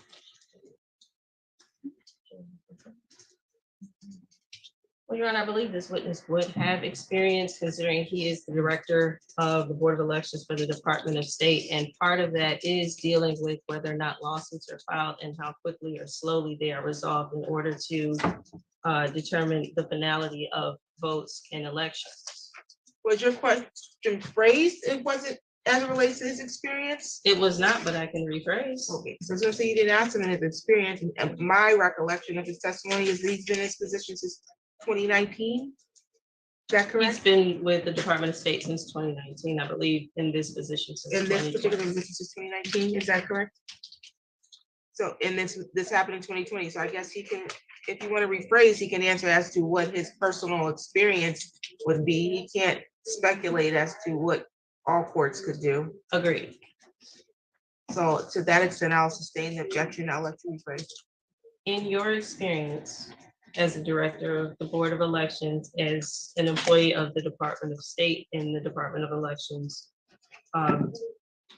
when a candidate challenges election results, is this something that is this a matter that is handled quickly, or does it drag out? If you know. in my experience, I have experienced many lawsuits related to election procedures since my time as director of elections began. Typically, with election deadlines, there tends to be very little time for these issues to be decided before they reach the next procedural step. So typically, in my experience, those who are challenging the decision of election officials will ask for either a temporary restraining order or preliminary injunction and ask the court to rule quickly. And is this something that you've seen before and after certification of the votes? Yes. Permission to Signed approach, Your up Honor? for Streamlabs, you guys. It's not Andrew, like what is the the paid mark for the that free. was proposed And see if you can do before? fun stuff on You the recognize that screen and document? interactive. So stand by. I Yes. mean, not right And now. what is that? Eventually. This is the certificate of votes for president and vice president that was completed by the electors on December 14th, 2020. No, I'm gonna hand you because it was out of order. People's proposed exhibit 3. You recognize that document, sir? Yes. And what is that? This is a cover letter along with an amended certificate of ascertainment that was submitted by the governor to the National Archive. And what is a certificate of ascertainment? Certificate of ascertainment is a document that's completed by the governor that indicates with the governor's signature as well as Secretary of State signature, the individuals who were elected as electors in the electoral college. Does it also indicate the number of votes that that party obtained during the election? Yes. And is that a document that is created in the ordinary course of the of business? Yes. People would move to admit people's proposed exhibit 3.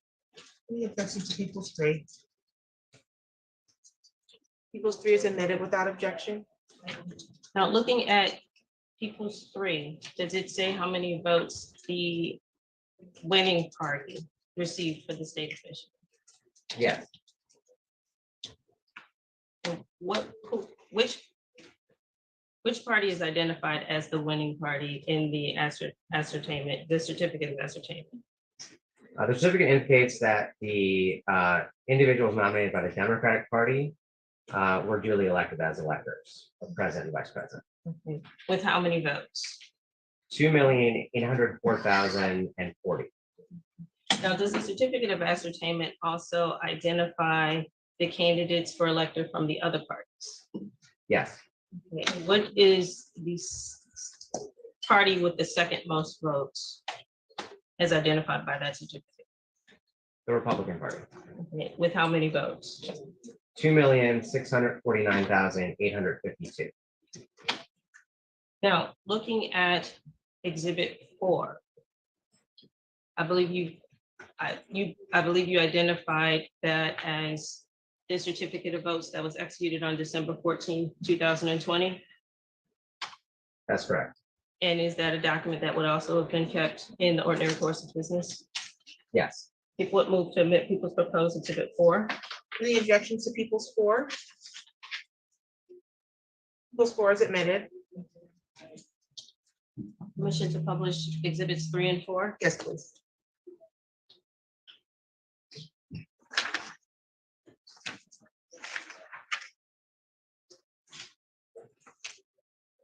Now, is this the procedure that has been set in place for other elections, other presidential elections in the state of Michigan? Yeah. And in 2016, would the then governor, Rick Snyder, have generated and submitted a certificate of ascertainment? That is my understanding, yes. And the electors, I believe from the Republican Party, would they have been called to the state of Michigan, to the state capitol to deliver the state's votes? Yes. Permission to approach, Your Honor? Permission granted. So I'm going to hand you what have been marked as people's proposed exhibits 5 and 6. And I'm going to first call your attention to exhibit 5, proposed exhibit 5. Do you recognize that document?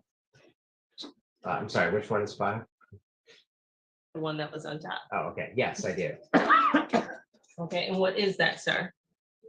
This is a certificate of ascertainment that was completed by Governor Snyder in 2016. And as with the 2020 certificate of ascertainment, does it identify which parties candidates will be the duly elected electors for the state of Michigan? Badger, I Yes. haven't And checked. would that be a record that is generated and kept in the ordinary course of business? Yes. People would move to admit people's proposed exhibit 5.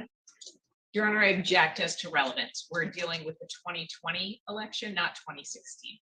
I was going to, I'm gonna have her respond. I'm sure you're joining. Is that Yes. correct?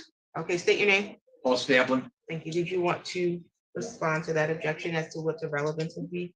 Your Honor, the relevance is that to show that this is the procedure that has been in place and that what happened in 2020 with the Democratic electors has been the policy and procedure as per statute. And that what the defendants allegedly did goes far outside of what is known to be the standard. Even though we haven't gotten to what the electors did, I think it's important to see that this has been the procedure, whether the controlling party is Democratic or Republican. Mr. Silverthorne, you were joining the objection? Yes.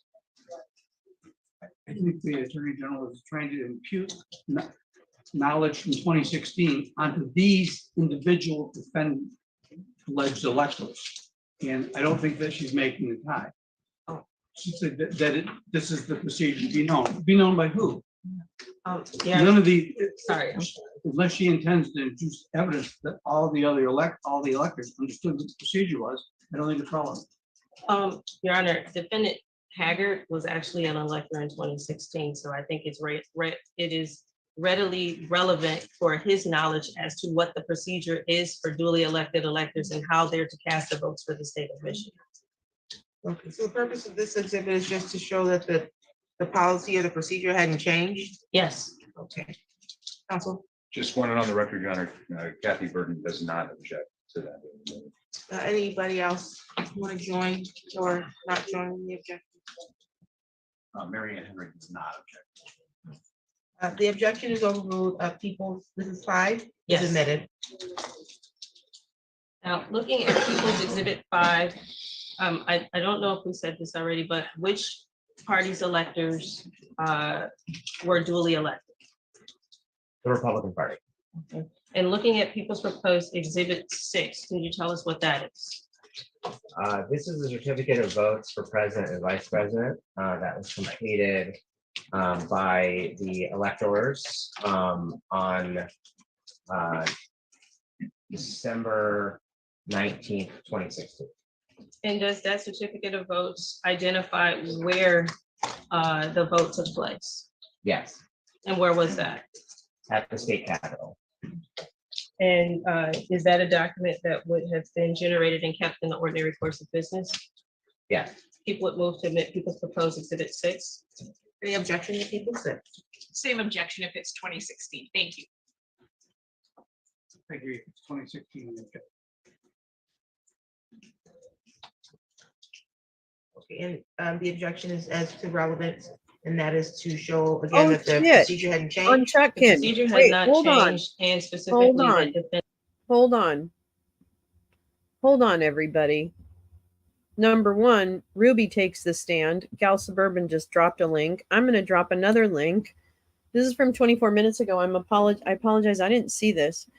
But what the hell is going on? Let me get over here. Hold on. Let me get over here.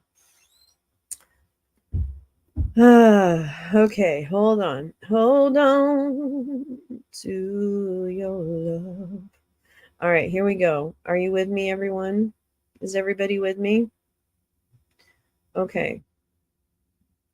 So Judge Chutkin, thank you for the heads up. Judge Chutkin agrees that she no longer has jurisdiction over Trump case while his immunity appeal is pending. Let me just see if I can get some highlights from Kyle rather. Chutkin adds, however, that the stay does not prevent her from enforcing his conditions of release, protective orders, and gag order. The court does not understand the required stay of further proceedings to divest it of jurisdiction to enforce the measures it has already imposed to safeguard the integrity of these proceedings, including defendants' conditions of release, the protective orders governing discovery materials, the restrictions on extrajudicial statements as modified by the circuit decision, and protective jury procedures. Unlike, for example, requiring additional discovery or briefing, maintaining those measures does not advance the case toward trial or impose burdens of litigation on defendant beyond those he already carries. And if a criminal defendant could bypass those critical safeguards merely by asserting immunity and then appealing its denial, then during the appeal's pendency, the defendant could irreparably harm any future proceedings and their participants. I'm gonna need a little bit of help with this. Let's see. Let's go to the court. Let's go to the source.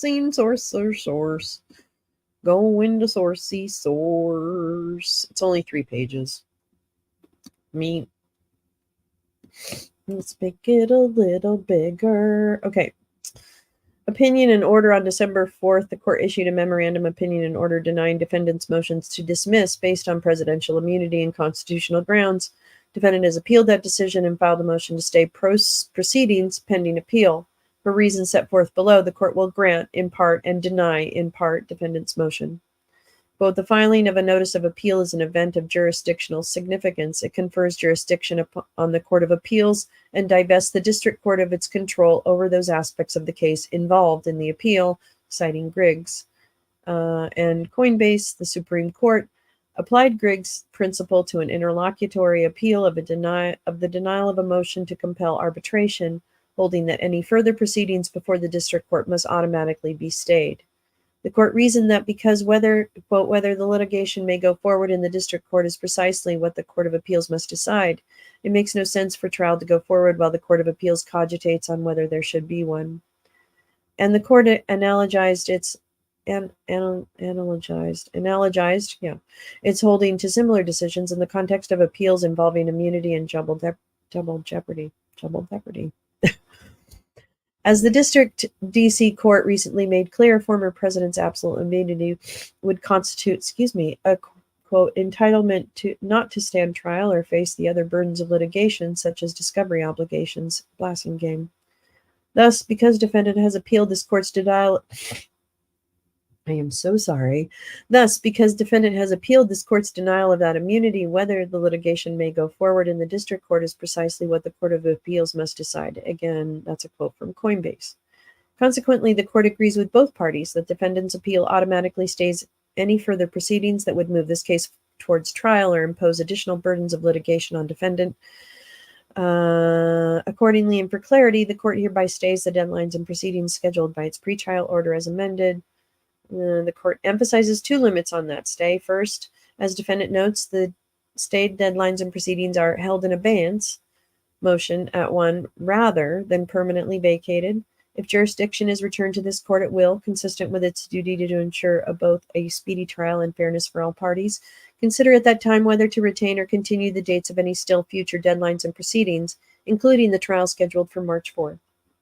Second, the court does not understand the required stay of further proceedings to divest it of jurisdiction to enforce the measures it has already imposed to safeguard the integrity of these proceedings, including the conditions of release, etc., the discovery materials, extrajudicial statements, and protective jury procedures. Unlike, for example, requiring additional discovery or briefing, maintaining those measures does not advance the case toward trial or impose burdens of litigation on defendant beyond those he already carries. And if a criminal defendant could bypass those critical safeguards merely by asserting immunity and then appealing its denial, then during the appeal's pendency, the defendant could irreparably harm any future proceedings and their participants. That said, there is little precedent guiding the application of Griggs to such protective measures. The Ninth Circuit, at least, has transferred a motion to enforce a protective order back to the district court, even though the circuit had taken jurisdiction over the merits of the decision below, including the judgment, reasoning that the district court has not been divested of its jurisdiction over ancillary matters, such as protective orders, citing Perry. But the parties have not identified, and the court is not aware of any guiding precedent in the circuit on that issue, much less instructive cases in the context of an interlocutory immunity appeal. In addition, defendant does not appear to argue that the protective measures are themselves stayed.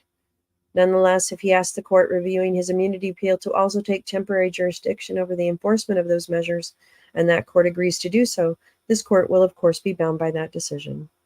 So that is my understanding of the news. News. Oh, wait.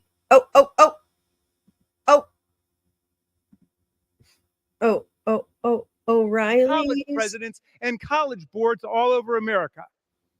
In the absence of a real program for America, the majority is filling our hours with censures, expulsions, motions to vacate the speakership, overthrow their own leaders, and of course impeachment of President Biden. For what? For doing nothing wrong. Nothing wrong. That's all that they give us. And this cannibalistic instinct they've unleashed now turns on private citizens, academic leaders who will wear the scarlet letter A so they can have some more press conferences. I'm voting no on this resolution. I yield back and thank the chair. Gentleman from Virginia is recognized. Gentleman Mr. reserves. Speaker, I'm prepared to close, and I reserve the balance of my time. Gentleman reserves. Gentlelady from North Carolina is recognized. I am prepared to close too, and I believe the gentleman will close first. Gentleman reserves. How much time do I have left? Gentleman has 4.5 minutes remaining. Strap in, Thank you, Mr. kids. Speaker. I ask unanimous Gentlelady consent- from North Carolina has 6 minutes I remaining. have no idea. I think we're Mr. arguing. Speaker, I ask unanimous consent to enter into the record a statement from the Foundation for Individual Rights and Expression, a group I'm not sure. invited by the majority in 2018 to testify at a hearing examining the First Amendment rights on campus, and a group that authors the free speech ranking the majority cited several times at the committee hearing. I want to enter into the record a statement from December 8th entitled "University Presidents Were Right to Condemn Hate Speech and Defend Free Speech." Without objection.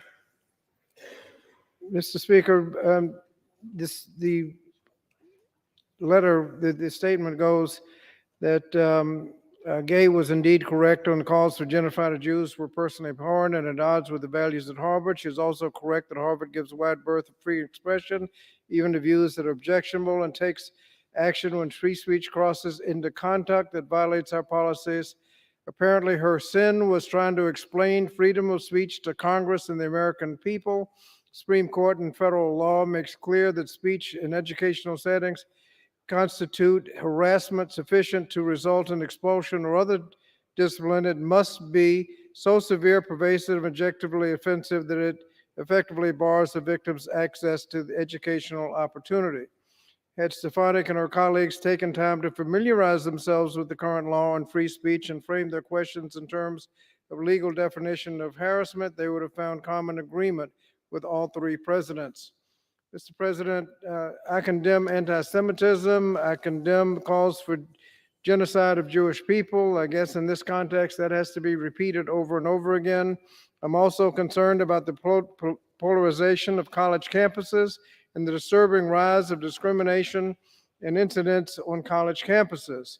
And as I've noted, I'm skeptical of the majority's newfound concerns about anti-Semitism on college campuses because, as I said, in 2017, after white supremacists marched through the University of Virginia grounds shouting, "Jews will not replace us," I do not recall the same level of outrage. In fact, I note that the endorsement of the one who declared that there were good people on both sides. I wrote a letter to the majority requesting a congressional hearing at that time, and our calls went unanswered. Mr. Speaker, I concede that the university president's testimony last week, when taken out of context, fell into the First Amendment trap that when you suggest that freedom, that speech is protected, therefore you must agree with it. No, you can believe that speech is protected, but also believe that it How is in the world can reprehensible. Americans think Mike And calling Clinton, for any genocide of good Jews is interest reprehensible in all contexts, promotes but it people could like also be him.com? protected. Mr. Speaker, Like, wouldn't that offend people? They answered the question the way Professor Freed said that he would have been professionally obligated to respond, but answering the question as posed should not warrant calls for resignation. We need to do everything we can do under the law to address anti-Semitism, Islamophobia, racism, homophobia, and other forms of discrimination. This resolution fails to do anything to establish standards that can address reprehensible divisions in our society and on college campuses. So I oppose this resolution and urge my colleagues to also vote no. Thank you, Mr. Chairman, Mr. Speaker, and I yield back the balance of my time. Gentleman yields. Gentlelady from North Carolina is recognized. Thank you, Mr. Speaker. I yield myself the balance of my time. I'm granny, and Gentlewoman you're is gonna recognized. drink your milk right Thank you, now. Mr. Shut Speaker. up. Shut up. I'm it counts. disappointed that our colleagues on the Oh other my side God, of the let me aisle think clutch that my Republicans fist. need a lecture on free speech or freedom of Oh, religion. sorry. We do not need such a lecture on that. I was just And we talking like understand Virginia those Fox. concepts. Those are our first Pretending to freedoms, be and we are Virginia very Fox. keenly aware of those. Mr. Speaker, there are massive problems in post-secondary education in our country, and our committee is doing its best to address some of those problems and to do something about them. What we know, what we knew before the hearing, and what we know even more strongly after the hearing that we held last week, There's that is milk that is very Jewish important. students are facing a massive Does the rise body in good. violence on our Speaking of college bodies, and you university know who's campuses. strapping? According to Jimmy the Comer. Anti-Defamation League and Hillel Like the International, Comer all over it. 73% of Jewish students surveyed said they Oh, she's not experienced talking about milk. anti-Semitism on She is campus now this a year. That champion number is for up from anti-Semitism, which I 32% find him in very hard to believe.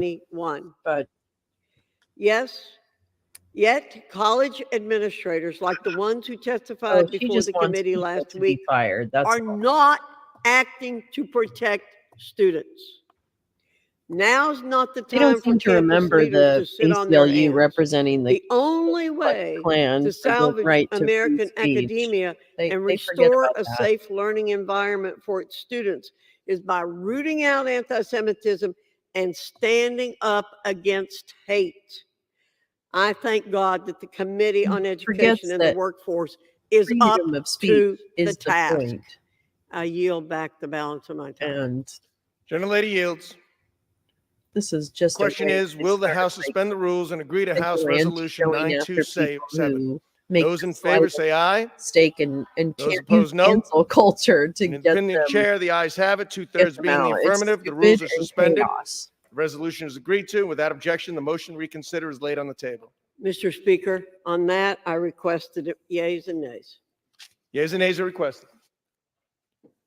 Those favoring a vote by the yeas and nays will rise. A sufficient number having risen, the yeas and nays are ordered. Pursuant to Clause 8 of Rule 20, further proceedings on this question are postponed.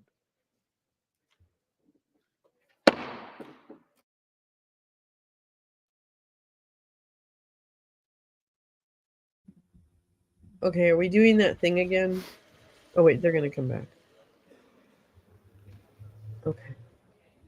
I know we're jumping all around today. I'm sorry, but I think it's worth it. I paused the court thing, so we'll catch up with that. I've got nowhere to go.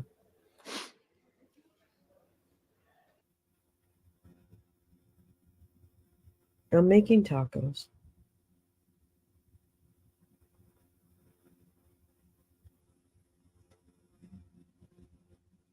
Let's see. Let's sing a little song. Is that Mike's Little Johnson? No. That's not Mike's Little Johnson, is it? Oh, thanks, Siegfried. Yeah, I feel like this is a good idea. We're getting into a rhythm. Well, making tacos. I'm not making tacos. My daughter is making tacos. So I'm just eating of the tacos. So yeah, no. Because it's Taco Wednesday. You didn't know that?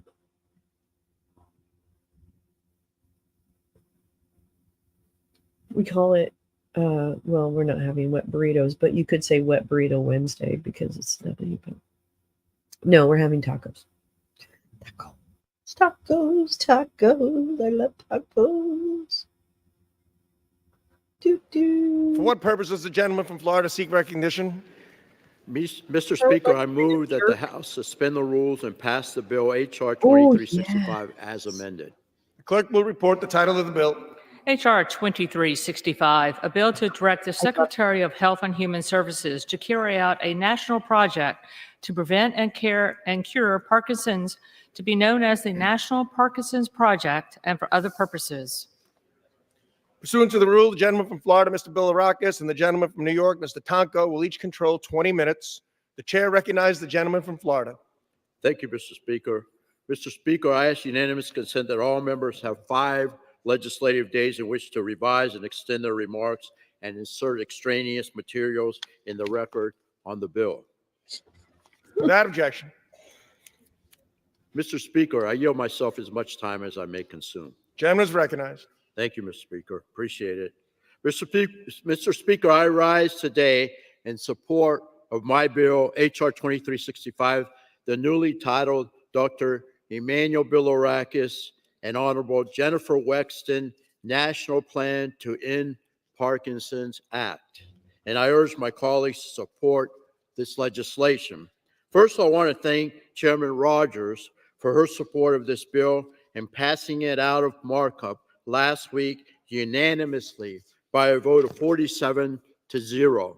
I'm also grateful to my good friend and colleague on this bill, the co-lead Representative Paul Tonko, for his support and for working with me on this particular piece of legislation.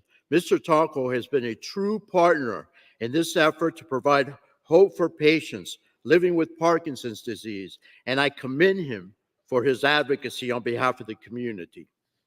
In that spirit, Mr. Speaker, the Michael J. Fox Foundation has been a champion for this mission to fund research for better treatments and cures for over 23 years.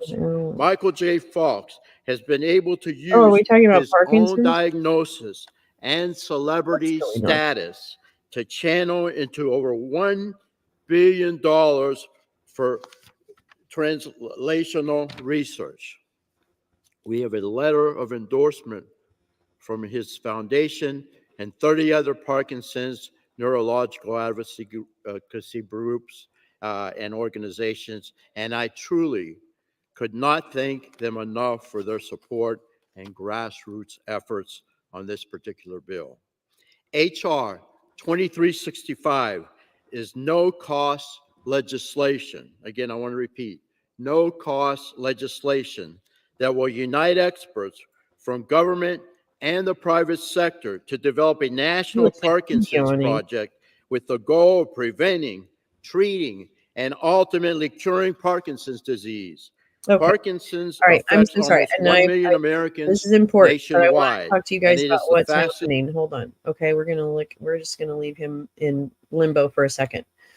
All right. What does a 50-year-old taco taste like? Uh-oh, I don't want to know. Okay, here we go. So I think what I'm gonna do is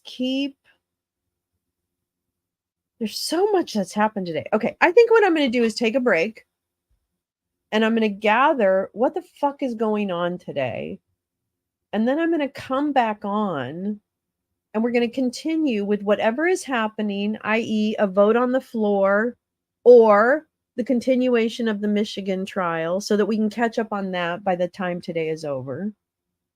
So that's my plan. But I'm just going to take like half an hour to do a reset and figure out all of the things that are happening. I'm so excited. There's so much news. 50-year-old taco. Tastes like musk. It's so funny. Yeah, how old is Elon Musk? His mother, May Musk? I think she's older than I am, actually. Yeah, I think there's just so much happening, and I don't want to I actually don't want to waste your time on conversations that if we're missing something else, right? So let me take a half hour, just kind of get reset, and then I'll come back on. I'll put an announcement up, and we'll catch back up for those of you who are here and are able to join us, and then we'll go from there. But there's a lot happening, so we're going to try and keep up with it. So I will see you soon. Keep notifications on. Come back. Thank you so much for joining and being so flexible this morning as we jumped around all the multiple things. We're almost caught up with Michigan, but we'll get back. And I will see you very soon. So not long. All right. Hang in there. Oh, wow. Cool, Jim. Way to go. Making those investments. All right. I will see you guys soon. Take care. Stay safe. Keep your head down. Okay. Bye. See you soon. Bye. This isn't goodbye. This is just au revoir for a little tiny break, mini break. All right.